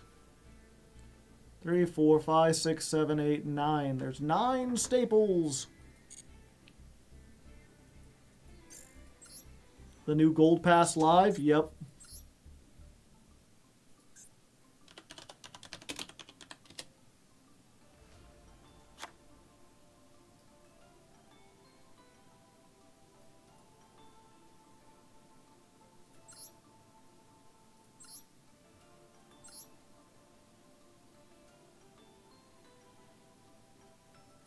Okay.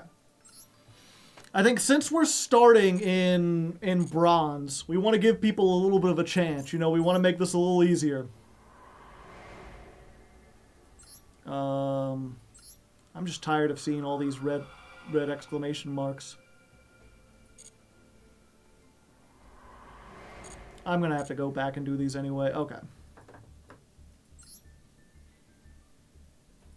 Lifetime. Look at all these lifetime points. Duel in solo mode. Proceed through the solo gates.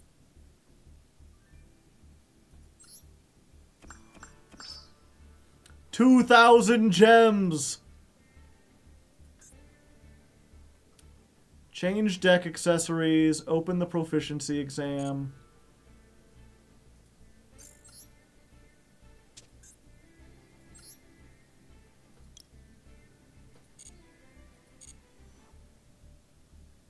Ding.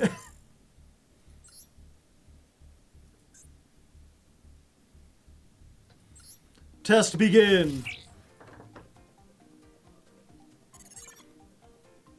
In the Warriors of the Elemental Lords, said to reinforce when fire goes out of control. Water? I didn't remember. Foolish Burial.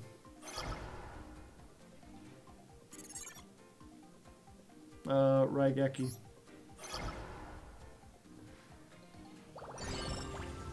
Three out of 3. I'm the smartest.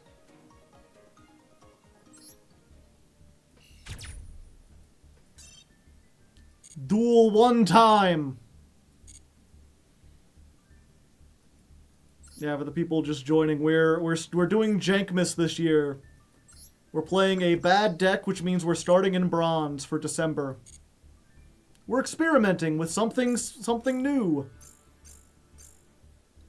So yeah, I'm going to try to get offline. I'm going to try to grind up the solo mode. I'll get all those. We're going to open up every bundle, get 1,000,000 master packs, decraft some stuff, open the Nemlurias. I mean, I guess we might as well just do our free polls while we're here, right?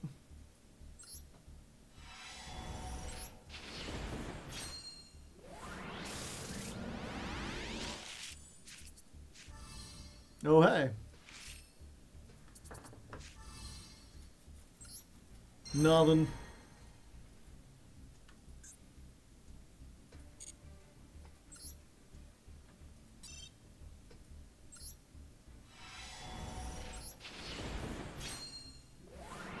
Free dust? Yep.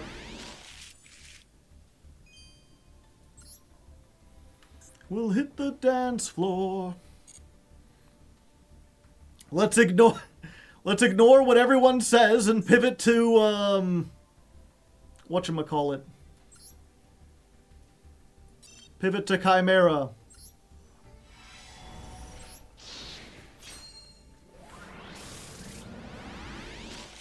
Huh. Nothing. Alright, fortunately, we get... Well, let's just save that one for last. Is Chimera any good? Yeah, it's alright.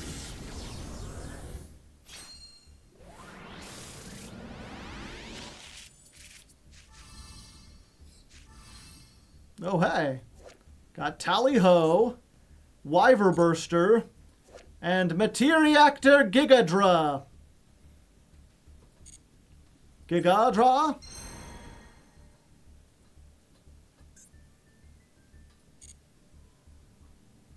Alright.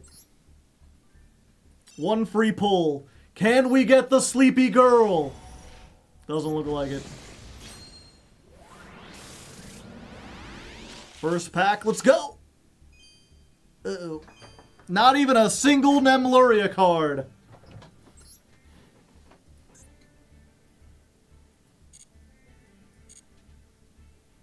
Alright. Yeah, I'm going to try to grind, and then tomorrow we're going to be building and learning Nemluria, and I think, what was it? Normally, we have this long, convoluted process of, like, watching a whole bunch of deck profiles and trying to find the best competitive build and learning all the strategies and playing on YGO Omega.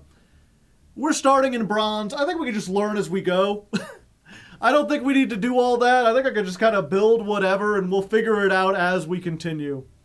You know, if we end up getting into like Platinum, then I can look up deck lists and be like, okay, what's some stuff I haven't looked at yet? Will they have a field banish counter? Sure. I do that for every deck. Lifetime. Find a secret pack, 200 gems. Every time I start a new account, I'm always just reminded of like how they shower you with gems as soon as you start this.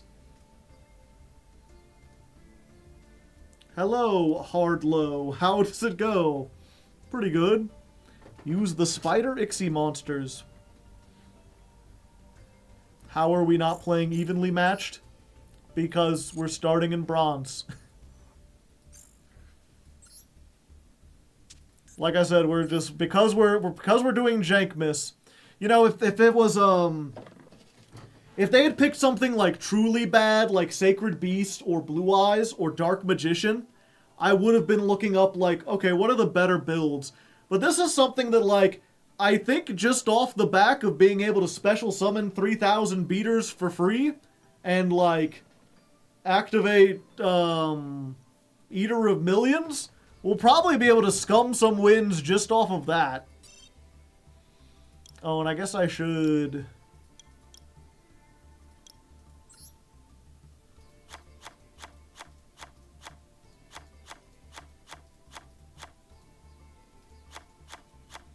Perfect!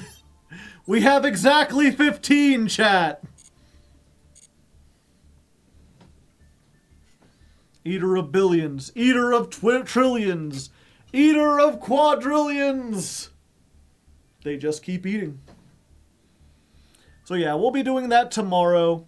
For now, I think I'm going to call it, but thanks for coming out. Thanks for enjoying the Extra Zero Festival. Chatting about stuff. Chatting about things. Having a fun time. I have 14 whispers. Who the heck uses the messaging system on Twitch? I remember watching you channel when years back when I got into Yu-Gi-Oh! Here's some of my builds now. And then it's just a list of dueling Nexus links. Thanks. Thanks, buddy. I appreciate it. I'm not going to check out your decks, though. I don't know why. Why would I want to?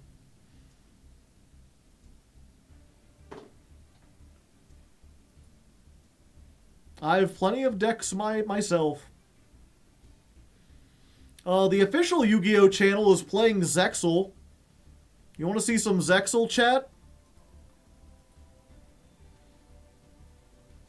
They are the only channel bigger than mine right now.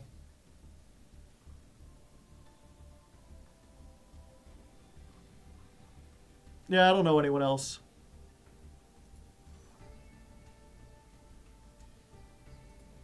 Sure.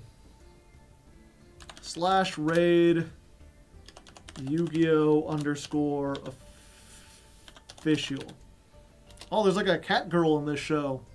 I didn't know we got so weeaboo. And yeah, if you missed earlier, we will not be having a stream Thursday because it's Thanksgiving. I'll be spending that with my family. So Thursday's stream is going to be on Wednesday. We'll be back here tomorrow doing all this. There'll also be a Friday stream. We'll be doing commentary, and I'll be doing a Let's Learn on Goblin Bikers.